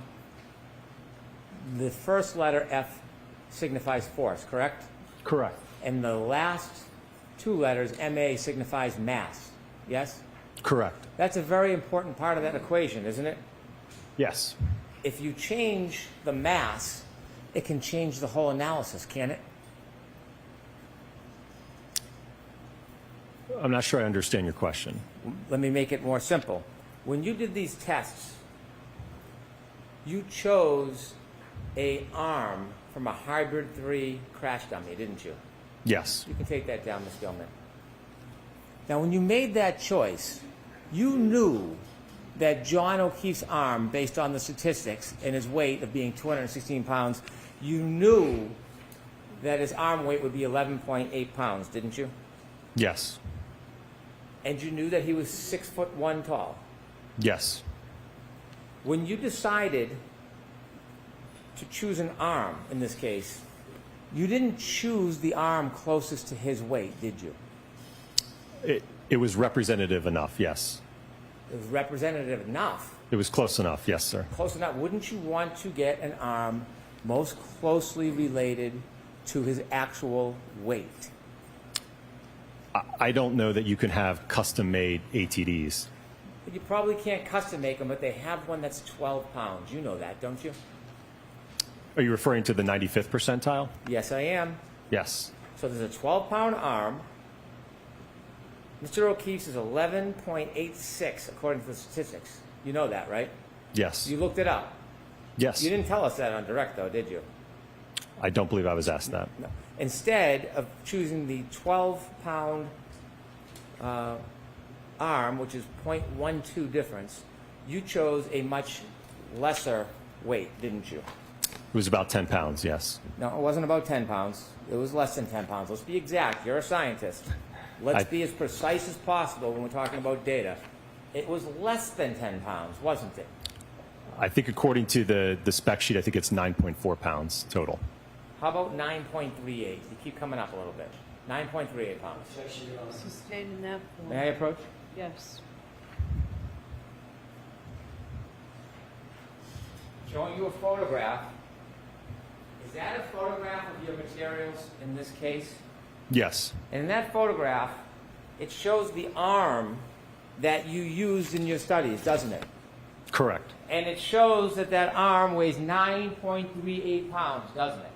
Yes, And that is less than the 11.86 pounds of Mr. O'Keefe's arm, yes? correct, yes. You didn't put that photograph in your PowerPoint to make it clear to everybody you were using an arm that was a much lesser weight, were you? No, I didn't put that photograph. I'd like to move this into evidence, please. Okay. Any objection, Mr. Jackson? No, Your Honor, thank you. Court's permission, I'd like to show this to the jury. Mr. Bibb, submit it. Let Madam Court Reporter mark it. Exhibit 217. Yes, now you can play it.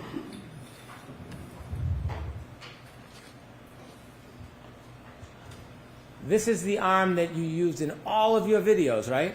Correct, yes. And you can see, could you zoom in, Ms. Gilman, on the weight? 9.38 pounds. Yes, There's a bigger difference between 9.38 and 11.86 than there is 12 and 11.86, isn't there? correct, yes. So when you do the math, and have you done the math before on this? When you do the math, it's 26% difference, isn't it? In terms of more force? No, of mass, weight, 26% difference. Okay. Right? I'm going to trust you, yeah. Well, do you have a calculator? I do. Can you do it? Sure. Okay. And before you do that, you took this from Mr. O'Keefe's 6'1". You used a crash test dummy that, what is the height on it? Well, the ATD, I believe, is 5'7". The Rescue Randy, I think, is 6 feet tall. We'll talk about the Rescue Randy later. We have questions about Randy. But let's talk about this. 5'9". You said 5'7". It's actually 5'9". Sorry, 5'9", yes. 5'9". And it's 170 pounds? 171, I believe. Mr. O'Keefe's not 170 pounds. No, not his whole He body. wasn't 5'9". Correct. Okay. So when you do the math and you take the 9.38 pounds based on the 171-pound doll, and you look at the percentage, doesn't it come out to 5.48% total body weight? Yes. Okay. And so the difference, when you look at it, it's a 26.3% difference from his actual weight, isn't it? Correct, yes. And so I'm probably at the 6th grade level on this, but isn't it very basic that the more something weighs, the slower something has to go to have damage? And if something weighs less, the other part that collides and the force has to go faster? The force is going to be greater if the mass is greater. So if you throw a 5-pound rock into a window, you can throw it slower to cause the same damage as you have a 2-pound rock. I don't know if I agree with that analogy. So you agree that based on the 26% difference, in order to actually be accurate, to be specific, to be scientific, you then have to adjust the speeds that you presented on your demonstrations, and you have to reduce the speed by 26%. I don't agree with that. You don't agree with that. You think that having a lighter arm, so what you're telling us is having a lighter arm will cause the exact same amount of damage to the taillight studies as a heavier arm. Is that what you're telling us? Well, if you look at, for instance, the 29-mile-an-hour impact test, that's significantly more kinetic energy. So the momentum of a 6,000-pound vehicle moving at 24 miles an hour, 29 miles an hour, that's going to overcome whatever the mass is that it's hitting at that point. You're sidestepping my question. Objection. Sustained. Ask a question, Mr. Brennan.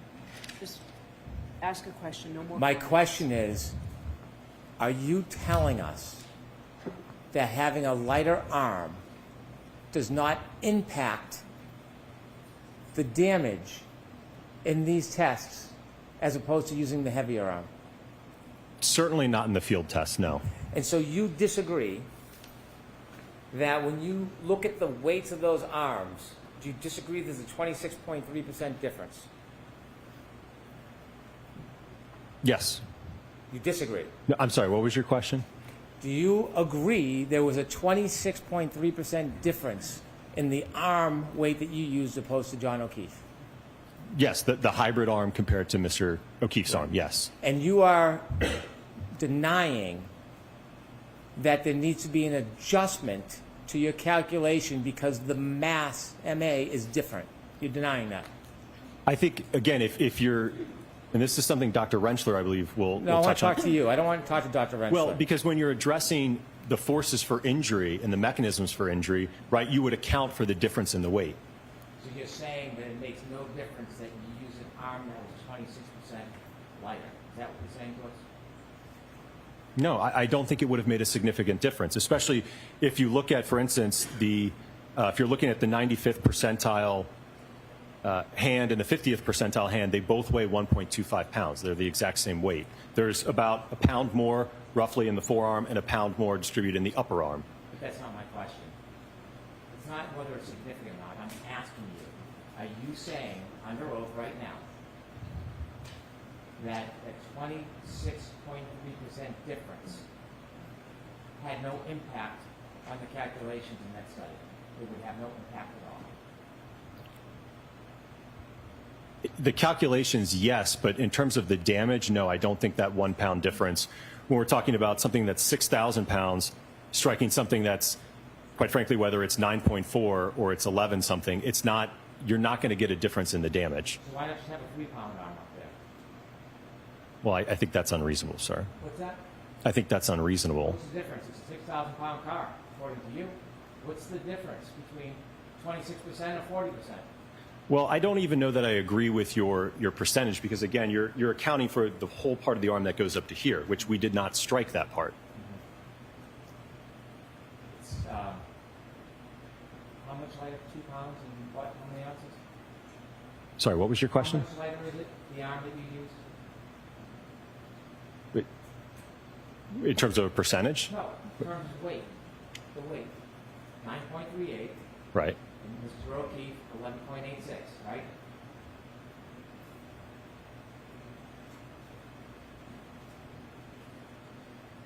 About 2.48. And you're saying that makes no difference? None. Not in the observed damage at those speeds, no. Why didn't you use a 5-pound arm, sir? I'm sorry, what was your question? Why didn't you use a 5-pound arm? Again, I don't know that they make a 5-pound ATD arm. You didn't tell us when you did these studies, you didn't disclose in your PowerPoint that you used an arm that was much lighter than Mr. O'Keefe's arm, did you? I don't know that it was, I didn't give the weight in the presentation, no.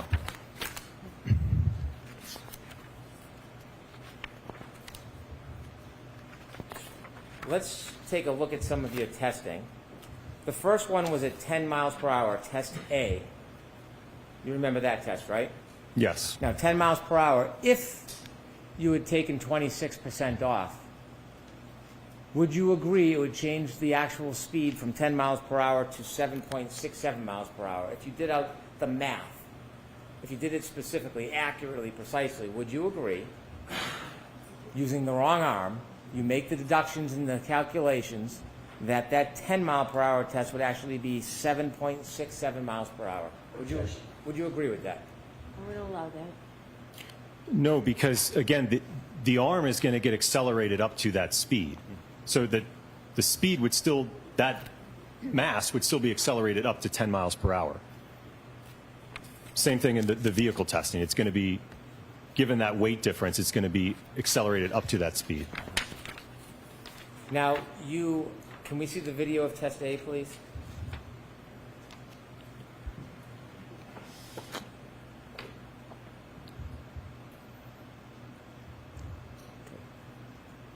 Now, this is your study, 10 miles per hour, you claim, with a arm that is 9.38 pounds, correct? Correct. Mr. O'Keefe, 11.86 pounds, yes? Yes. Yes. Okay. Now, this light on the end of this, you're trying to replicate the light on the back of a Lexus? Correct. If a Lexus at 6,000 pounds hits a person, the Lexus isn't stopping automatically, is it? No, it would move at a common velocity with the arm. It would continue to push forward through the arm, yes? It may, yes. And the arm can push into the light before the body turns, yes?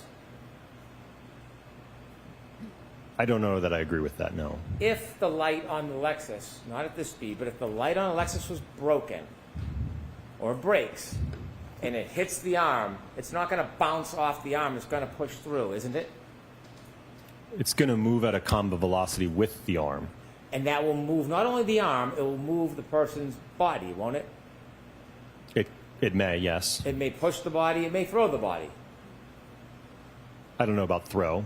And the light, if broken, will continue to press against the arm until there's separation. Isn't that fair to say? It could, in some instances, again, it could bounce. It could, because it's not always the same. It's a dynamic process, isn't it? It is dynamic, yes. You could do the test many times and get very different results, couldn't you? I don't know that I agree with that. Would you get the same result every time? I think you would certainly get similar results. Every time. If you had the exact same impact location and speeds, yes. Well, that's my point. What if the impact location moved a little bit? Could it change? Well, is Dr. Welcher changing? I don't know if, again, I was relying on what he provided This in his isn't on report. Dr. Welcher. I'm asking you. Objection, it is on Dr. No, it's not. Okay, so jurors, disregard that exchange between counsel. Next question. If the body position changed, you may get a different result. Isn't that fair to say? I was going after what Dr. Welcher had represented in his report and analysis. So we did testing to analyze his orientation that he had demonstrated in his report. You don't like that question either? Objection, Sustained. If the body position changed, it could change the result. True? I don't know what you mean by body position. Do you mean the whole body, the arm? What part of the body? Okay, let's start with the arm. If the arm position changes, it could change the result, couldn't it? Well, I'm not aware of any other orientation that Dr. Welcher provided in his analysis report as to alternative orientations. If the arm position changed, could it change the result? Yes, I mean, I presume if you don't have your arm on the taillight, then yes, you'll probably get a different result.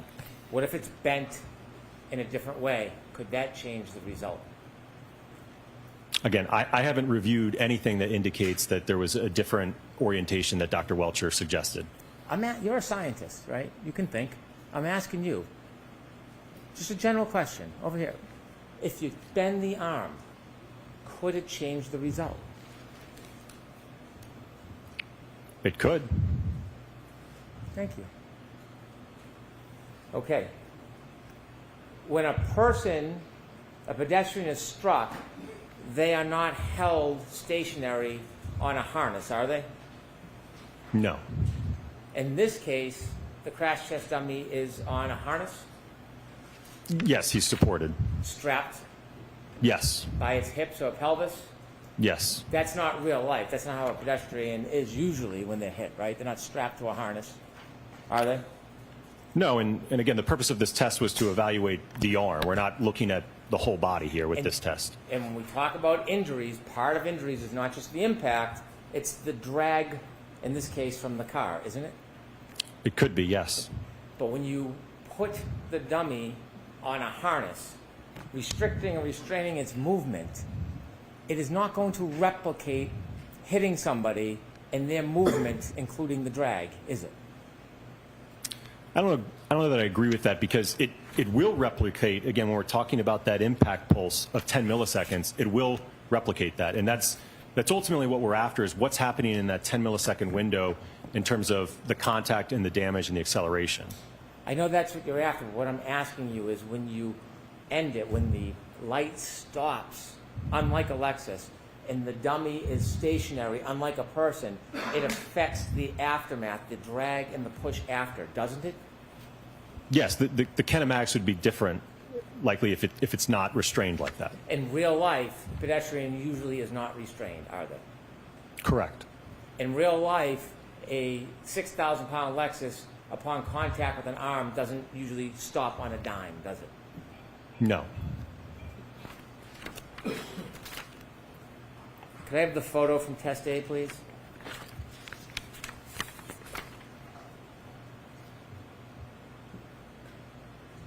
And so there is no break, but there is a crack in this light that was a result of this experiment where this light hits that restrained dummy, yes?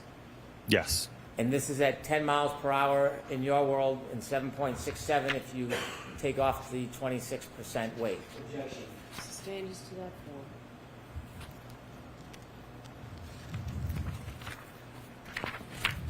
We can move to test B, please.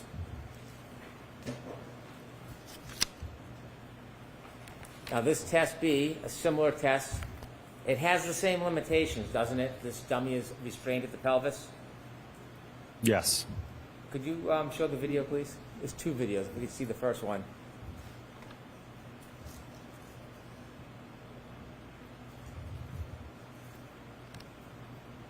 And was the dummy restrained by its head as well?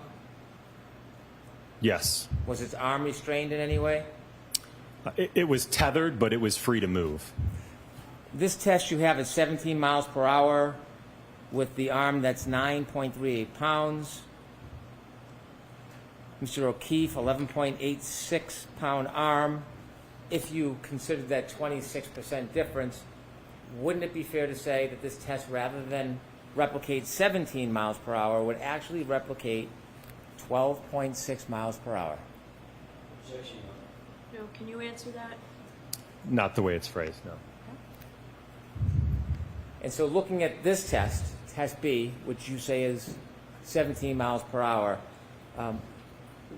can you do a calculation for the 26% difference, or is that something that you don't think is fair? I don't think that'd be a fair way to characterize it. Again, if no matter what the mass is there, if you're accelerating it, if you're impacting at 17, that arm is going to move at 17. Well, not just the movement, the damage. If this arm was 5 pounds, do you think the test would have the same exact result? If it's 5 pounds, Yes, probably would be less damage. it'd be less damage. So to get this amount of damage, you would have to increase the weight, right? Sorry, what was your question? To get this amount of damage, you couldn't use a 5-pound arm. There would be less damage with a 5-pound arm. Correct. Right, because the less weight you use, the less damage at that speed. That's Correct. basically how it works. Correct. Okay. So, in this test, if we could run that back again, you have a restrained dummy at the hips and the head. There's no follow-through of the light or the body that's attached to that arm, correct? And at this speed, you can see the shards of taillight. You can see them move, can't you? When you say move, you mean just, Not stationary. yeah, I mean they're moving from the taillight as they break. Detached from the taillight. Correct, they're broken. That could create a debris field, yes? Yes.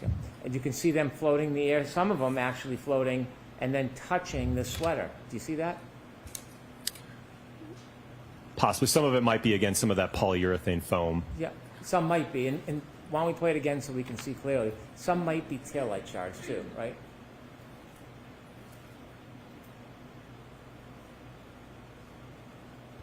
That black object spinning, that's not poly foam, is it? No, it would not be. That'd be taillight shard, right? Correct.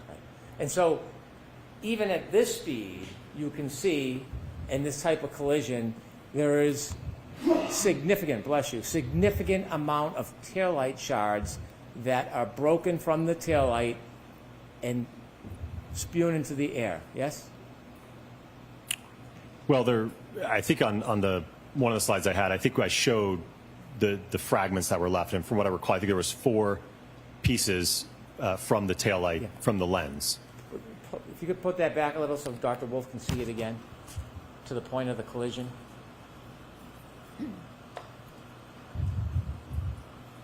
Even at this speed, go ahead. Stop. You can see pieces, large, small, medium, maybe even microscopic, are now breaking off from that taillight and being littered into the air, aren't they? Yes, there are pieces coming off.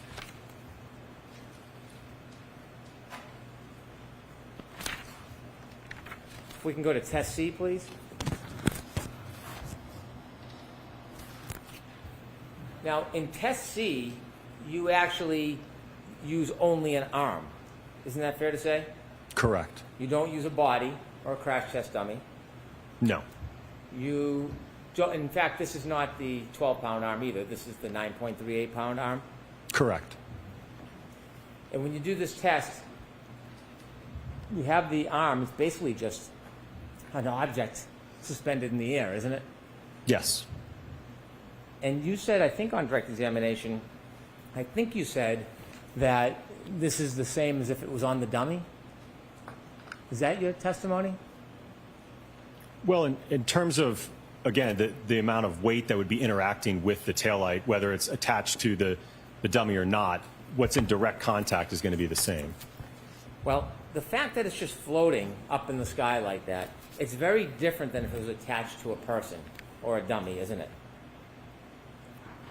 In terms of how it moves immediately after the impact, yes. Not just how it moves, as far as the impact.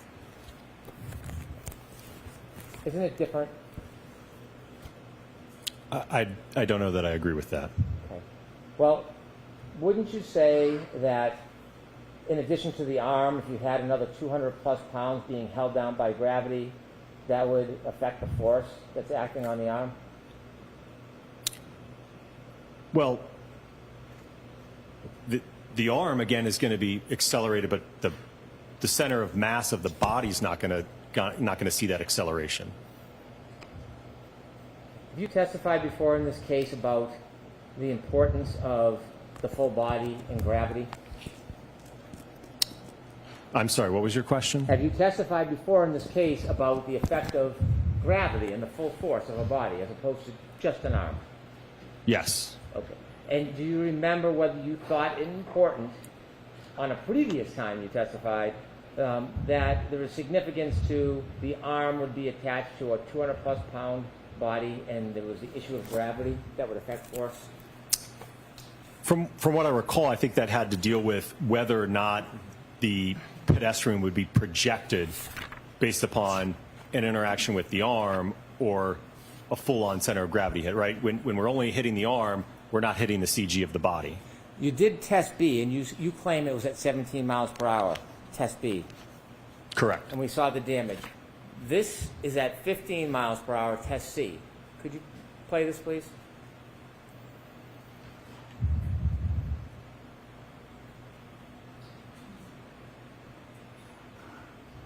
It might be a delay, so you could fast forward a little bit, please.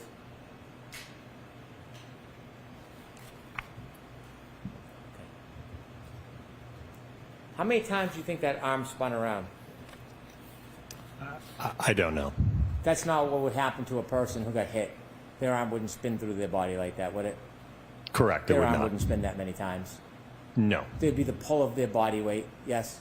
I'm sorry, what was your There'd question? be the pull of their body weight, The body weight, yeah, would affect the movement afterwards, yes. gravity, yes? Yes. Yeah.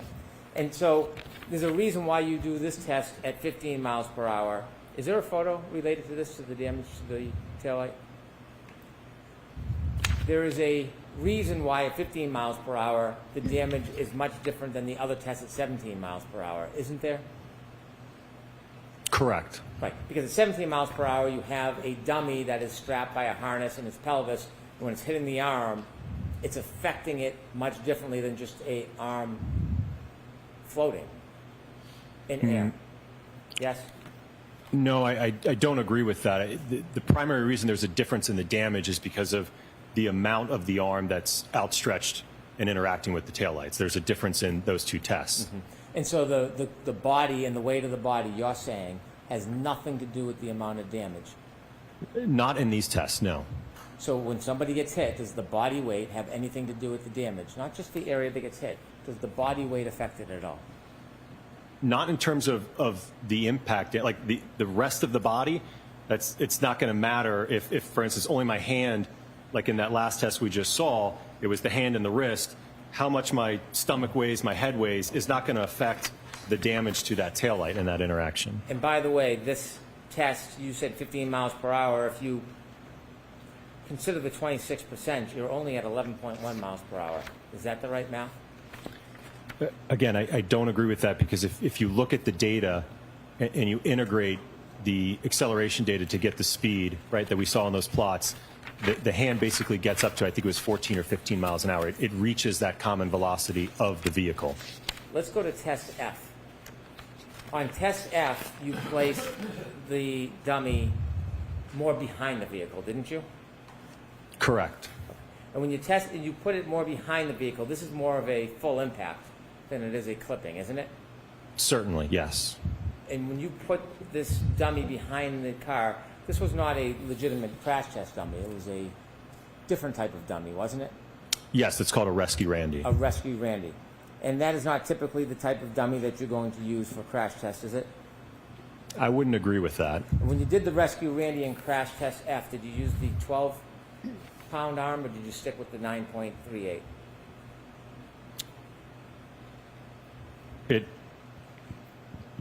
The hybrid arm wasn't attached to the Rescue Randy. The hybrid arm was not. Is that what you said, or it was? It was not. No, not in the full impact test. Okay, so what was the weight of the arm on the Rescue Randy?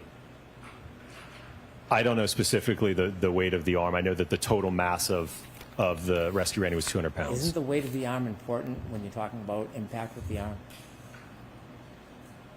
I don't think relative to the rest of the mass of the body. So now the mass of the body counts, but before it didn't. Objection. Sustained enough. Okay. If we can see in test F, we have some photographs. Start with the first one, if you could widen that, please. Now, this is a direct hit. Correct. Is this simply a photo or a video? Could we go to the next one, please? So the Rescue Randy's placed much further in the car than the other type of test that would be more similar to a clip, yes? Correct. Next photo, please. Okay. And that is the result of the impact? Correct. Do you see the debris field? Yes. Is it near Rescue Randy? Some of it is, yes. Yep. It's spread out a little bit, yes? That's fair, yes. But it's not right on his body. It's a distance from his body, yes? There may be some, I can't tell from this photo, there may be some around his body, but yes, there's also debris close to the Lexus as well. And could we, and this is the demonstration where you didn't turn on the videotape, so we don't have a videotape? Correct, we had the false start, yep. What's that? We had the false start. The false start. Is there another picture after this? Those clothes. Are there holes or tears in the clothes? Yes, there's damage that's consistent with road rash when clothing or a body makes contact with the pavement and is grinding into the pavement. Pavement's hard. Right? Yes. How about frozen ground, frozen dirt? Is that hard? Yeah. I suppose it can be. Well, do you have any doubt whether frozen ground in the Northeast in the winter is hard as a rock? I haven't done any analysis to assess that. And so seeing holes in those clothes is what you would expect after Randy hits that hard ground, right? Are you talking about frozen grass or paved? I'm talking about Randy right now. These holes in the clothes are what you would expect after Randy hits the hard ground, correct? Objection. I'm going to allow that. Is that what you'd expect? Your Honor, I need a motion. All right, jurors, feel free to stand up and stretch.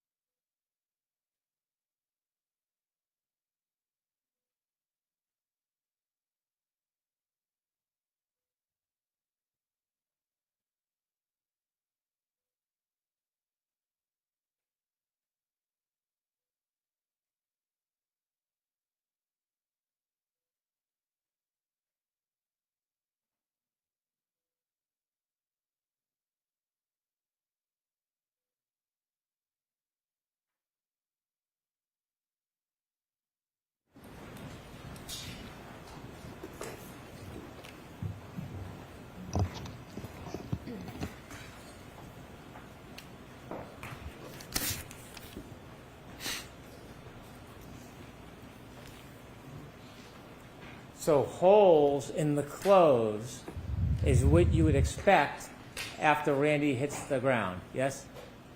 If there is prolonged sliding contact with the asphalt, certainly you could expect to see tearing, large holes, material fraying, and even transfer of pavement material onto the clothing. You've done no studies on hard ground like a front yard, have you? In terms of a pedestrian sliding on the grass? In clothing tears, yes. No, sir. And if you could go back one slide. You see the debris field is near but not on, Randy?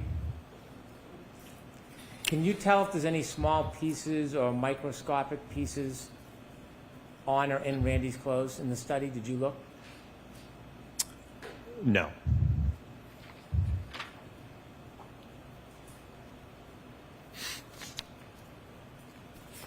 If I could go to test E, please.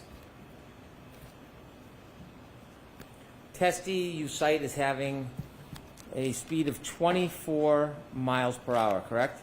Correct. And that's with a arm that is 9.38 pounds. Yes? Correct. And to remind you, Mr. O'Keefe's arm would be about 11.86 pounds. Yes? Correct. If you would reduce 26%, you'd be at 17.8 miles per hour, wouldn't you? Objection. Are you doing the math, Dr. Wolf? I don't agree with his characterization, Your Okay, Honor. next question. I understand you don't agree, but if you took 26% off the 24 miles per hour, you would come out to 17.8 miles per hour, wouldn't you? I'm going to allow that. I'm going to allow that. That's what the calculation would yield. Okay.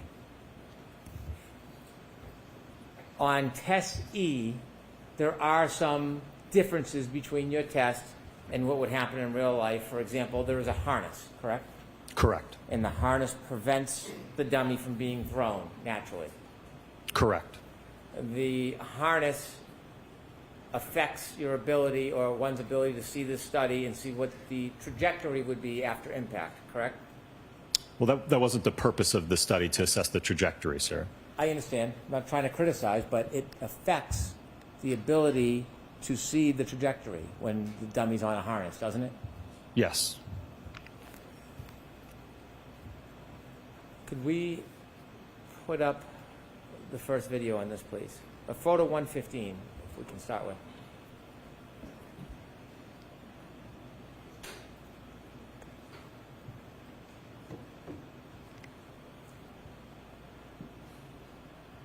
If you could stop it right there. And you can see the feet aren't as firmly planted on the ground as a person would be in most circumstances because of that harness, yes? Correct. And that affects gravity, doesn't it? Affects gravity? Well, when the car hits, the gravity, the weight of the dummy is less because it's held up by a harness, isn't it? Right. So gravity really, again, is suspended at this point, just above the ground. The arm that's extended, is there a glass in that hand? No, there's not more weight in the hand. So there's no object in the hand in any of these tests? No, because ultimately what would happen is, because of the accelerometer being mounted on the palm of the hand, if you had a glass there, it would interfere with those measurements.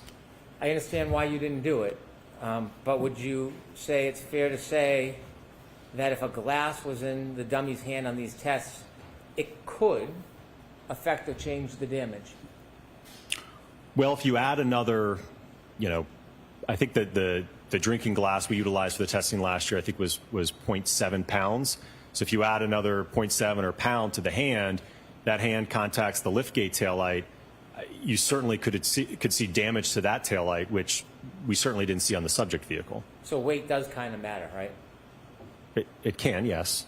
Not just 0.7 pounds, the 2.5 pounds can matter too. Weight matters. Yes. Because that's kind of what we were talking about for the last half hour. Weight matters in these tests, doesn't it? Correct, but you can't look at this in isolation, just between damage, and you can't separate it from the injuries, right? What's going to happen to the body in terms of the injuries in a 24-mile-an-hour impact. Does weight matter? In terms of the force, And so we see this dummy with the arm stretched out, correct? correct. Okay, can we bring this back? Stop right there. This isn't approved crash test dummy, is it? The Rescue Randy portion, no. No. It's not instrumented like a hybrid. Is the arm the hybrid 3? Yes, the arm is the hybrid 3. So you took, in test F, you didn't put the hybrid 3 on the Randy, but in this one you did? No, because you risk these ATD devices can range from $100,000 to $150,000, and you run the risk of destroying that equipment in a test like that. So in test F, did you put the hybrid on the Randy, or did you keep Randy's original arm It's just the Rescue Randy in the last test. on F? Correct. This one, you have the hybrid arm on Randy. Correct. So you're switching up between tests what pieces you're using, aren't you? I would say adding, but Well, adding and subtracting doesn't have two arms. There's one off, one on. One's Randy and one's hybrid. So you're switching. yes. Different result. I'm not sure I understand your question. Okay. Are you trying to say a different result between test F and this test? Because they're not the same test. Oh, I understand. I understand. If we can have this come back a little bit more. Okay, and let it run.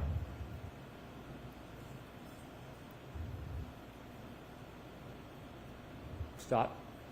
You can see the shattered taillight moving, and most of it's moving in the same direction, isn't it?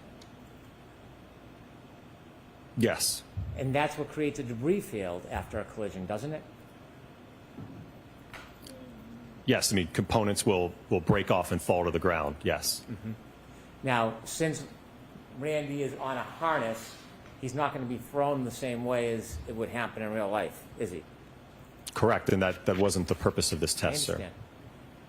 When you chose 24 miles per hour without the 26% deduction, which would make it 17.8 miles per hour, when you chose 24 miles per hour, it's because you had looked at the tech stream data that had been taken from the defendant's Lexus, right?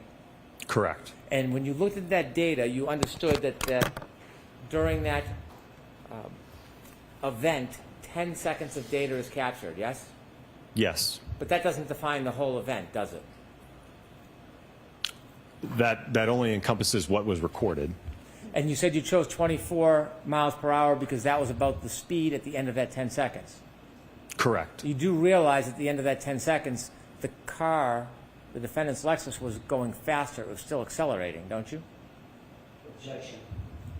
I'm going to allow it.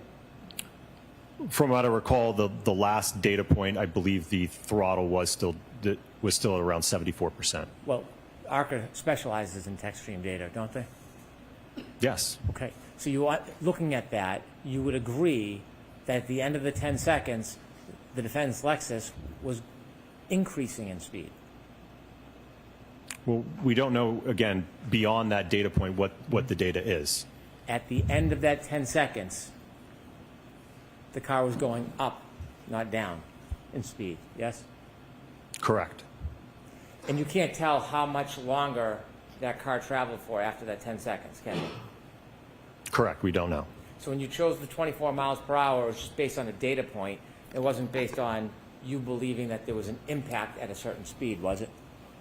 No, and the triggering event itself it's not a collision by definition, and nowhere in that data can you parse out whether or not any contact even occurred. We know that. Okay. The point is, you can't tell how fast the vehicle was going if it was in a collision from that data, can you? Sorry, can you repeat the question? If that vehicle was in a collision, you wouldn't be able to tell from that data what the speed was at the time of the collision. If contact allegedly occurred at some point in that data set, no, you would not be able to pick a row in that data and say, this is where the collision occurred. Or after that data set, you would have no idea. Outside of the data? Yes. No. Okay. And so when you look at this experiment that you did, if you were to add, you said 24 miles per hour, but that's not considering the 26%. If you were to add 7 more miles per hour to this collision, would you expect more damage to that right taillight? Potentially, yes, but you're certainly getting into the realm of injury at that point. I'm not asking about that. I'm asking you a simple question about damage. If you were to add 7 miles per hour onto this test here, would you expect more damage to that right rear taillight? Yes. Okay, can you finish the video?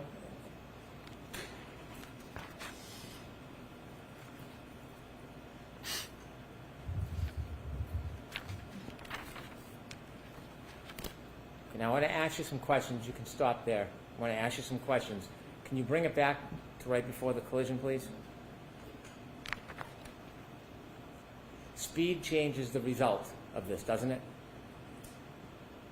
In terms of the impact speed?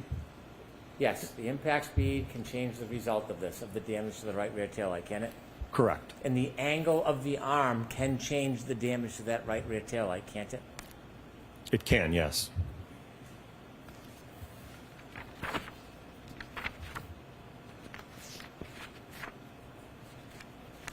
Did you take any pictures of the debris field after the impact and damage in this test E? Did you take any photographs of the debris field? I believe so, yes. Was it included in your materials that you provided us? It should have been in all of the test materials that was provided, yes. Was the debris field within a certain range? Was it within a certain circle, 10, 20, 30 feet? That sounds about right. And so a debris field, although it might scatter, it almost forms kind of a ring, doesn't it? It can, yes. And it can form that ring away from where the body lands, can't it? It can, yes. And in this test, which you say is 24 miles per hour, without the reduction to 17.8 miles per hour, in this test, upon impact, there is a number of pieces of taillight that shatter, isn't there? Yes. Did you count how many?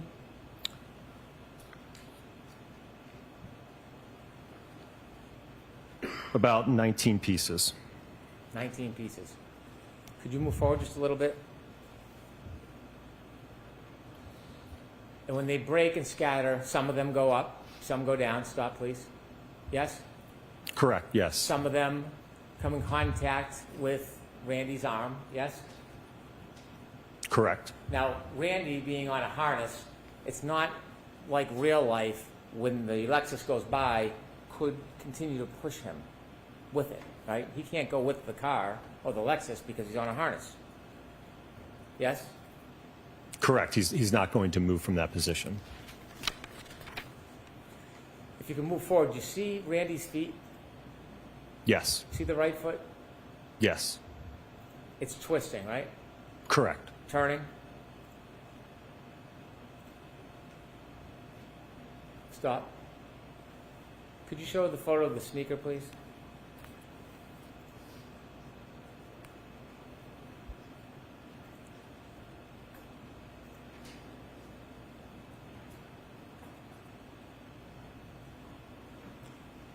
When you were reaching your conclusions that you offered to the jury today, did you consider this photograph? No. Did you know that this sneaker was up against a curb in the area? Yes. And you didn't consider this at all? Wasn't a part of my analysis. Okay. You can go back to the video. You see the spin and rotation on the foot? Yes. Can you keep going? And the turn of the sneaker? Yes. Okay. I want you to go back, Ms. Gilman, please, to the point of impact. In your studies, you would agree there can be a clip of a pedestrian that causes significant damage to a taillight where the pedestrian incurs no lower body injuries whatsoever. That can happen, can it? Well, I don't know that I would describe this as a clip to the arm. This is a full-on impact to the arm, so it's not a clip. Again, you saw at the 15 miles per hour. I think that's more analogous to a clip or a side swipe where the arm just kind of gets brushed out of the way. This, I would say, is a full-on impact to the arm. Okay. To use your words, in a full-on impact like this, a pedestrian could be involved in a full-on impact causing that amount of damage to the taillight that's reflected in this video, but suffer no lower body injuries. Isn't that fair to say? I don't address injuries, sir. Well, let's play it forward.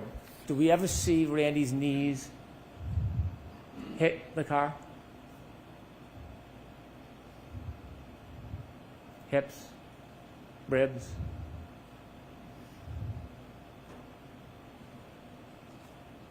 I see the foot getting run over, but I don't think there was contact with the legs, no. Would you agree that a pedestrian could be in this type of collision and suffer no lower body injuries based on your presentation here? Sir, I don't address injuries. Biomechanics is not my area of specialty. You said it's common in vehicle-pedestrian collisions that there is some type of bumper displacement. Have you Correct. said that? Yes. Okay, bring it back to the beginning, please. Stop. Any bumper displacement in this collision? In this specific test, no. You said that on direct you would expect that there would be some panel deformation. What does that mean? So if for instance, let's say the hand is not contacting the taillight or a portion of it is contacting the lift gate, you could see deformation to that body paneling. You said that you would expect to see, not that you could. What you said on direct is you would expect to see panel deformation. Yes. And you said in this case there was none, right? Talking about the defendant's Lexus. You said, I would expect to see panel deformation, and in this case, the defendant's Lexus, there was none. That's what you told us on direct. Correct. Let's watch E. Let's watch your video. Play it ahead. Is there any panel deformation, stop, in this? No, sir. Okay. So when you said on direct examination, relative to the defendant's Lexus, you would expect panel deformation, there was none. There are examples, one that you gave us yourself, where there is a collision causing this amount of damage to a taillight where there's no panel deformation. I'm going to allow it. Right? If I recall, I think you're referring to my prior testimony in another proceeding where I had not conducted this testing yet. So ultimately, that's part of the reason why this testing was conducted, to evaluate that. In this case, the damage to the right rear taillight, there's no panel deformation here, is there? Correct, there is not. When somebody is wearing a hat and they're involved in a collision similar to this, can their hat fall off? Potentially. Did you look at photos? Is there a photo of the hat, Ms. Gilman?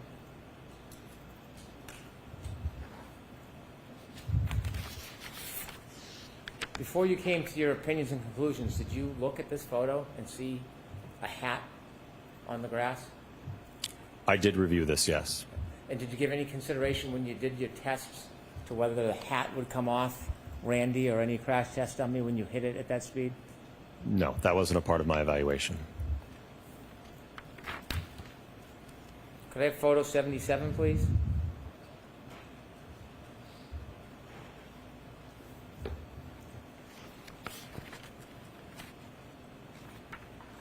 What's that, sir? So I don't know if you'll be able to see it in the photograph, but there was some material transfer from the jeans that the rescue Randy was wearing. And so as a result of that impact, there was scuffing from Randy's jeans onto this exemplar Lexus. There was scuffing, yes. Did you look at the defendant's photos of the defendant's Lexus to see Yes. if there was a, Sorry. it's okay, to see if there was any scuffing in a very similar area? I don't recall it being at that portion of the vehicle close to the rear wheel. Where did you see the scuffing on the defendant's Lexus? I think there was some scrapes along the wraparound section of the bumper cover. The bottom part? Correct. It's not a claim that's attributed to the collision, so I don't want you to consider that. But did you see other scuffs a little higher up on the Lexus? I did, but I don't know that those could certainly just be normal wear and tear to the vehicle. Was that normal wear and tear? This, no, because we observed it in the test. Could I have photo 153, please?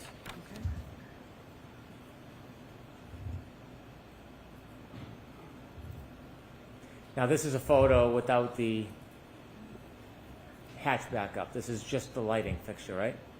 Correct. And could you close up in on that? And you would agree if you went 7 miles per hour faster, it would cause more damage to that, wouldn't it? Yes. When the taillight is shattered and it spreads through the air, does it have the potential to impale a person, for example, on their nose?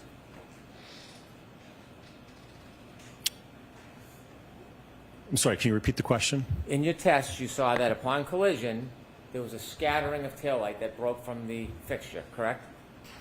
Correct. Would those shards, as they float or fly through the air, would they have the ability to impale a person on their face or even their nose? I think that would be unlikely. Okay.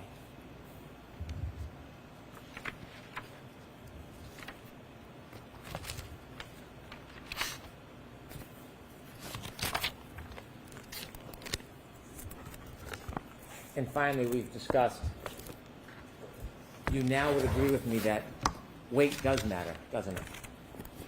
It can if it's significant, yes. I have no further questions. All right, Mr. Jackson?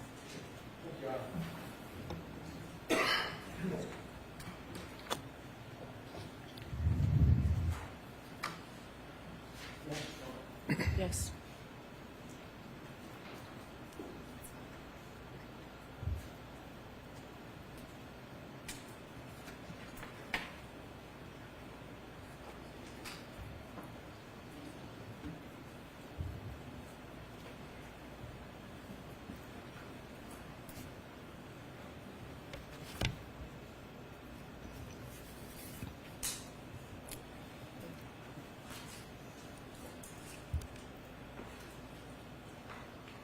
Can we, Dr. Wolf, go back to your do you have your PowerPoint Yes. set up?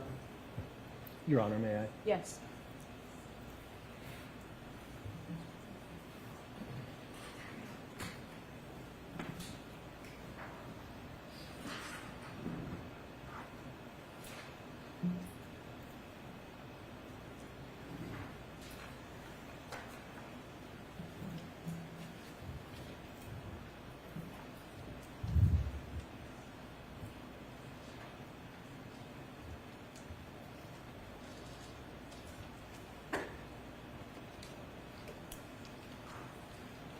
You have that ready?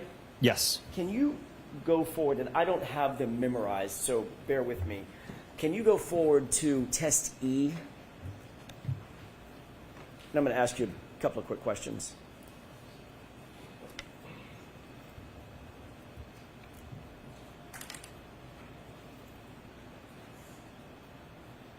Okay. Okay, if you could scroll through, keep going, if you'd please to the next slide, the next. Can you, is this a video or is this a still photograph? It is a video. Is this at full speed or is this slow? This is full speed. Okay, can you go to the next slide? Okay, go back one.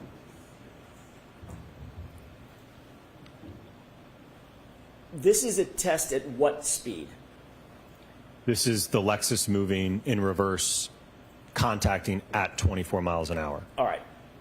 Let's go ahead and play this at full speed if we could.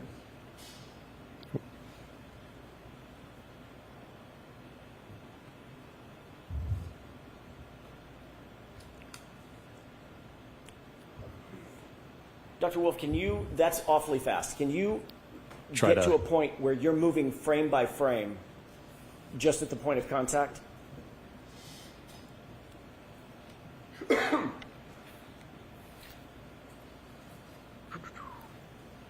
Am I able to display my screen without doing the... I'm trying to see how I can get this to work. If you could just move forward frame by frame rather than... I don't know that I can in the...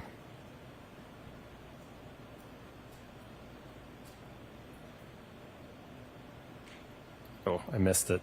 Okay.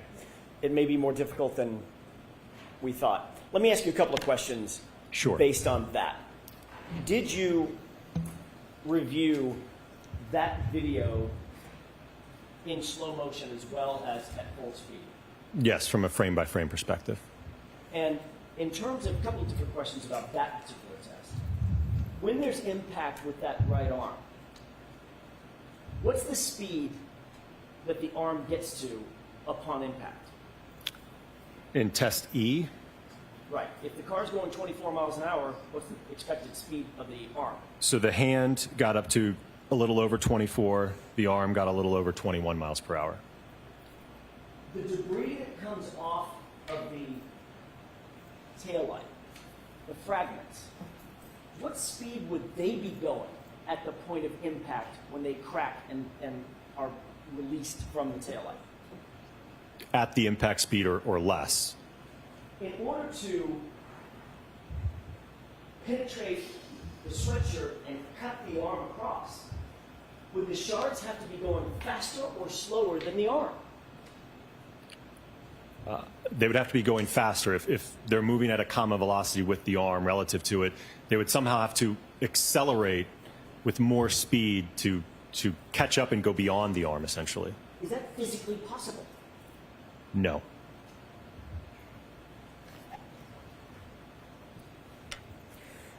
I also want to ask you about do you have in your PowerPoint the photographs of the sweatshirt at the what you call the full-on impact, test F as in Foxtrot? I don't have any of those in the PowerPoint. Okay. The photo that you were shown, if I could ask Ms. Gilman to show the same photograph that she showed earlier of the subsequent to test F as in Foxtrot with the holes in the sleeve. If she can. If she can. Can you do that, Ms. Gilman? Very kind. Thank you. Dr. Wolf, you're shown just the left arm underneath the, whatever you call the dummy, Randy, right? Yes. Did Mr. Brennan show you the rest of the sweatshirt? No. What did the rest of the sweatshirt look like after this full-on impact when he was launched on the asphalt? Mangled.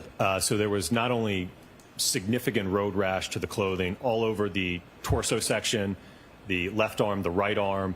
There was holes in many different locations of various sizes. There was also just on the skin of the dummy, there was road rash on the face had been scraped. The torso had been scraped. So there was significant body damage to the torso as well. Taking just the sweatshirt, separating that out, what about the bodice of the sweatshirt, the front of the sweatshirt? Were there holes and frays and damage to the front? It was covered in all of those, yes. What about the back of the sweatshirt? Did that also have damage? I don't believe the back, because I think he fell onto his stomach. What about the other arm? Yes, both arms did. Were the holes and frays larger than the holes, the puncture holes that you saw on John O'Keefe's sweatshirt? Certainly larger and, again, spread out amongst the entirety of the sweatshirt, at least on the front side. Was the damage to the sweatshirt that you saw in this experiment consistent with the damage or defects that you saw in just the right arm, those 9 puncture holes on the right arm of the sweatshirt of John O'Keefe? No, this is distinctly road rash. There's a clear distinction between the two. Showing, looking at this particular set of defects in the arm, is that misleading in terms of its comparison to John O'Keefe's sweatshirt? Objection. Sustain.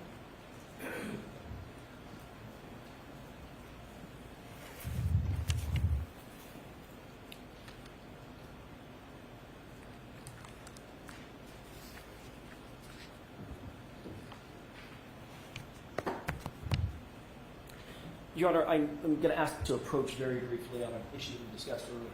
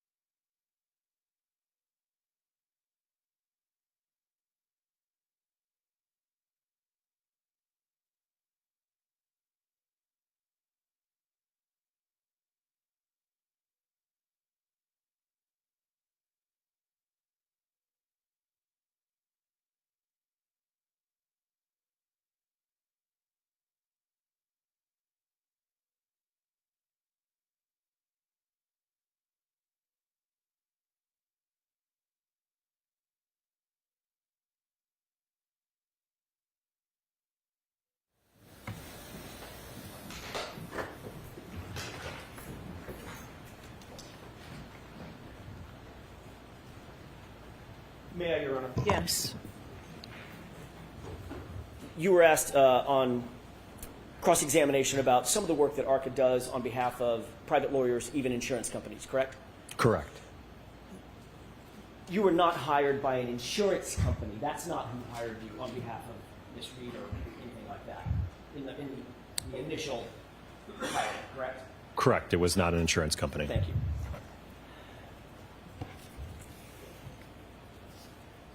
A couple of more questions, if it's okay with the court, Your Honor, before we break. Okay. Thank you.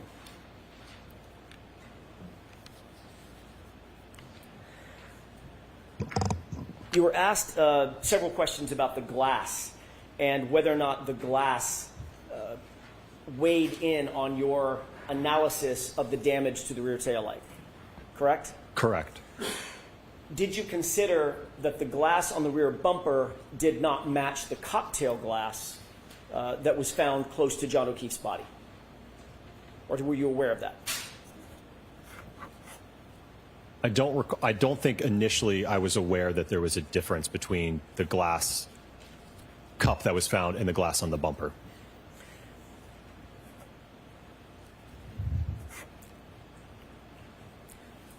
You were asked a lot of questions about the difference in the weight of the arm, and I may have, I'm going by memory, 11.8 pounds statistically as it relates to Mr. O'Keefe versus 9.4 pounds. Have I got that right? Approximately, yes. Okay. Are you aware that anybody has ever measured the weight of just John O'Keefe's right arm? I'm not aware of that, no. When you were asked questions about whether or not his arm weighed 11.8 pounds, are you aware of anybody ever weighing just his arm? No. What is that based on? 11.8. Where did that come from? I don't know. Mr. Brennan mentioned the word statistic.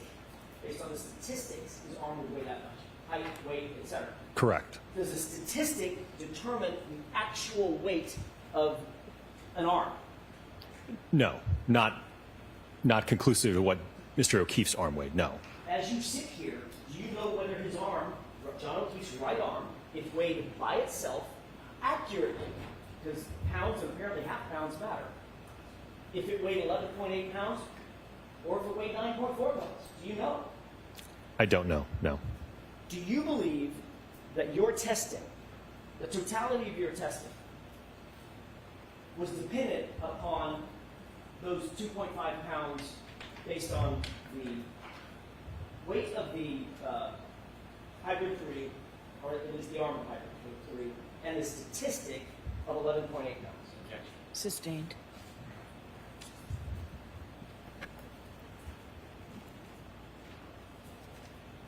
In what way does that differentiation of 2.5 pounds or approximately 2.5 pounds, in what way does that make a difference in terms of your testing? It doesn't, and that's part of the reason why we increase the speeds to almost 30 miles an hour to look at, again, when you're bringing that much more kinetic energy from the vehicle, that's going to overcome any mass that that arm has. If it, like I said, if it's a pound difference, 2 pound difference, the momentum of that vehicle moving at 30 miles an hour versus 24 miles an hour, again, kinetic energy is equal to 1/2 times the mass times the velocity squared. So even if you go up a few miles per hour, you're exponentially increasing that amount of kinetic energy from the vehicle. You were also asked a series of questions about reducing the speed of the testing by a certain percentage. Remember those questions? Yes. Did that make any sense to you mathematically? Sustained in that form. What effect, if you could tell us, well, let me ask it this way. Is the speed of the testing vehicle tethered in some way to the difference of that 2.5 pounds that Mr. Brennan was asking you about?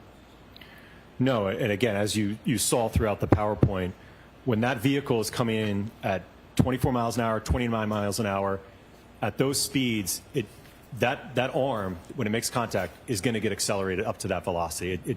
It's just going to reach that common velocity. It's not going to, you're not going to somehow affect the vehicle speed due to that, the fact that the arm weighing 10 pounds roughly, and you've got 6,000 pounds. It's not going to somehow scrub off speed of the vehicle. Thank you. Your Honor, at this point, I would be going through a couple of photographs and videos that might be a good place to. Okay, I understand you said it. So we'll start with today. Dr. Wolf, you have to come out Monday. All right, jurors. One question I have for you. So I know a long time ago we told you that Thursday would be a half a day. I'm told that we're nearing the end of this case, so I'd like you to think about whether you're able to stay all day next Thursday. Think about it over the weekend. If you've made appointments or anything like that, I'm not asking you anything, but think about it. And on Monday, if you think it'll be Tony or Paul, whoever's with you Monday, if you have an issue with it, just let us know, and we'll do that.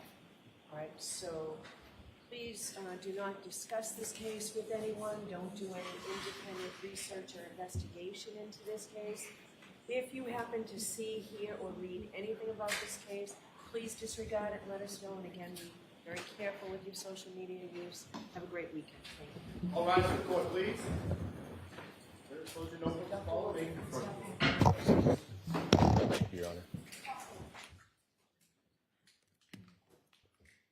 All right. Again, why don't I see counsel on scheduling?